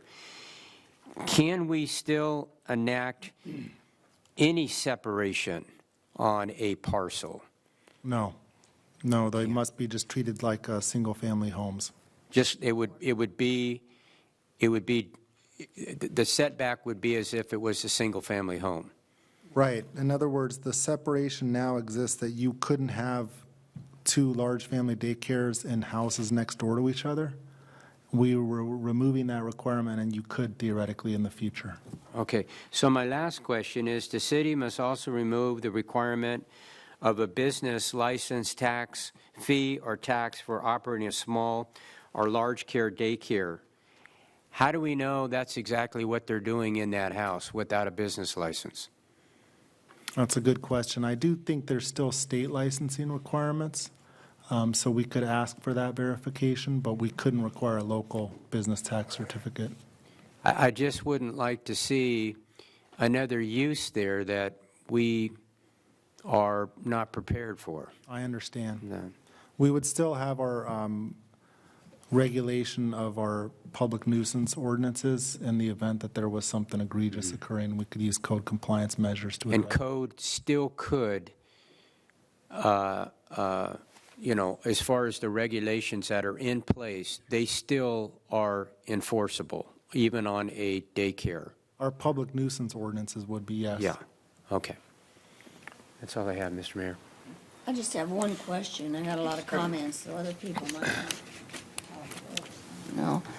I'm going to start out by reading you my husband's favorite quote whenever I go up to Sacramento. The public is never safe when the legislature's in session. And I think they proved that this year. I'll get around to my question in a minute. I just spent 3 days in Sacramento at a legislative briefing where senators and assembly people were talking about what they plan to either introduce or support. Mainly it was supporting other people's bills this year. And there are more housing bills coming down the pike, which put even more requirements into effect. But thank you for giving me this. I was the only person out of about 200 with a visual. And every time a senator or an assembly person came up to speak, I held my book up and I had some kind of a question for them. But I started out by saying, do you know that the book contains all of the bills that you passed and the governor signed. This isn't things that didn't make it out of committee. This isn't things that were approved the year before. This was only last year, and they all took effect January 1st of this year, and that all of our community development departments have to scramble to get these into effect, and now you're talking about putting a lot of other restrictions on us. These have to be put into effect right away. The others, you think you're giving us a big break because now you've amended this other bill, SB 50, to give us 2 years to put it into effect. By the time they adopt it, it'll be 1 year. And I was amazed at how many of those senators and assembly people looked at me and their mouth kind of opened. They didn't answer, do you realize this is how many? But they were all surprised. You know, they were just voting and voting and voting. So my question is this. You talked about one bill that still allowed owner occupancy when there were a junior ADU. ADU is an accessory dwelling unit or a second house, and a junior one is conversion to your garage or something inside your house. I've been looking through here because I know I was told at least 3 times that one of the bills had removed the owner occupancy requirement for everything. So, okay, so it's our understanding that on a property that has a primary residence and a junior accessory dwelling unit, which keep in mind is contained within the primary residence, that on that type of property, we still can have an owner occupancy requirement where the owner must either live in the primary residence or in the junior ADU. If there's a property that has a primary residence and a detached accessory dwelling unit, there is no owner occupancy okay. What if there is both a junior ADU within, or Yes. garage conversion, and a house in the back, or a shack in the back, as I call it? So we could have a property that has all three, primary residence with a junior accessory dwelling unit with another accessory dwelling unit. And so for the primary residence and the junior accessory dwelling unit, there still would need to be a owner occupancy Okay, requirement. so it's only with the accessory dwelling unit that you don't have to have owner occupancy. Okay, that's fine. I have to tell you, I really had a hard time being nice when I asked my questions. There were so many. No, there weren't so many. There were just about 3 or 4. One senator, Nancy Skinner, I'll tell you who she is.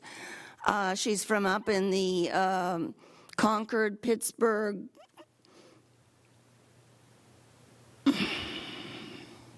I forget what, Albany area.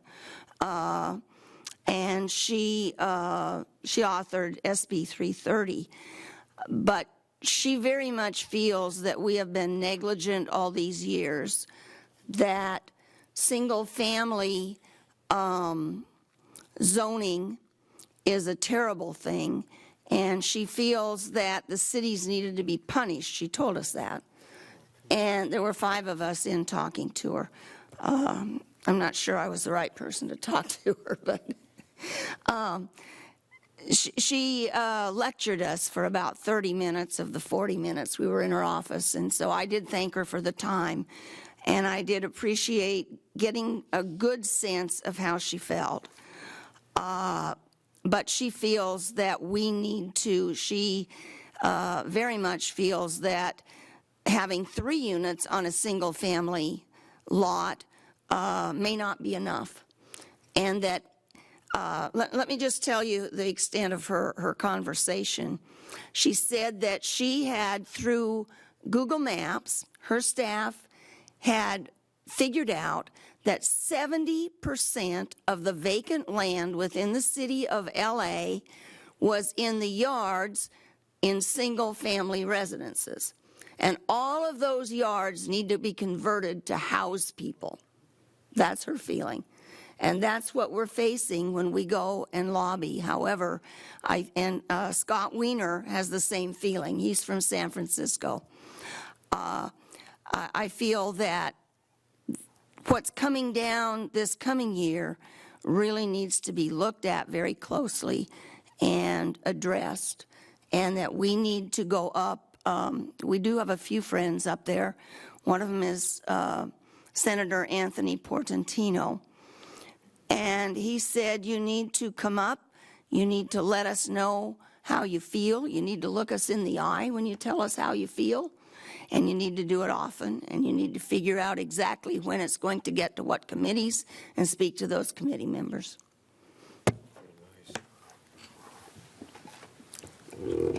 Yeah, I don't have a question, I just have a comment. Go ahead. Go ahead. I best, and kind of, I'll draft off Mrs. Craven's comments. I best characterize this as the beginning of the death of 1,000 cuts, and that we're just slowly being kind of drained and stripped of land use planning, design, density, aesthetics, our discretion when it comes to regulation of what's best for our community. And it's kind of, it's like the state kind of just force feeding us medicine and saying we know what's best for you in your city, in your town, and doing it in a really strong-armed way. It's not an approach I appreciate. It's not one that I favor.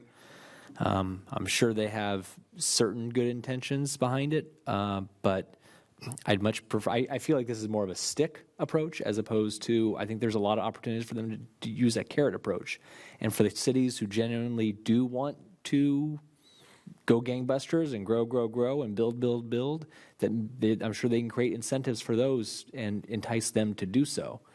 But for the cities where it's not compatible with how we've, our community and the way it's designed right now, I just think it's I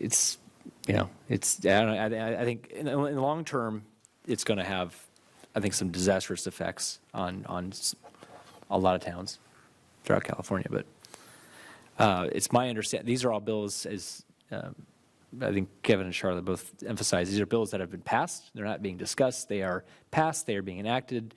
They're being signed. They have been signed, and they are going into effect. And all we can effectively do is consult with legal counsel as to the interpretation, how we should best implement them while being compliant with them.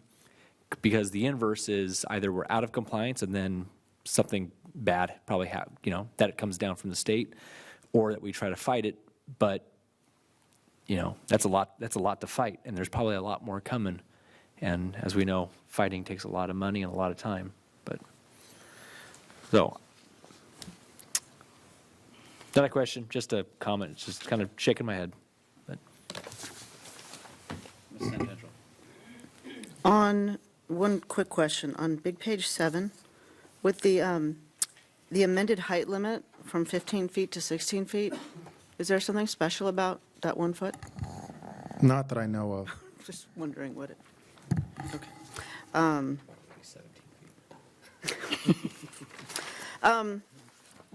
So I don't like losing local control any more than anybody else sitting here.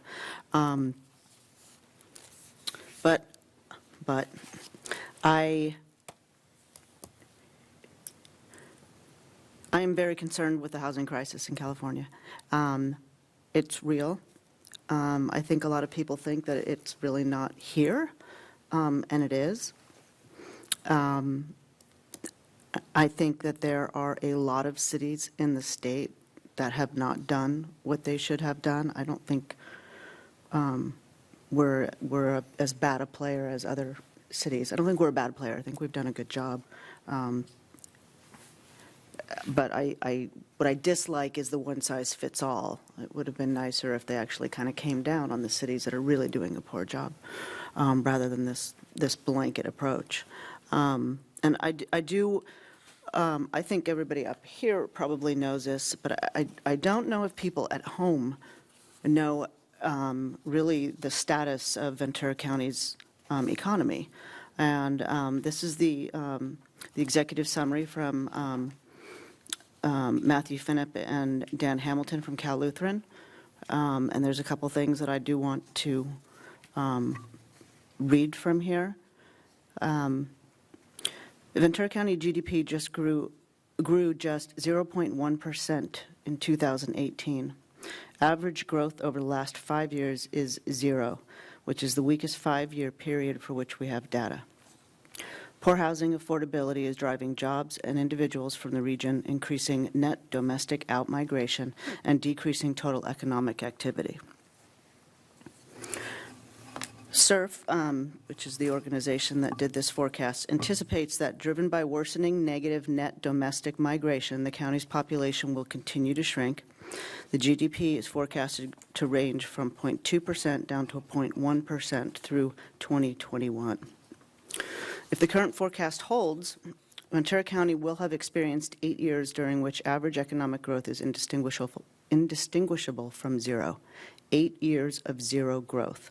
This is truly stunning considering the strong economic legacy of Ventura County, the same county that gave birth to Amgen, the world's largest independent biotech company, the county which is still home to Naval Base Ventura County, the Port of Hueneme, and the county which boasts some of the most valuable agricultural land in the United States, if not the world, which will have foregone nearly a decade of economic growth and the considerable social and environmental benefits that flow from that.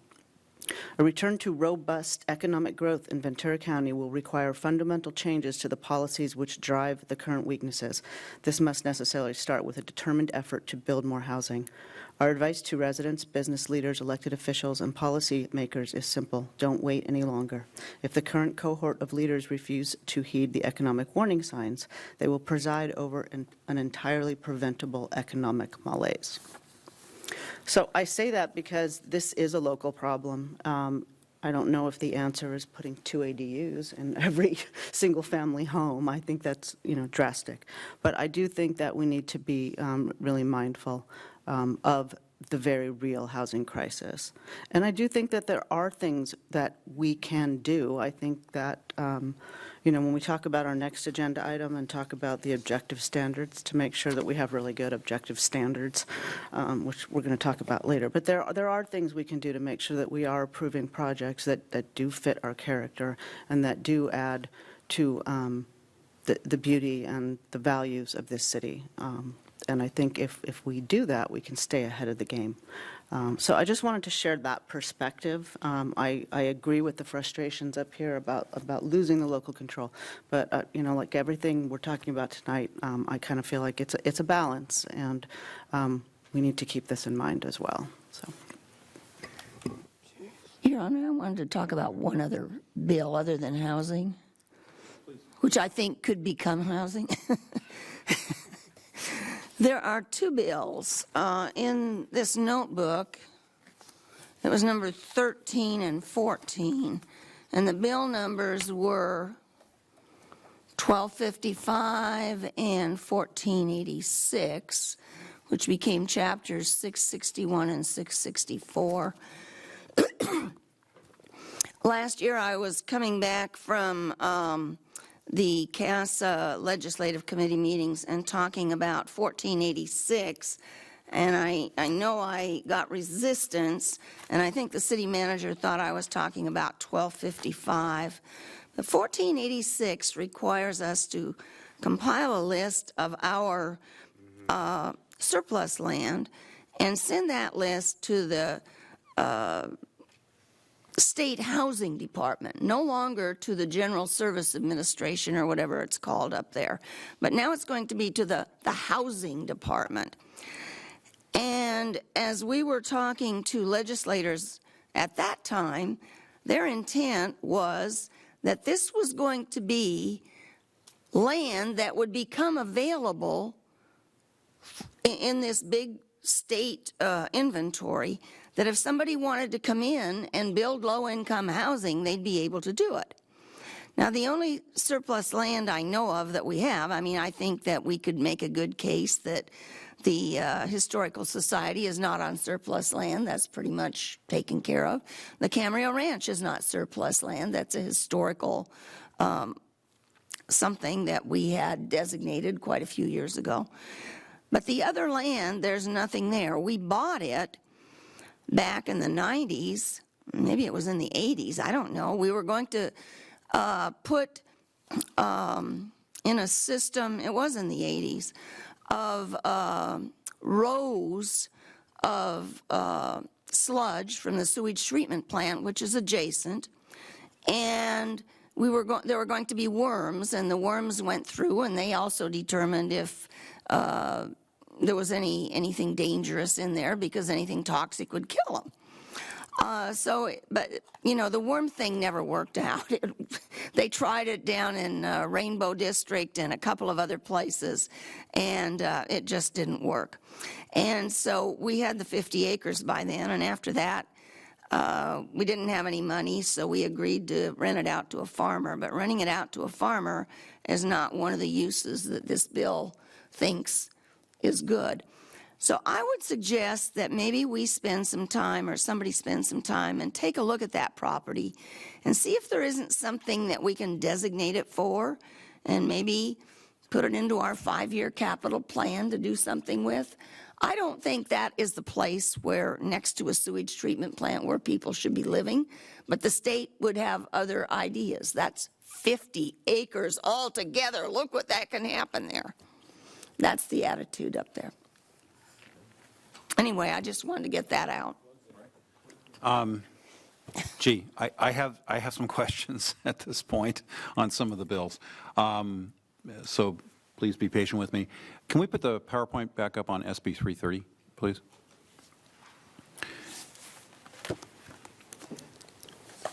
So on 330, if I understand it correctly, that restricts the city from disapproving a project through the use of subjective design review standards, as well as from imposing design standards that are not objective, right? Yes. Okay. So can you give us an example of what constitutes a subjective design requirement as opposed to an objective design requirement? In our residential plan development zone, for instance, we have objective requirements for lot coverage, so it must not exceed a certain number, for instance. So I'm opening it up. A maximum building coverage for a residential plan development permit for an RPD 4 or less shall be 40%. So that's objective. It must comply with that. But if we look at our setback criteria, for instance, it's analyzed, and typically then it has a set minimum, but then it can be adjusted by the Planning Commission during the design review process and entitlement review process. So subjective review standards are out and eliminated for all purposes. Well, we can use them. We just can't deny a project based on them. Well, we can continue. Is it correct to say that the city can continue to use its general plan policies in design review? Yes. Okay. And are those subjective or objective? It's interesting because we were talking to Don Davis about that today, and he was saying he thinks they can make an argument for both. So heritage design, for instance, while there's subjectivity to it, it is pretty clear that it should be Spanish colonial or Monterey revival. And so he said there's still kind of some area for discussion there. So at the risk of, that's where I was going on this one, at the risk of getting down in the weeds, I don't think there's real clarity on that aspect. There's not 100% clarity, no. So moving on, what happens when the community design element of a general plan is amended in the future? So we have a 2012 community design element. What happens in 22 when it's amended? That's a good point. We don't know yet. That's to be determined. So the folks in the legislature didn't think of that issue. No. I had a question on AB 671, which is on the ADU's incentives. Is the city's plan to incentivize ADUs, that would be contained in the housing element, is it the city that's required to provide incentive financing, or is it merely, are we merely required to give a list, for example, of HCD grants? In other words, do we have to set aside money to do the incentives? As far as I know, we don't, as a city, have to provide money as an incentive. It does indicate that HCD will provide a list of state grants and financial incentives, so the state's supposed to generate that through that assembly bill by December 31st of 2020. But what we would need to do is include in our housing element a program that promotes the creation of ADUs or has some sort of incentives through a program that those ADUs could be affordable to very low, and moderate income households. Okay. All right, and then I want to move on to a question that Mr. Kildee raised earlier, and it's on AB 1763, bless you, on the density bonus. So the first question I have is, at the bottom of page A, big page A6, where 1763 is summarized, actually, could you put up the last, I think it was near the last slide that talked about the definition of a transit stop? Do you remember that one? I do. So we have 20 bills here, and several of them are different authors. And so some definitions for transit in some bills are different than definitions in others, believe it or not. You took the words right out of my mouth. Yeah, gosh. Well, but if you look at I think it was the next to last PowerPoint, the definition of what a transit, it was had a white background. Okay, here. There we go. So we have a definition of public transit, which is a location including but not limited to a bus stop. Mm-hmm. Not just a train station, but a bus stop. Right. Which strikes me as being, well, it doesn't have a lot of merit, in my opinion. Okay. Right. All right. But then you go to AB 1763, and 1763 says, if the development is located within 1/2 mile of a major transit stop. What is the definition of major transit stop? So we don't know, but when we did the last update to our accessory dwelling unit ordinance, we actually created our own definition that our Metrolink station, essentially, it's shown here as strikeout, that our Metrolink station or a fixed bus route with regular service that covers a significant portion of the city and is not subscription service. And we worked with our public works staff because really our Metrolink station is pretty much the only major transit stop we really have in town. Okay. One more question on the density bonus legislation, and that is, so if you provide the density bonus, then really what we're doing is, what's happening is you leave less room for parking. I mean, this is common sense. You provide the density bonus, you leave less room for parking than city standards currently allow, correct? Yes. Which is what the legislation is doing, doing it consequentially, but not directly. Well, even in a way, they're doing it directly because Yes, I they believe are. they indicate that they'll allow up to 4 concessions, and so usually concession would Okay. address parking. So I think they're pretty open about that they want big apartments with no parking.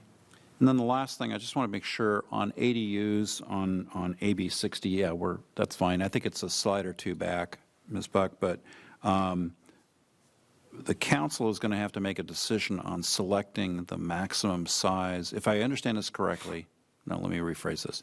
Is it correct to believe that the council is going to have to pick the maximum size of a detached ADU? The minimum size would be 1,000 square feet, but the maximum could be 1,200. Correct. Yes, well, yes and no. So there's more room for interpretation there, and that's why we're going to bring this to the council in a study session first. Because, yes, the council does have a little bit of latitude there. Okay, all right. Just, that's it for questions from me. I know we want to go on to the next thing. I'll just simply echo what some of I think everyone has said, which is the municipalities are losing discretion.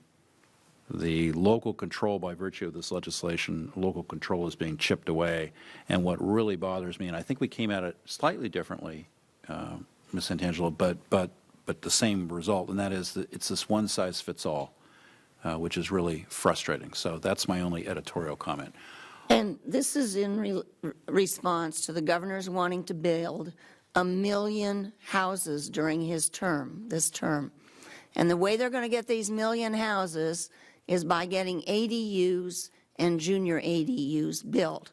And I bet there were 15 senators and assembly people who told us that. And they believe if they can get 1 million houses built in this term and 1 million in the next term, I think it's totally unreasonable to expect that. But then, just because there will be 2 million more houses, in addition to all the other houses that were going to be built, then that will go towards solving the housing crisis. Well, I guess that remains to be seen. So, if there are no other questions, well, then without... Can I just ask one? I know sure. the hour's late. I just want to make a comment. Yeah, I've been up here a while, and I have to say the city of Camarillo has done more than its due diligence as far as housing construction in Ventura County, much to the consternation of many people in this room and many constituents that are out there. There's many of them, and I totally understand that would be more than happy not to see any development in Camarillo. But past councils and staff members says, look, we're going to do this balanced community. Camarillo's always been a balanced community here. We want several different levels of, housing here, and we have worked very, very diligently to have that in our city. And I'm going to rephrase what the mayor said, that when you go up there and they think one size fits all, it doesn't. I wonder how many of them have even gone out of their jurisdiction to see what cities are like here and talk to us about this, because I think that is very, very important here. And when you're starting to allow more densities, and I understand that without very little parking requirements, that's just short-sighted as far as I'm concerned. I understand the housing crisis here, and all of us live with that. I get it. But in my opinion, this is another way, as many of the council members have said, the state to come down here and say, we're just going to tell you what we think you should do because we know better than everybody. And that's unfortunate. Well, I think on that note, as you can detect, we have a common basis of frustration among all of us. There's a consensus on that. Why don't we, without objection, let's go on to item 19B. We're finished with that one on SB 330 impacts to Measure A and Measure J.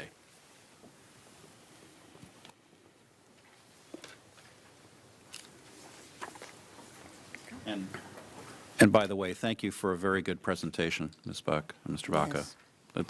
There is an awful lot here to digest, and you've done a good job.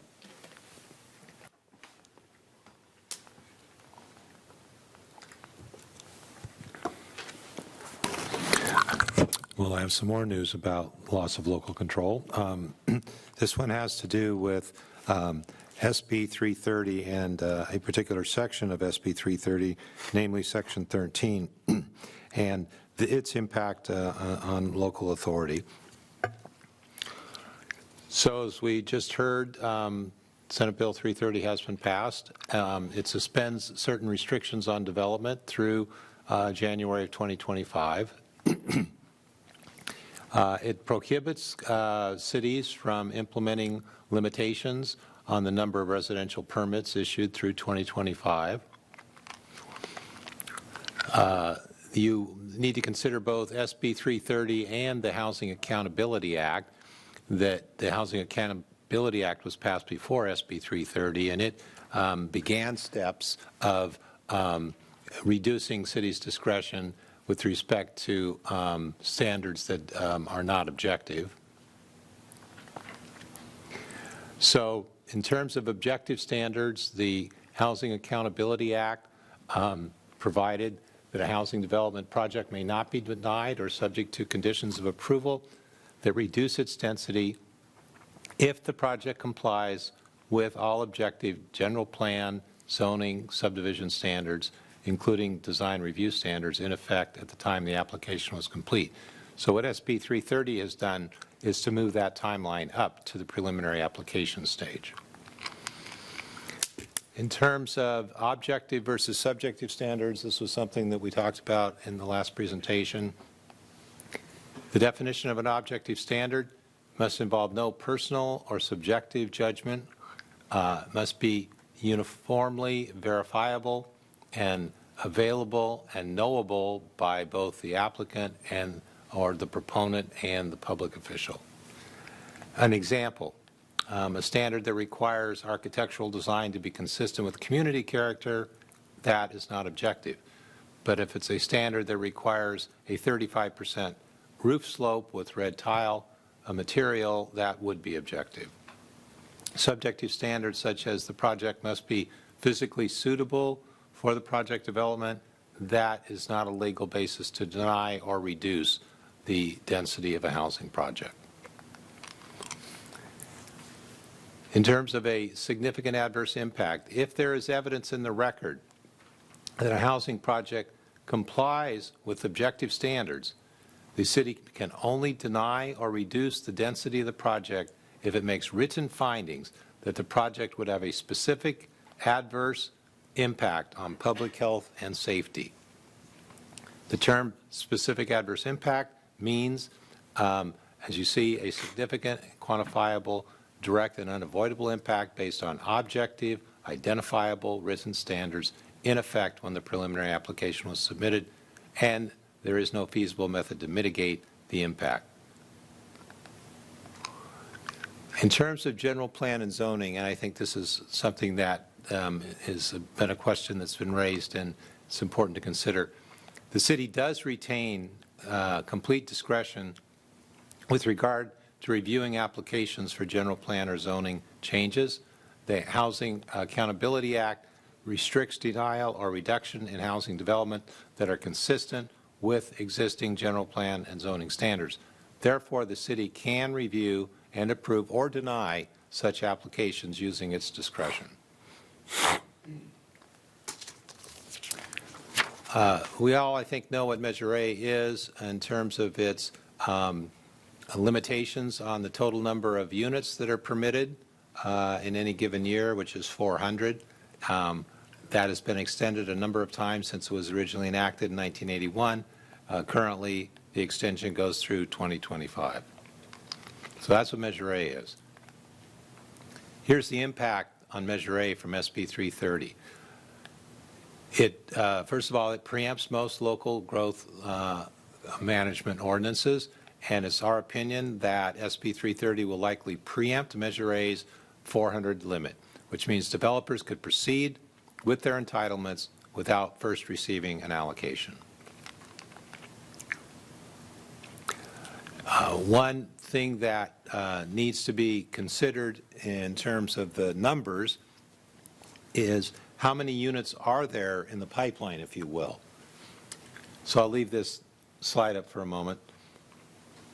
There are a number of projects. First of all, it's my understanding from Mr. Vaca that all of the currently entitled projects have their allotments. So the projects that you're looking at here on this slide are projects that are under review for a possible general plan amendment. So the first one is the Camino Ruiz apartment project. There's a possibility in terms of the possible units, could be up to 386. And these are projects that could come online in the next 5 years. There's the Camarillo Springs project, potentially 300 single-family units, and the Rancho Associates Springville project, another 158. So collectively, this is around, what is that, 4, 7, about 850. But that's over a course of close to 5 years, and at 400 a year, that may not, that we would have otherwise been able to enforce, that may not have a significant impact. And knowing that there wouldn't necessarily be 400 per year that would come online. Measure J, which I think we're all familiar with, that was the measure that extended the city's curb ordinance, was originally enacted in 1998, and it now extends through 2050. That would require a vote of the people for growth beyond the curb line, and in 2016, as I've indicated, that was extended through 2016. Excuse me, in 2016, it was extended through 2025. So now the question is, what is the impact of SB 330 on Measure J? It's our conclusion that most likely that SB 330 does not impact the enforceability of Measure J and our curb ordinance. However, to the extent that the underlying general plan or zoning delegations permit residential uses, the city's ability to deny conforming projects will be limited in the manner that I described earlier. So, in conclusion, it's our belief that SB 330 will likely preempt Measure A. We indicate that we had recommended that city staff conduct the review of the current projects, which they've already done, and that was the subject of the slide that I had on a few moments ago. And then finally, we've concluded that SB 330 should not affect Measure J. So this is an information item. No action is necessary, and I'm available to answer questions. I have a question. Yeah, Brian, I just want to know that from your legal work, the reason why we don't feel that SB 300 will affect Measure J is because, among other things, that curb areas do not permit urbanized uses of land. Is that the primary defense mechanism? Yes, because we cannot be forced to amend the general plan, and so for the areas that, for example, that are currently zoned agriculture, there's no method to compel the city to change that zone or that general plan. And that would be perhaps one of the defenses then, if not the major one, it would be one of the reasons why we feel that this is defensible. Getting back to the purpose of the SB 330, which was to affect the projects where there is a limit on the number of residential permits. That's what SB 330 addresses. Measure J is not a limitation on the number of residential permits. It's a limitation on where there can be development and under what conditions there can be development and when voter approval would be required in order to change the zone and the general plan designations that are currently not residential. Thank you. Anybody else? Shawn. So, a quick clarification of your presentation. So SB 330 does not curb our discretion when it comes to JPA, the general plan amendments, but in terms of developments that are, let's say, abide by their current zoning, allotments, our 400-unit allotment cannot inhibit their, we cannot use that to inhibit. Exactly. So let's take a hypothetical. Suppose in a given year there were 500 units that were proposed to be developed. We could not say you can't develop your 500 units because we have a limit of 400. So after 400 come in for their building permits and you issue those, then number 401 and 402, you can't say no to them because it exceeds the 400 cap. You basically are not going to be able to enforce Measure A.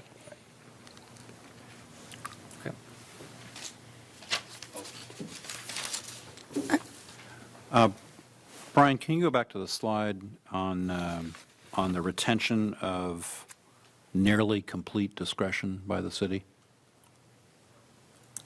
No, it's one of the latter slides. Yeah. Under general plan and zoning, I'm curious by your phrasing on this. It says the city retains nearly complete discretion. What discretion does the city not retain?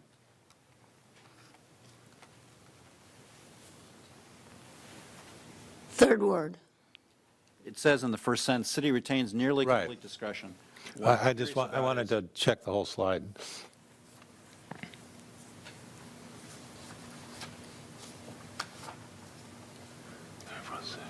The same phrasing was in the staff report. Right. Perhaps it should be complete discretion. Nearly may have been just an adjective to describe it. But I don't know that there's anything in SB 330 that undercuts the ability of the city to make a decision on whether to approve a general plan amendment or not. But if you have some standards that apply on when you do and when you don't approve a general plan amendment, those would still apply. Okay. All right. Thank you. Any other questions? No, I have a comment. Well, time for comments.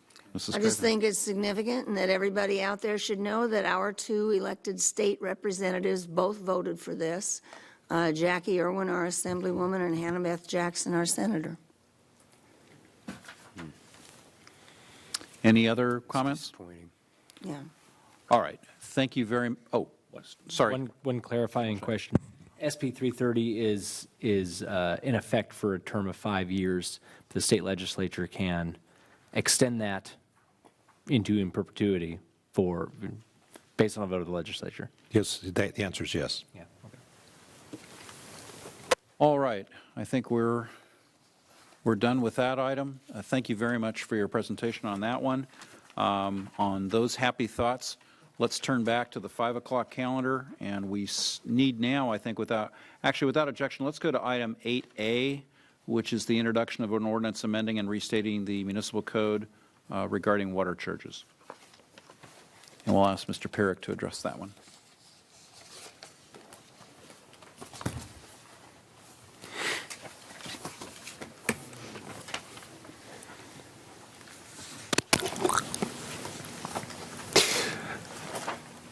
So this is an item for your consideration to adopt an ordinance to amend the municipal code with respect to water. This is generated by SB 998. It requires the city to change its procedures for disconnecting residential water service for failure to pay a water charge.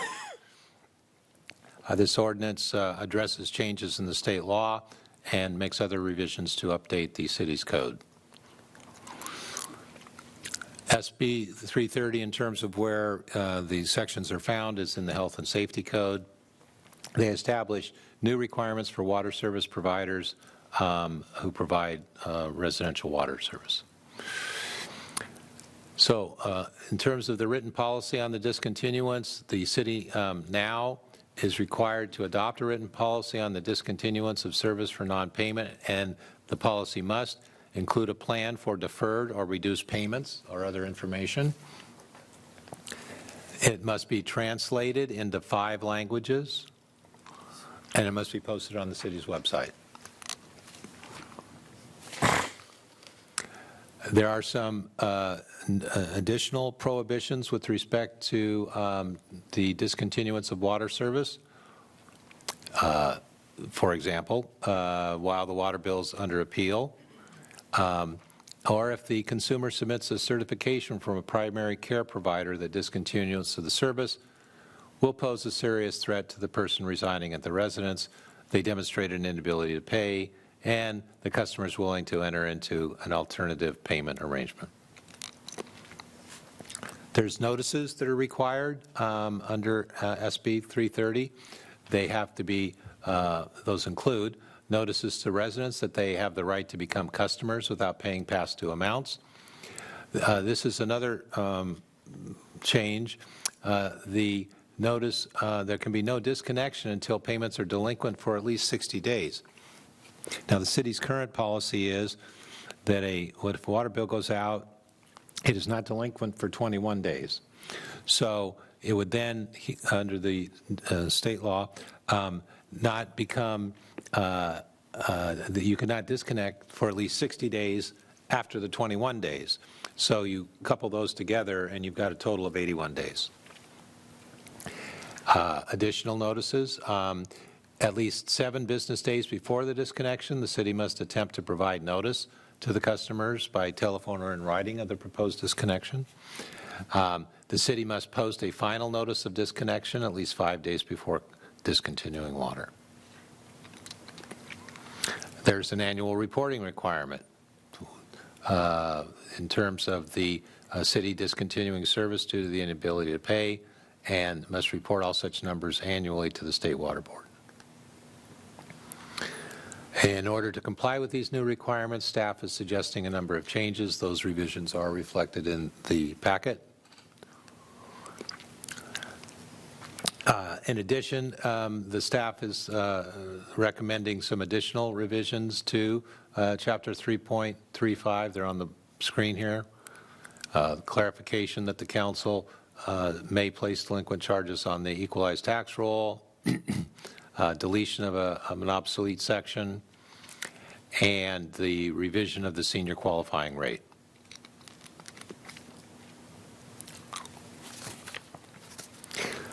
In terms of changes to the policy, the city also has a written policy on discontinuance of water service.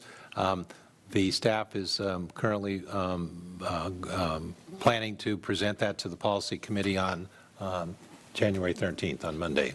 I think that's at 9 o'clock, if I'm, is that right?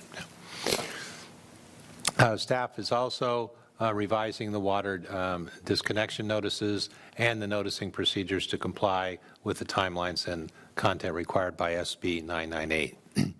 There's still some uncertainty as to what exactly needs to be included with some of these notices, how many languages they need to be in, and whether that applies to the policy and whether it needs to be posted as a door hanger or not. The city's working with a company called Misty, what's the name of that? Cal Mutual, which is an association that's assisting some public agencies with trying to deal with the details of these various noticing requirements. So the suggested action tonight is to request a reading of the title and then hopefully waive a further reading and introduce. Thank you, Mr. Pierrick. Do we have any questions, any members of the council? Mrs. Craven. Yeah, I'm talking about chapter, let's start with big page 18, under the water charges. On big page 18, the first thing there is, it says for accounts other than residential, and then you get down and it's for accounts other than residential, and then we talk a whole bunch of other stuff. And then at the end, and I keep thinking as I'm reading this, what about residential? Is there a way to put this part that was added on big page 21 at the very end up here with the stuff that's other than residential? So we have what's going to happen to residential and other than residential altogether. I mean, not altogether, but in sections that are near each other. It just seems to me it flows better. It might, and since we're talking about water, we probably do want it to flow better. It flows better. Well, when you look at big page 18 and big page 21, you can see on page 18 there was minor surgery, whereas on page 21 it was a major import of new text. So my understanding is the reason why it was put on as a separate section is because of the length, because it even rolls over onto big page 22. Well, if we're talking about manner of collection, and this is part of the manner of collection, and this is for residential and the other was for non-residential, it seems to me they should be somewhere near each other and not have separate landscape meters, deposits, and all that kind of stuff in between them. Well, actually, the section you're referring to on page 18 is a carryover from the prior page 17, which is 3.35020, water charges, manner of collection, whereas 3.35080 is a discontinuance discontinuation of water service for non-payment. Okay, but I'm going to read you what it says.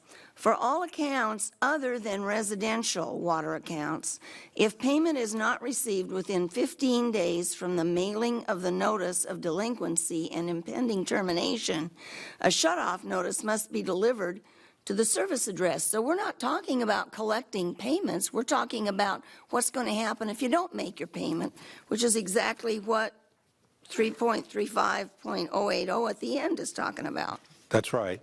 So the reason that the language was added at the top of page 18 is to make clear that those rules apply to other than residential, because SB 998 applies to residential only. I've got that. I'm just asking, it seems to me it flows better if these two were closer to each other, so people who are looking to what happens to residential don't have to read through about deposits and landscape meters and senior qualifying rate and water meters and all that stuff before they get to what happens.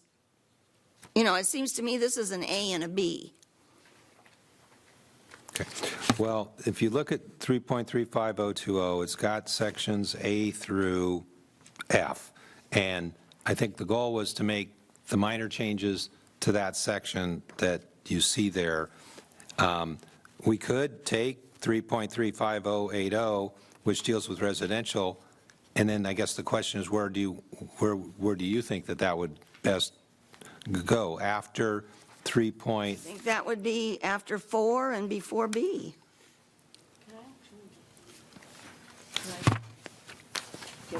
Sure. He asked where I thought it would go, and I thought it would go, I've written on top of it, but I think the number there is 4 at the top of the page. It's 4. Okay, right. Then I think, oh, and there's a 5. So I think it would go after 4 and before 5. It would become the new 5, and 5 would become 6 if I were doing it. So that just answered that question. Mrs. Craven, could you yield just for a second? I think Ms. Santangelo Sure. had a reaction to that specific item. It's related. My understanding is that there's also going to be a policy on the discontinuation of residential water service, correct? Another policy that's coming. Yes. So one of my questions was going to be, why do we even have this section in here then if there's going to be another policy? Why is it? Because this is the law. It's the law. We have to do it because of the new law. Because we're required to by SB 998.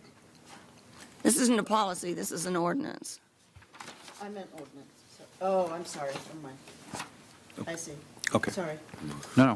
We could take what's now labeled as 3.35080, and which is there's a lot of text there, and import it into the section that Mrs. Craven is indicating, if that's the will of the council. I think that someone reading the ordinance, if they had a question about what the rule is that applies for residential, if they read the entire ordinance would find it. It's not hidden, and as a matter of fact, it's got its own section heading, which might even make it stand out more than less, and it's not incorporated into an already lengthy section.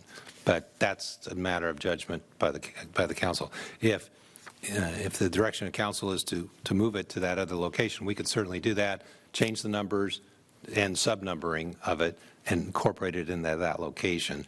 But right now, the reader might find it easier to identify it where it is on page 21, where it stands out. It's got its own section heading, but we could take it and incorporate it there. Another alternative would be that we could add a section 6, which would say that the provisions of section 3.35080 shall govern the discontinuance of residential water service for payment. That way, the reader would be go right to that. Would be alerted to the fact that that is where the rules with regards to residential would be found.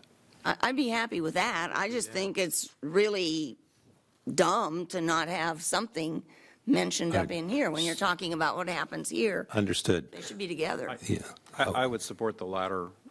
I'd support Mr. Pirrick's latter suggestion. I can do that. I think that's the most All right, so I can draft something and that would be consistent with the comment I just made, and we could just make it 6 under the, Okay. before B and after 5, and it would refer the, to the section 3.35080. 0.80. All right. Mrs. Craven, do you have? Yes. Go on over to page 20, big page 20, and it talks about senior qualifying rate. Under B, we have changed some wording, and I'm wondering, this is something that was passed by the voters twice. So this is not something that the city council decided. And so it said B, and I'm just wondering if we're consistent with what the voters approved.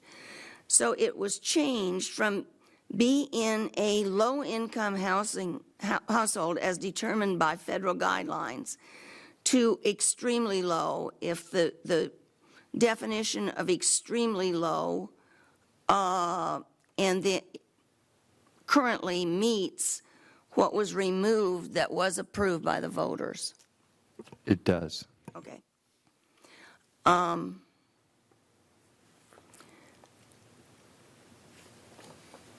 I got 4 questions about this, so that one was answered. And it talks about 1,000 cubic feet of water. How many units is that? 10, thank you.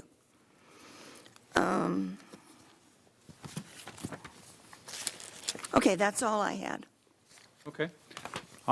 Any additional questions? Ms. Santangelo. On big page 17, and maybe I might have just been tired and I can't see it, but so we've got section 3.35.015 billing disputes, but all of these are for accounts other than residential. Is there something in here for billing disputes for residential? That's back at the very end. But that's not billing disputes, that's just discontinuation.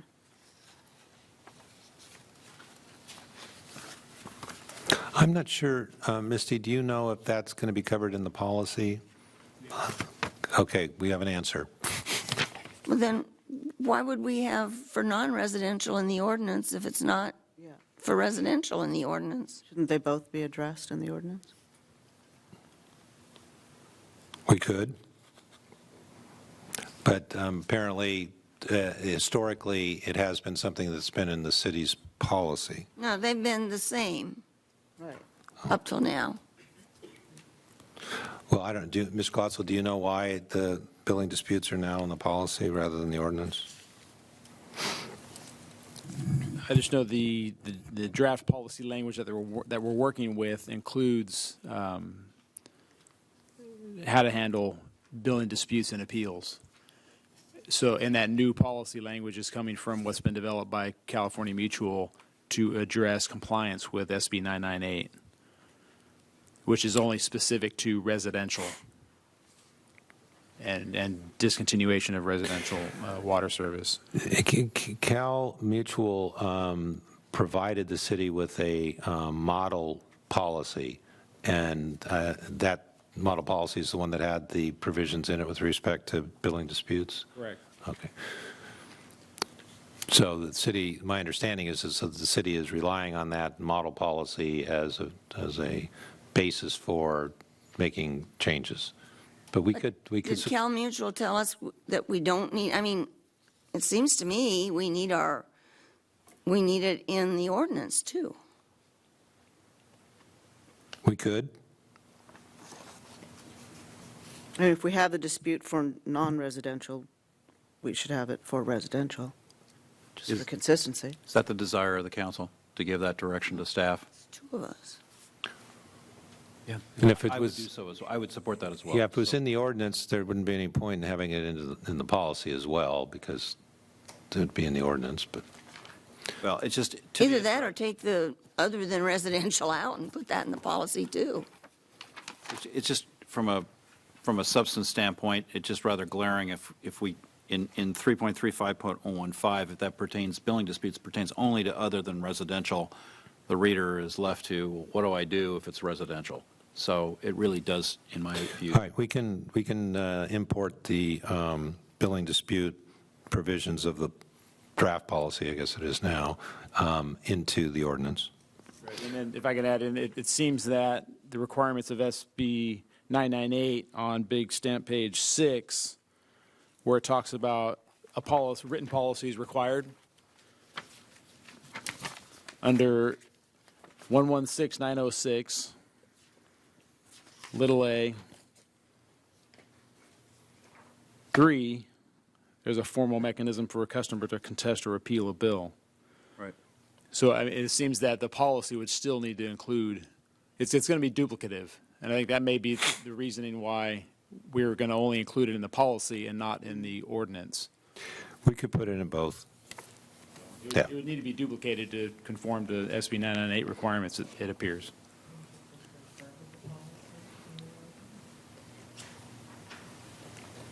Pardon? Could you just refer to the policy in the ordinance for residential billing disputes, see council policy? We could. That way if that policy changes, you don't have to go back and change the ordinance.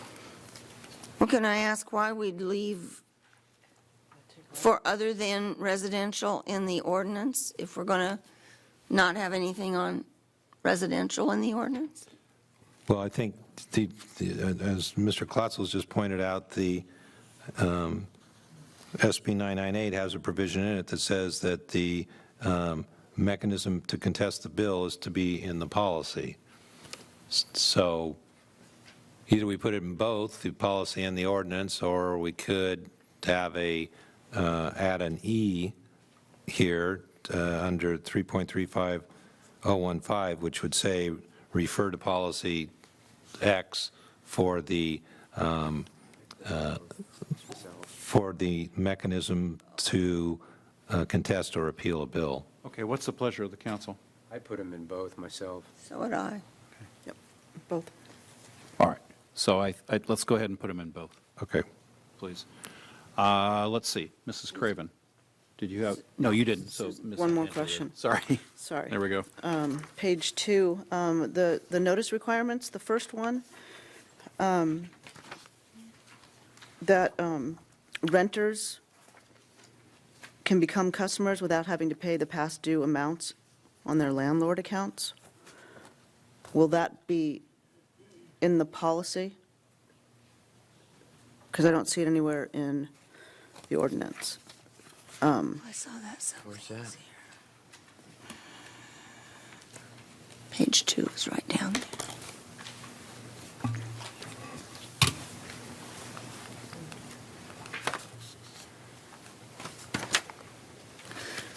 I'm sorry, page 2 of the staff report. Yeah, The that's, first bullet. No. that's addressed up. Annual reporting, notice of requirements, primary discontinued.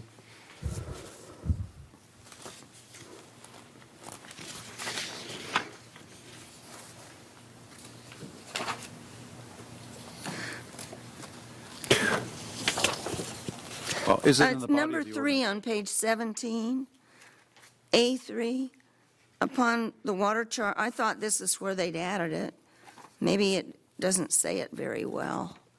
Upon the water charges becoming delinquent, the city manager or designee will cause a notice of delinquency and intent to continue water service to be mailed to the customer of record and the actual user, every notice of termination. But it doesn't say that the person can become a water customer without paying the back payment. No, I don't think, Right. Well, it doesn't get to it, so. But it does say here that the notice shall include all of the information required in 116908. And now let me see if that section is the one that allows. Well, that'd be something new and added, so I don't think. Oh.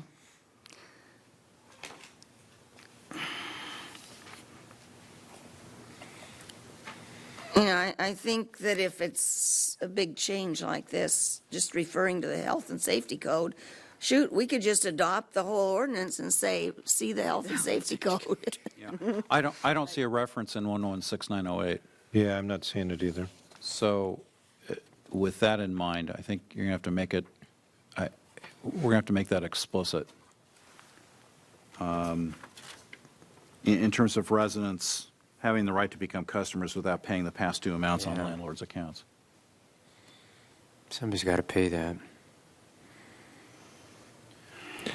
Do we know if that's in the policy? No. Not with it in front of me, I don't know off the top of my head. Well, perhaps what we can do is we can check the policy, and if the provision about the renter being able to assume the service without paying the past due is not in the policy, then I guess the question is, do we want to add it to the ordinance or to the policy? Well, I think it should be in the ordinance. Well, Ordinance and then refer to it in the policy. if SB 998 says that it needs to be a matter of law, then we would want to have it in the ordinance. Yeah.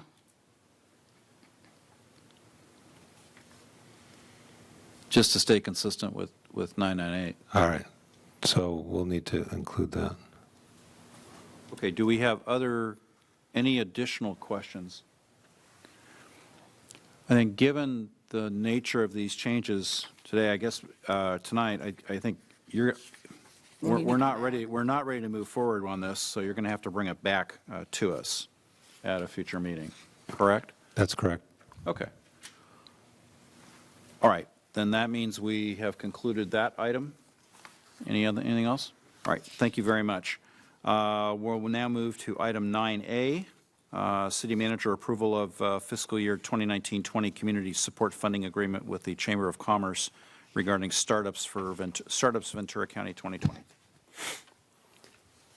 Good evening. The item in front of you is a funding agreement between the city and the Chamber of Commerce for a $10,000 sponsorship for this year's Startup Weekend scheduled for April 24th to 26th.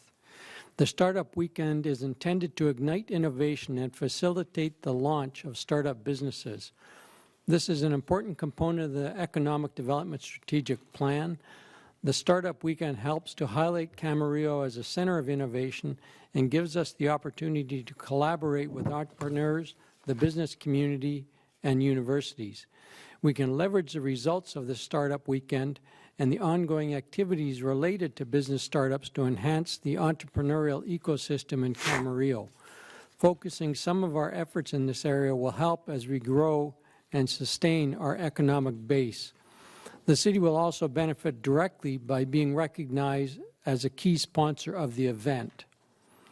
With that, I request that City Council authorize the City Manager to sign the fiscal year 2019-20 Community Support Funding Agreement with the Chamber of Commerce in the amount of $10,000 to sponsor the 2020 Startups Ventura County scheduled for April 24th to 26th. All right, thank you, Mr. Clifford. Are there any questions of council with regard to this matter, Mr. Mulchay? I attended this event last year. I think it's a great event. And I'd like to find ways to where we can greater emphasize it and make it a bigger success than what it has been in years past. I guess, in your opinion, what do you think are the biggest limiting factors that are kind of holding us back when it comes to attracting more participants? I know that was a concern in talking to some chamber people after last year's and talking to some people, people who both participated and people who helped put on and assist with similar events in other communities. I was asking them. They said there weren't as many participants last year. As good as it was, I really enjoyed the crop that presented at the final presentation, but they felt like that we were limited in the number of participants, and there could have been a greater amount. And we were all kind of struggling with. We all had different ideas and suggestions as how we can make this appeal to a broader array of individuals. I was wondering if you had any opinions on that. Certainly. Suggestions. Yeah, I think what we need to look at, marketing outreach and the follow-up after the event are items that we really need to focus on, and we really need to get the Chamber of Commerce to focus on as well. I think that giving $10,000 as a sponsorship is fine, but I think we also have to broaden that and give additional money for the marketing to really start targeting. We really need them to get to the universities. We need them to get out to some of the users. And then if we do that, and grow that outreach and then follow up afterwards, then the people who are actually involved in the event aren't just involved in an event, they're involved in actually starting a business. And that's really what we want. We want that to become the attitude, not just this as a good way to spend a weekend. So we need to invest the money to do that. And then we have to follow up as part of our economic development strategic plan with, okay, what kind of spaces do we have available for these people?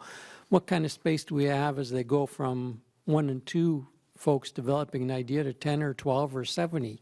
And so we need to start taking all of those steps and rolling it, and then getting the chamber to report back to the various groups to reach out during some of the other meetups or whatever.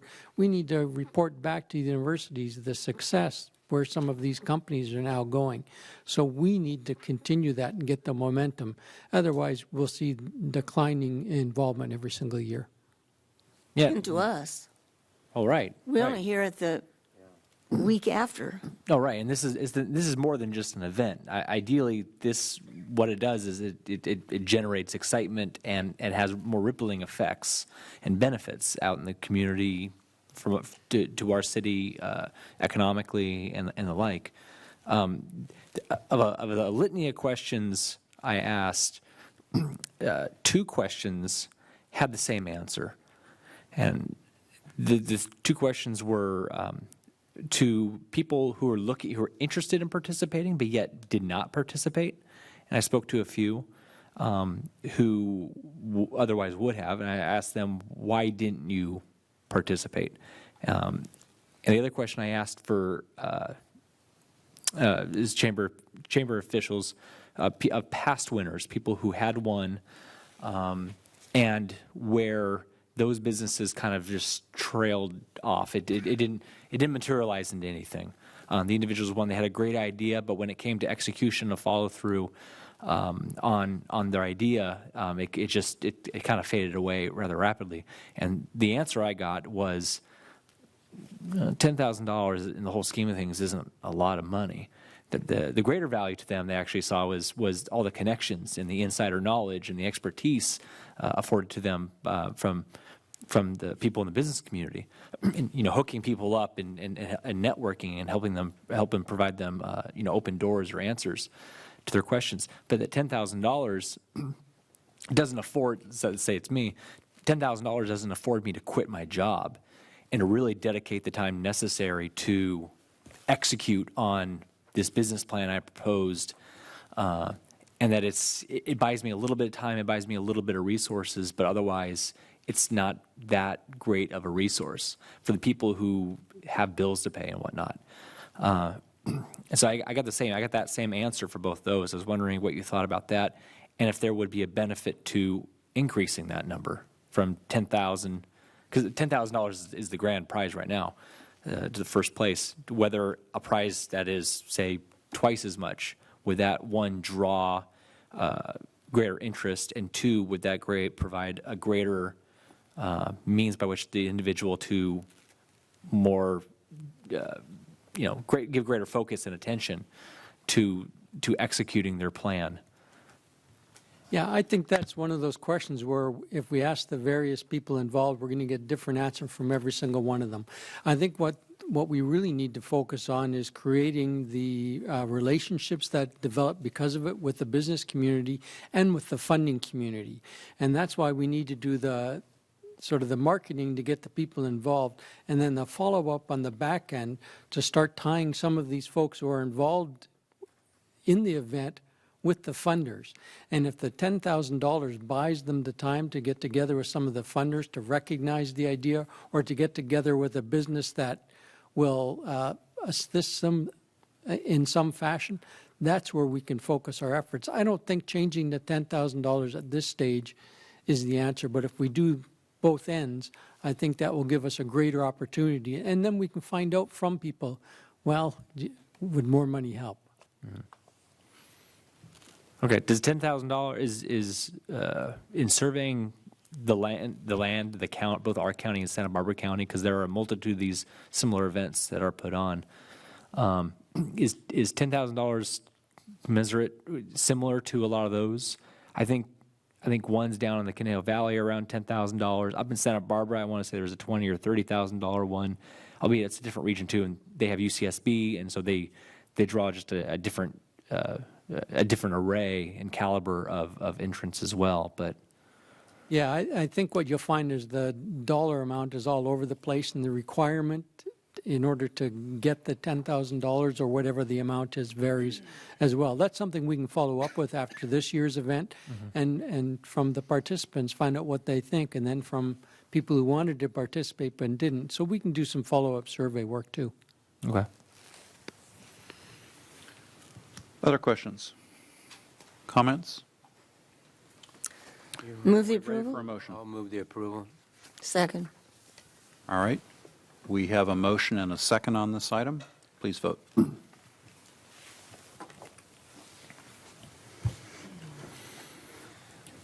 That item is adopted 5-0. I think we have one additional item before we recess to study session. I think we have one additional item, which is item 10A, Conflict of Interest Code update.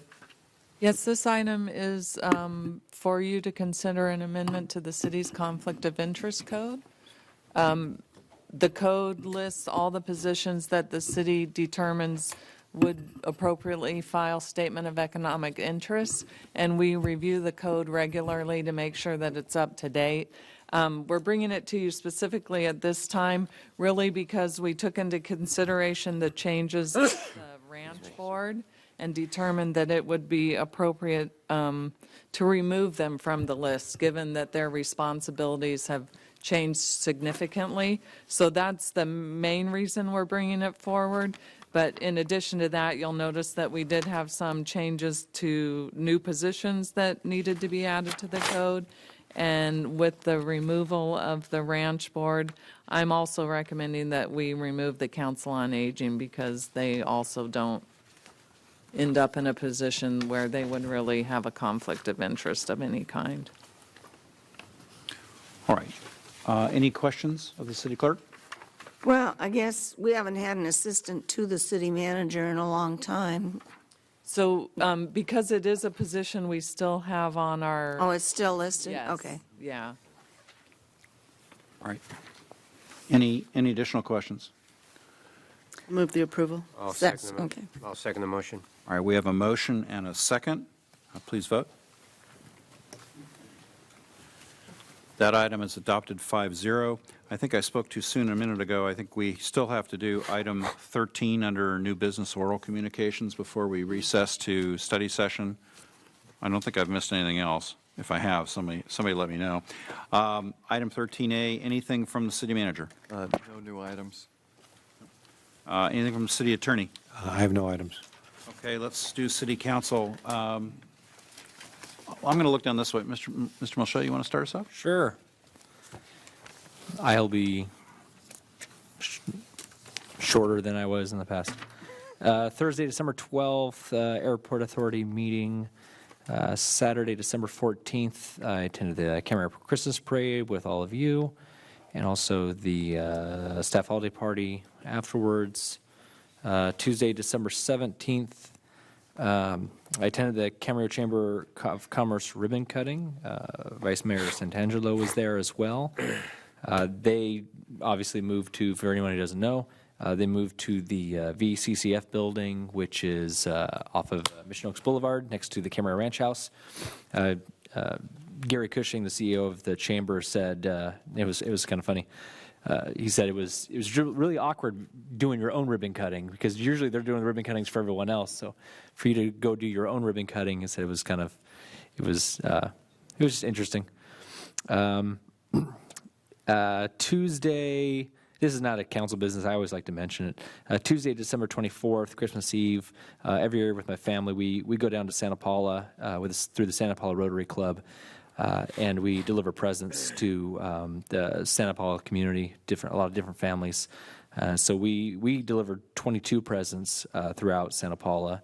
And together, of all the volunteers, Santa Paula Rotary Club delivered over 400 presents. So that's presents for the kids. We provide chickens and rice and beans and some canned goods for the family. So that way the kids have the presents and families are able to put some food on the table for Christmas.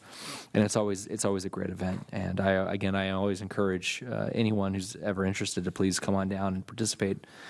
It's really cool. They have 150, 200 volunteers go out. We all just get into trucks and we just spread it out across the city, and it's just really rewarding. We kind of already talked to, I was going to bring up SB 50. Mrs. Craven kind of stated that earlier. It was a really good article. I don't subscribe to the physical paper, so I can send a link to the city clerk and she can distribute it to you, but there was a good article in the LA Times the other day about SB 50 and how it's coming back this year, and just how it's going to further strip local authority and control when it comes to building and development. And then I do want to, let's see. Oh, I have a question. I have two other comments. One is, if anyone watched The Bachelor the other night, I did not. My wife had a viewing party. I only stayed around long enough because I knew the Camarillo Airport was going to be featured, and what do they call it? Pilot Pete or something like that. He's from Westlake Village, but he flies out of Camarillo, and so they did a little thing at Camarillo Airport. I didn't watch. I asked my wife to watch for me. I refused to watch the show, and she says unfortunately they did not mention, not once, they didn't say the words Camarillo Airport. I just asked her, please tell me if they mentioned the Camarillo. If they show the Sun Air jets, they show them flying in and out. They showed the inside of the Sun Air hangar, but they didn't mention one dang time Camarillo Airport, and so I was kind of peeved. But I guess cool nonetheless.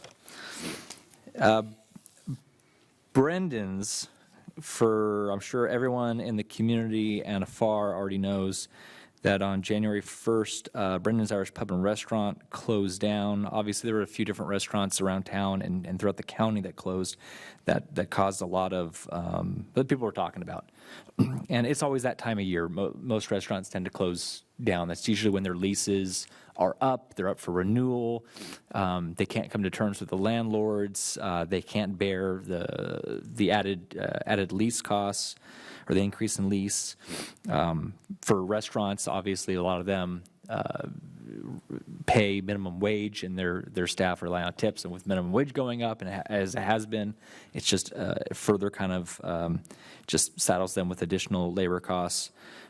But I saw a lot of things online. I want to dispel one thing. Because of my prior affiliation with Brendan's, I was their chief operating officer from 2011 to 2014 and helped launch Camarillo and then 3 locations. And there's this one repetitive comment, and it was made about Brendan's and a lot of other places closing down, and it's because the city, and people specifically called out the city of Camarillo, and it really irked me because I know both sides of this equation from my time with Brendan's and as being a city council member now. But it was the accusation that, the city is just so punitive. The city, it must be the city's fault that this restaurant and others closed down. The city is really hard to work with, the city was just was bullying them into closure. And I can speak very, very specifically to Brendan's, and that's not the case one iota. In my time there, it was, besides having balloons out on St. Paddy's Day, which I hold a grudge still to this day, but besides that, we never had issues with the city. The city was a great partner. The city celebrated our opening and celebrated our success. And even after I leaving, I know that neither the city here or the city in Agora or the city in Newbury Park, all of which Brendan's were located and ultimately closed down, the city was never the issue. And city ordinances or regulations were never the issue. And it's not the reason why they closed down. I can write you a book as to the inner workings of that particular organization and its successes and its troubles and the like. But the city, and particularly the city of Camarillo, was not part of that. And so I really want to dispel that accusation, because it's an easy scapegoat, and it's used far too often by people. And at some point, you got to take responsibility and just say, we didn't execute properly. It's not that no one from Brendan's was making that I've spoken to people from Brendan's sense, and no one internally is saying it was because of the city or any government entity for that matter. So I just want to go on the record and say that, because, like I said, I know both sides of this coin, and for people making that accusation, it's utterly false. So for the most part, Camarillo is a good place to do business. It's a great place to do business. As we were opening Brendan's in Camarillo, there was a lot of back and forth with staff at that time, and staff they really worked to help get us to opening that restaurant, and it was very contentious at times, but there was a will to get there. And we got there, and everything else was history, and it was great. So for people who are emailing me and calling me and asking me about gift cards that you just recently bought and you have a balance of, you can go redeem those gift cards at the Newbury Park location, which is now owned and being operated by the Palm Garden Hotel. They will honor your gift cards through or up to February 15th. So if you have gift cards for Brendan's Irish Pub and Restaurant, all of them will be honored in Newbury Park. But they're closing, a lot of these other places closing, is not a sign of the times. It's not a sign of the regulatory environment, at least not in this town. And so thank you for giving me the time to kind of just say my piece on that. But it really, when people say that, it just irks me. So I do have one question of staff, and that is, do we have any further update on the RFQ for the battery storage solar array proposal? We were putting together RFQ. I think I've asked about this 2.5 months ago, and I thought we said we were right around the new year. We were going to be close to going out for RFQ. Oh, the RFQ is out. We've had responses. It's out. We've had responses back. We've already selected a company. We're going through the process of working with them to better define the scope, because their initial proposal was out of line with our expectations. So we're working through that now. Okay. It's further along than what I thought it was. So that's good news. Thank you. That's all I got. That's it. All right. Susan? It's already on. Thank you. I followed that on social media and felt the same way. It's really frustrating, and so you have the qualifications with your background to speak to that directly. So I appreciate you doing that. Meetings attended December 12th, Airport Authority. December 12th. Oh, that was in the evening. During the day, I went to the tourism luncheon by Vista Camarillo at the Camarillo Airport. December 14th, the Christmas parade, and then the city dinner, which was really well done, and thank you, everybody who worked to make that happen. December 17th, I was also at the Chamber of Commerce ribbon cutting. They really do have a nice space there, and they're really excited to be there, so I'm happy for them. And then last night with our mayor, I was at the Oakmont grand opening, and wow, that place is beautiful. It's just beautiful. Outside is beautiful, and there's a bar. There's a bar. So I know where I'm going when I age. Anyway, and that's all I have. Thanks. Ms. Craven?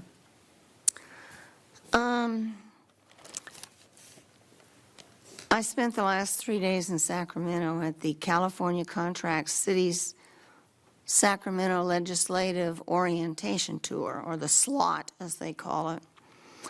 And I'm going to write up for you a more detailed thing. I want to breeze through a few things.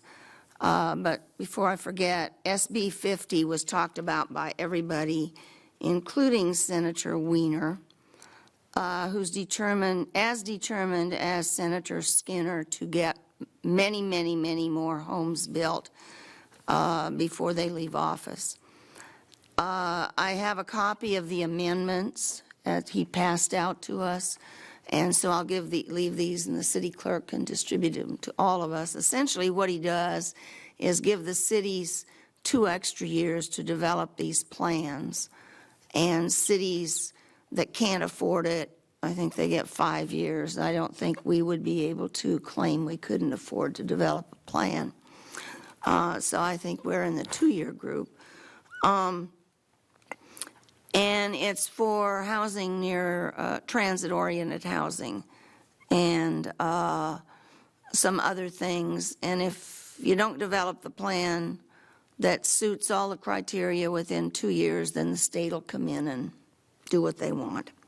I think that's the bottom line of it.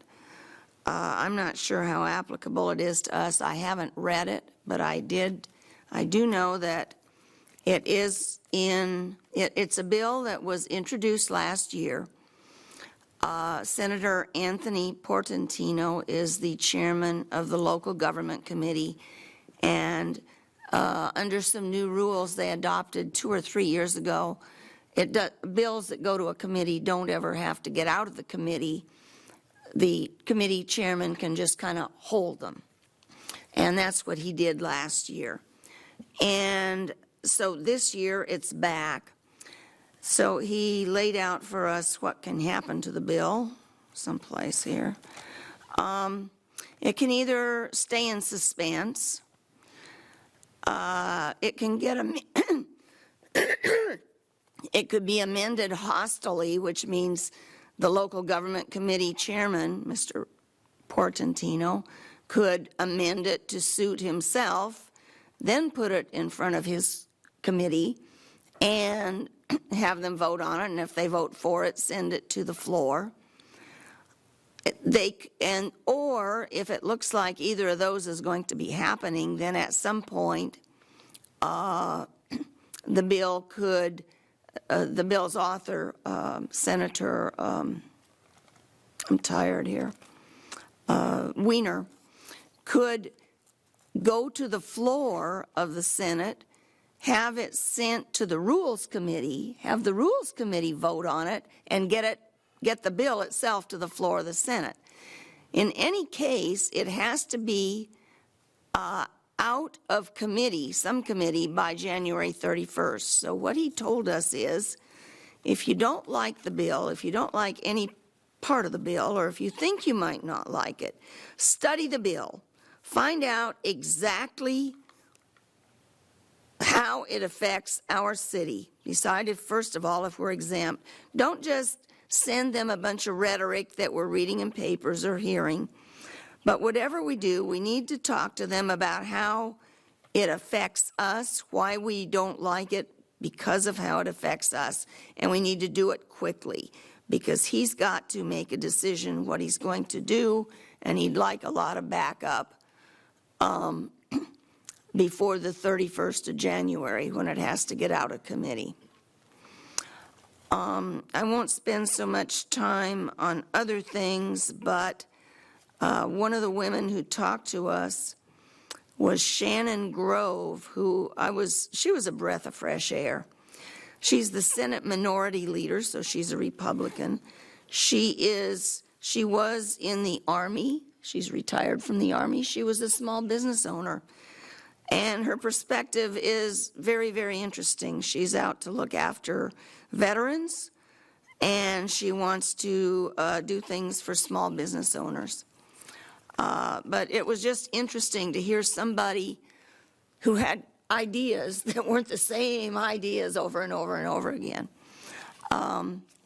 they're looking into JPIA tort reform. I had a couple of things that we needed to take a look at. I'd like us to look at SB 5, Senator Ball, this is his last year. He's trying again to come back with something to reinvent redevelopment. He took to heart what the governor told him when he didn't sign it last year, and he thinks maybe it has a chance this year, maybe it doesn't. SB 54, Allen, has to do with recycling, and he said that several cities have signed on. It will help us, and so could we check on that and see if we need to, if we're interested in supporting it.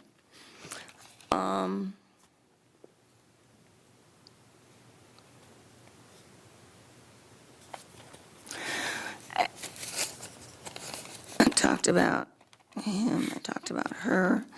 I think one point that is good to make is something that Assembly Member, I think his first name's Steve, but it's Bradford, Senator Bradford. He was another breath of fresh air. He told us, yeah, we do need to address the housing crisis, but he said, you know, the legislature is the one that took away our ability to provide low-income housing when it took away redevelopment.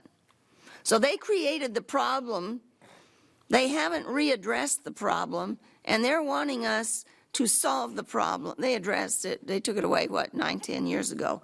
They want us to solve the problem in the next 2 years. And he said, you know, that's really impossible. You just can't do it. Because they now are not only talking about, there are a lot of these bills going to be coming in. They're talking about how we have to house the homeless, all of the homeless, whether they want to be housed or not. The new housing that they're talking about would not, the operators would not be able to not allow you there. In other words, you'd have to let you there. If you wanted to use your drugs, do your drugs. If you had severe mentally ill problems and couldn't get along with the other people, they're talking about taking away some of the controls that current shelter owners are using. And I think it's going to be very difficult. And we need to watch what they're saying in the bills that are going to be coming through. These people need to be helped, but you can no longer force people, mentally ill people, to be treated. That's been taken away.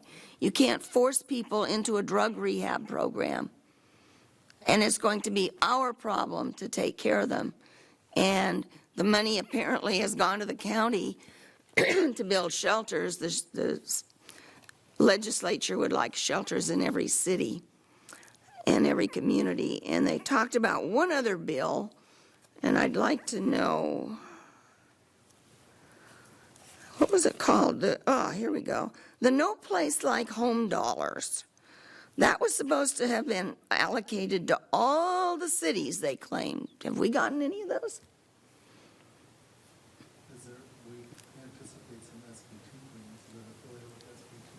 I don't know. They called it No Place Like Home dollars, and it was the No Place Like Home bill. And that's all they said. Somebody named Mike McGuire is the one telling us about it. It must have been his bill. I don't know.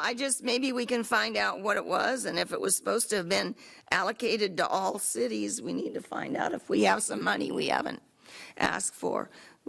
We also were spoken to by somebody from the State Department of Finance who told us there's a whole lot of money that the legislature has given to cities in the past 2 years, and people just aren't applying for it. So the legislature gives it to everybody, but you have to go apply for it. There's no mechanism to just give it to you. So somebody suggested maybe they tell us about all this stuff. What a concept. And he said, I'm here telling you. And I thought, yeah, there are 200 people from a few cities. So I'm running out of voice, and I've gone on too long, but I will write this up and I'll get it to you so you can find out what the rest of the people said. Thank you. Mr. Kildee? Attended VRSD meeting December 9th due to my other job. I was busy this past month, so I wasn't able to attend as many things. However, last night I did go to the Oakmont grand opening, and it turned out really well. And I want to commend staff for helping them build what I would consider a first-class facility. And my hope is that the residents out there will appreciate that, and it'll be an asset, to the city. I know they've done a lot of due diligence out there. As a matter of fact, one individual's gone door to door, and the things have, what my knowledge is, that things have really calmed down there, and they see a first-class, facility there, and it's really nice. If you get a chance to go over there and tour it. I was able to look at the rooms, and it's very, very high-end and very, very nice. So I just want to commend all those that had a hand in making that happen. So that's all I have. Oh, I want to thank Jeffrey for the yearbook. Thank you very much. It was very special, and I'll keep it for forever. Thank you. And that's it. All right. Just several meetings on December 13th. I had a Metrolink board meeting in Los Angeles. On the 14th, we were in the Christmas parade, and I want to thank Pleasant Valley Recreation and Park District again. We had a blast. And I also want to thank everybody with the city who helped put on the city employee recognition dinner. It was a wonderful time, so thank you for that. On December 22 was a menorah lighting in Constitution Park, which was a lot of fun. It was quite rainy that day, so it was a real challenge.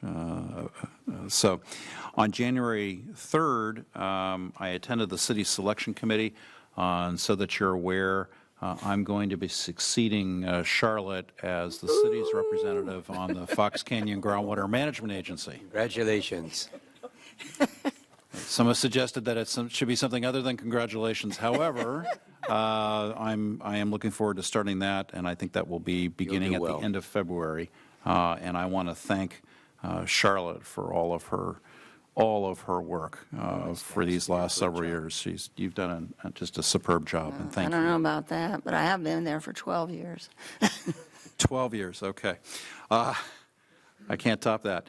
And then yesterday was the Oakmont opening, and I'll just say ditto to what Susan and Kevin said. I do have one issue I want to just bring up briefly and ask perhaps for comments from Mr. Norman and from our police chief. I've received some comment or criticism at the base of Mission Oaks Technology area down by Camino Ruiz. There's concern about RV overnight parking from some homeless individuals and some problems associated or attendant to it. So just a brief question, if I may ask you both, because it's sort of a dual question. What is the city staff and the police department doing to address the issue? We've been made aware of the parking issues out in Mission Oaks. Every time we're made aware, obviously we send our deputies out to check for criminal violations that might be occurring out there. We also proactively go out there. Once we were initially made aware of it, we started sending our deputies out regularly, both at night and during the day, to see if they could make contact with the RVs in question. There are two specific RVs that most people have been complaining about. We've made contact with both owners of the RVs. Both are not willing to accept services that are suggested and provided to them. We've never actually seen, until the most recent pictures that we received in the email this last week, we've never actually seen evidence that supports or allows us to substantiate a crime of illegal dumping of waste in the streets. We've seen stains on the ground, but that without some other evidence won't substantiate a criminal filing, arrest, complaint for us. We did get the black RV that was a subject of a number of complaints. He left yesterday. said he won't be coming back to town.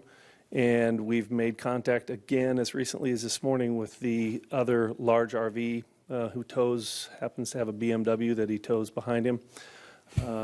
We are working with him to help him get his RV repaired. He's got about $600 worth of repairs that he needs to have made, and he doesn't have the money to do it. So we're working to help him get the money he needs so he can get his RV repaired and get it out of there right now. So we know who both of the people are.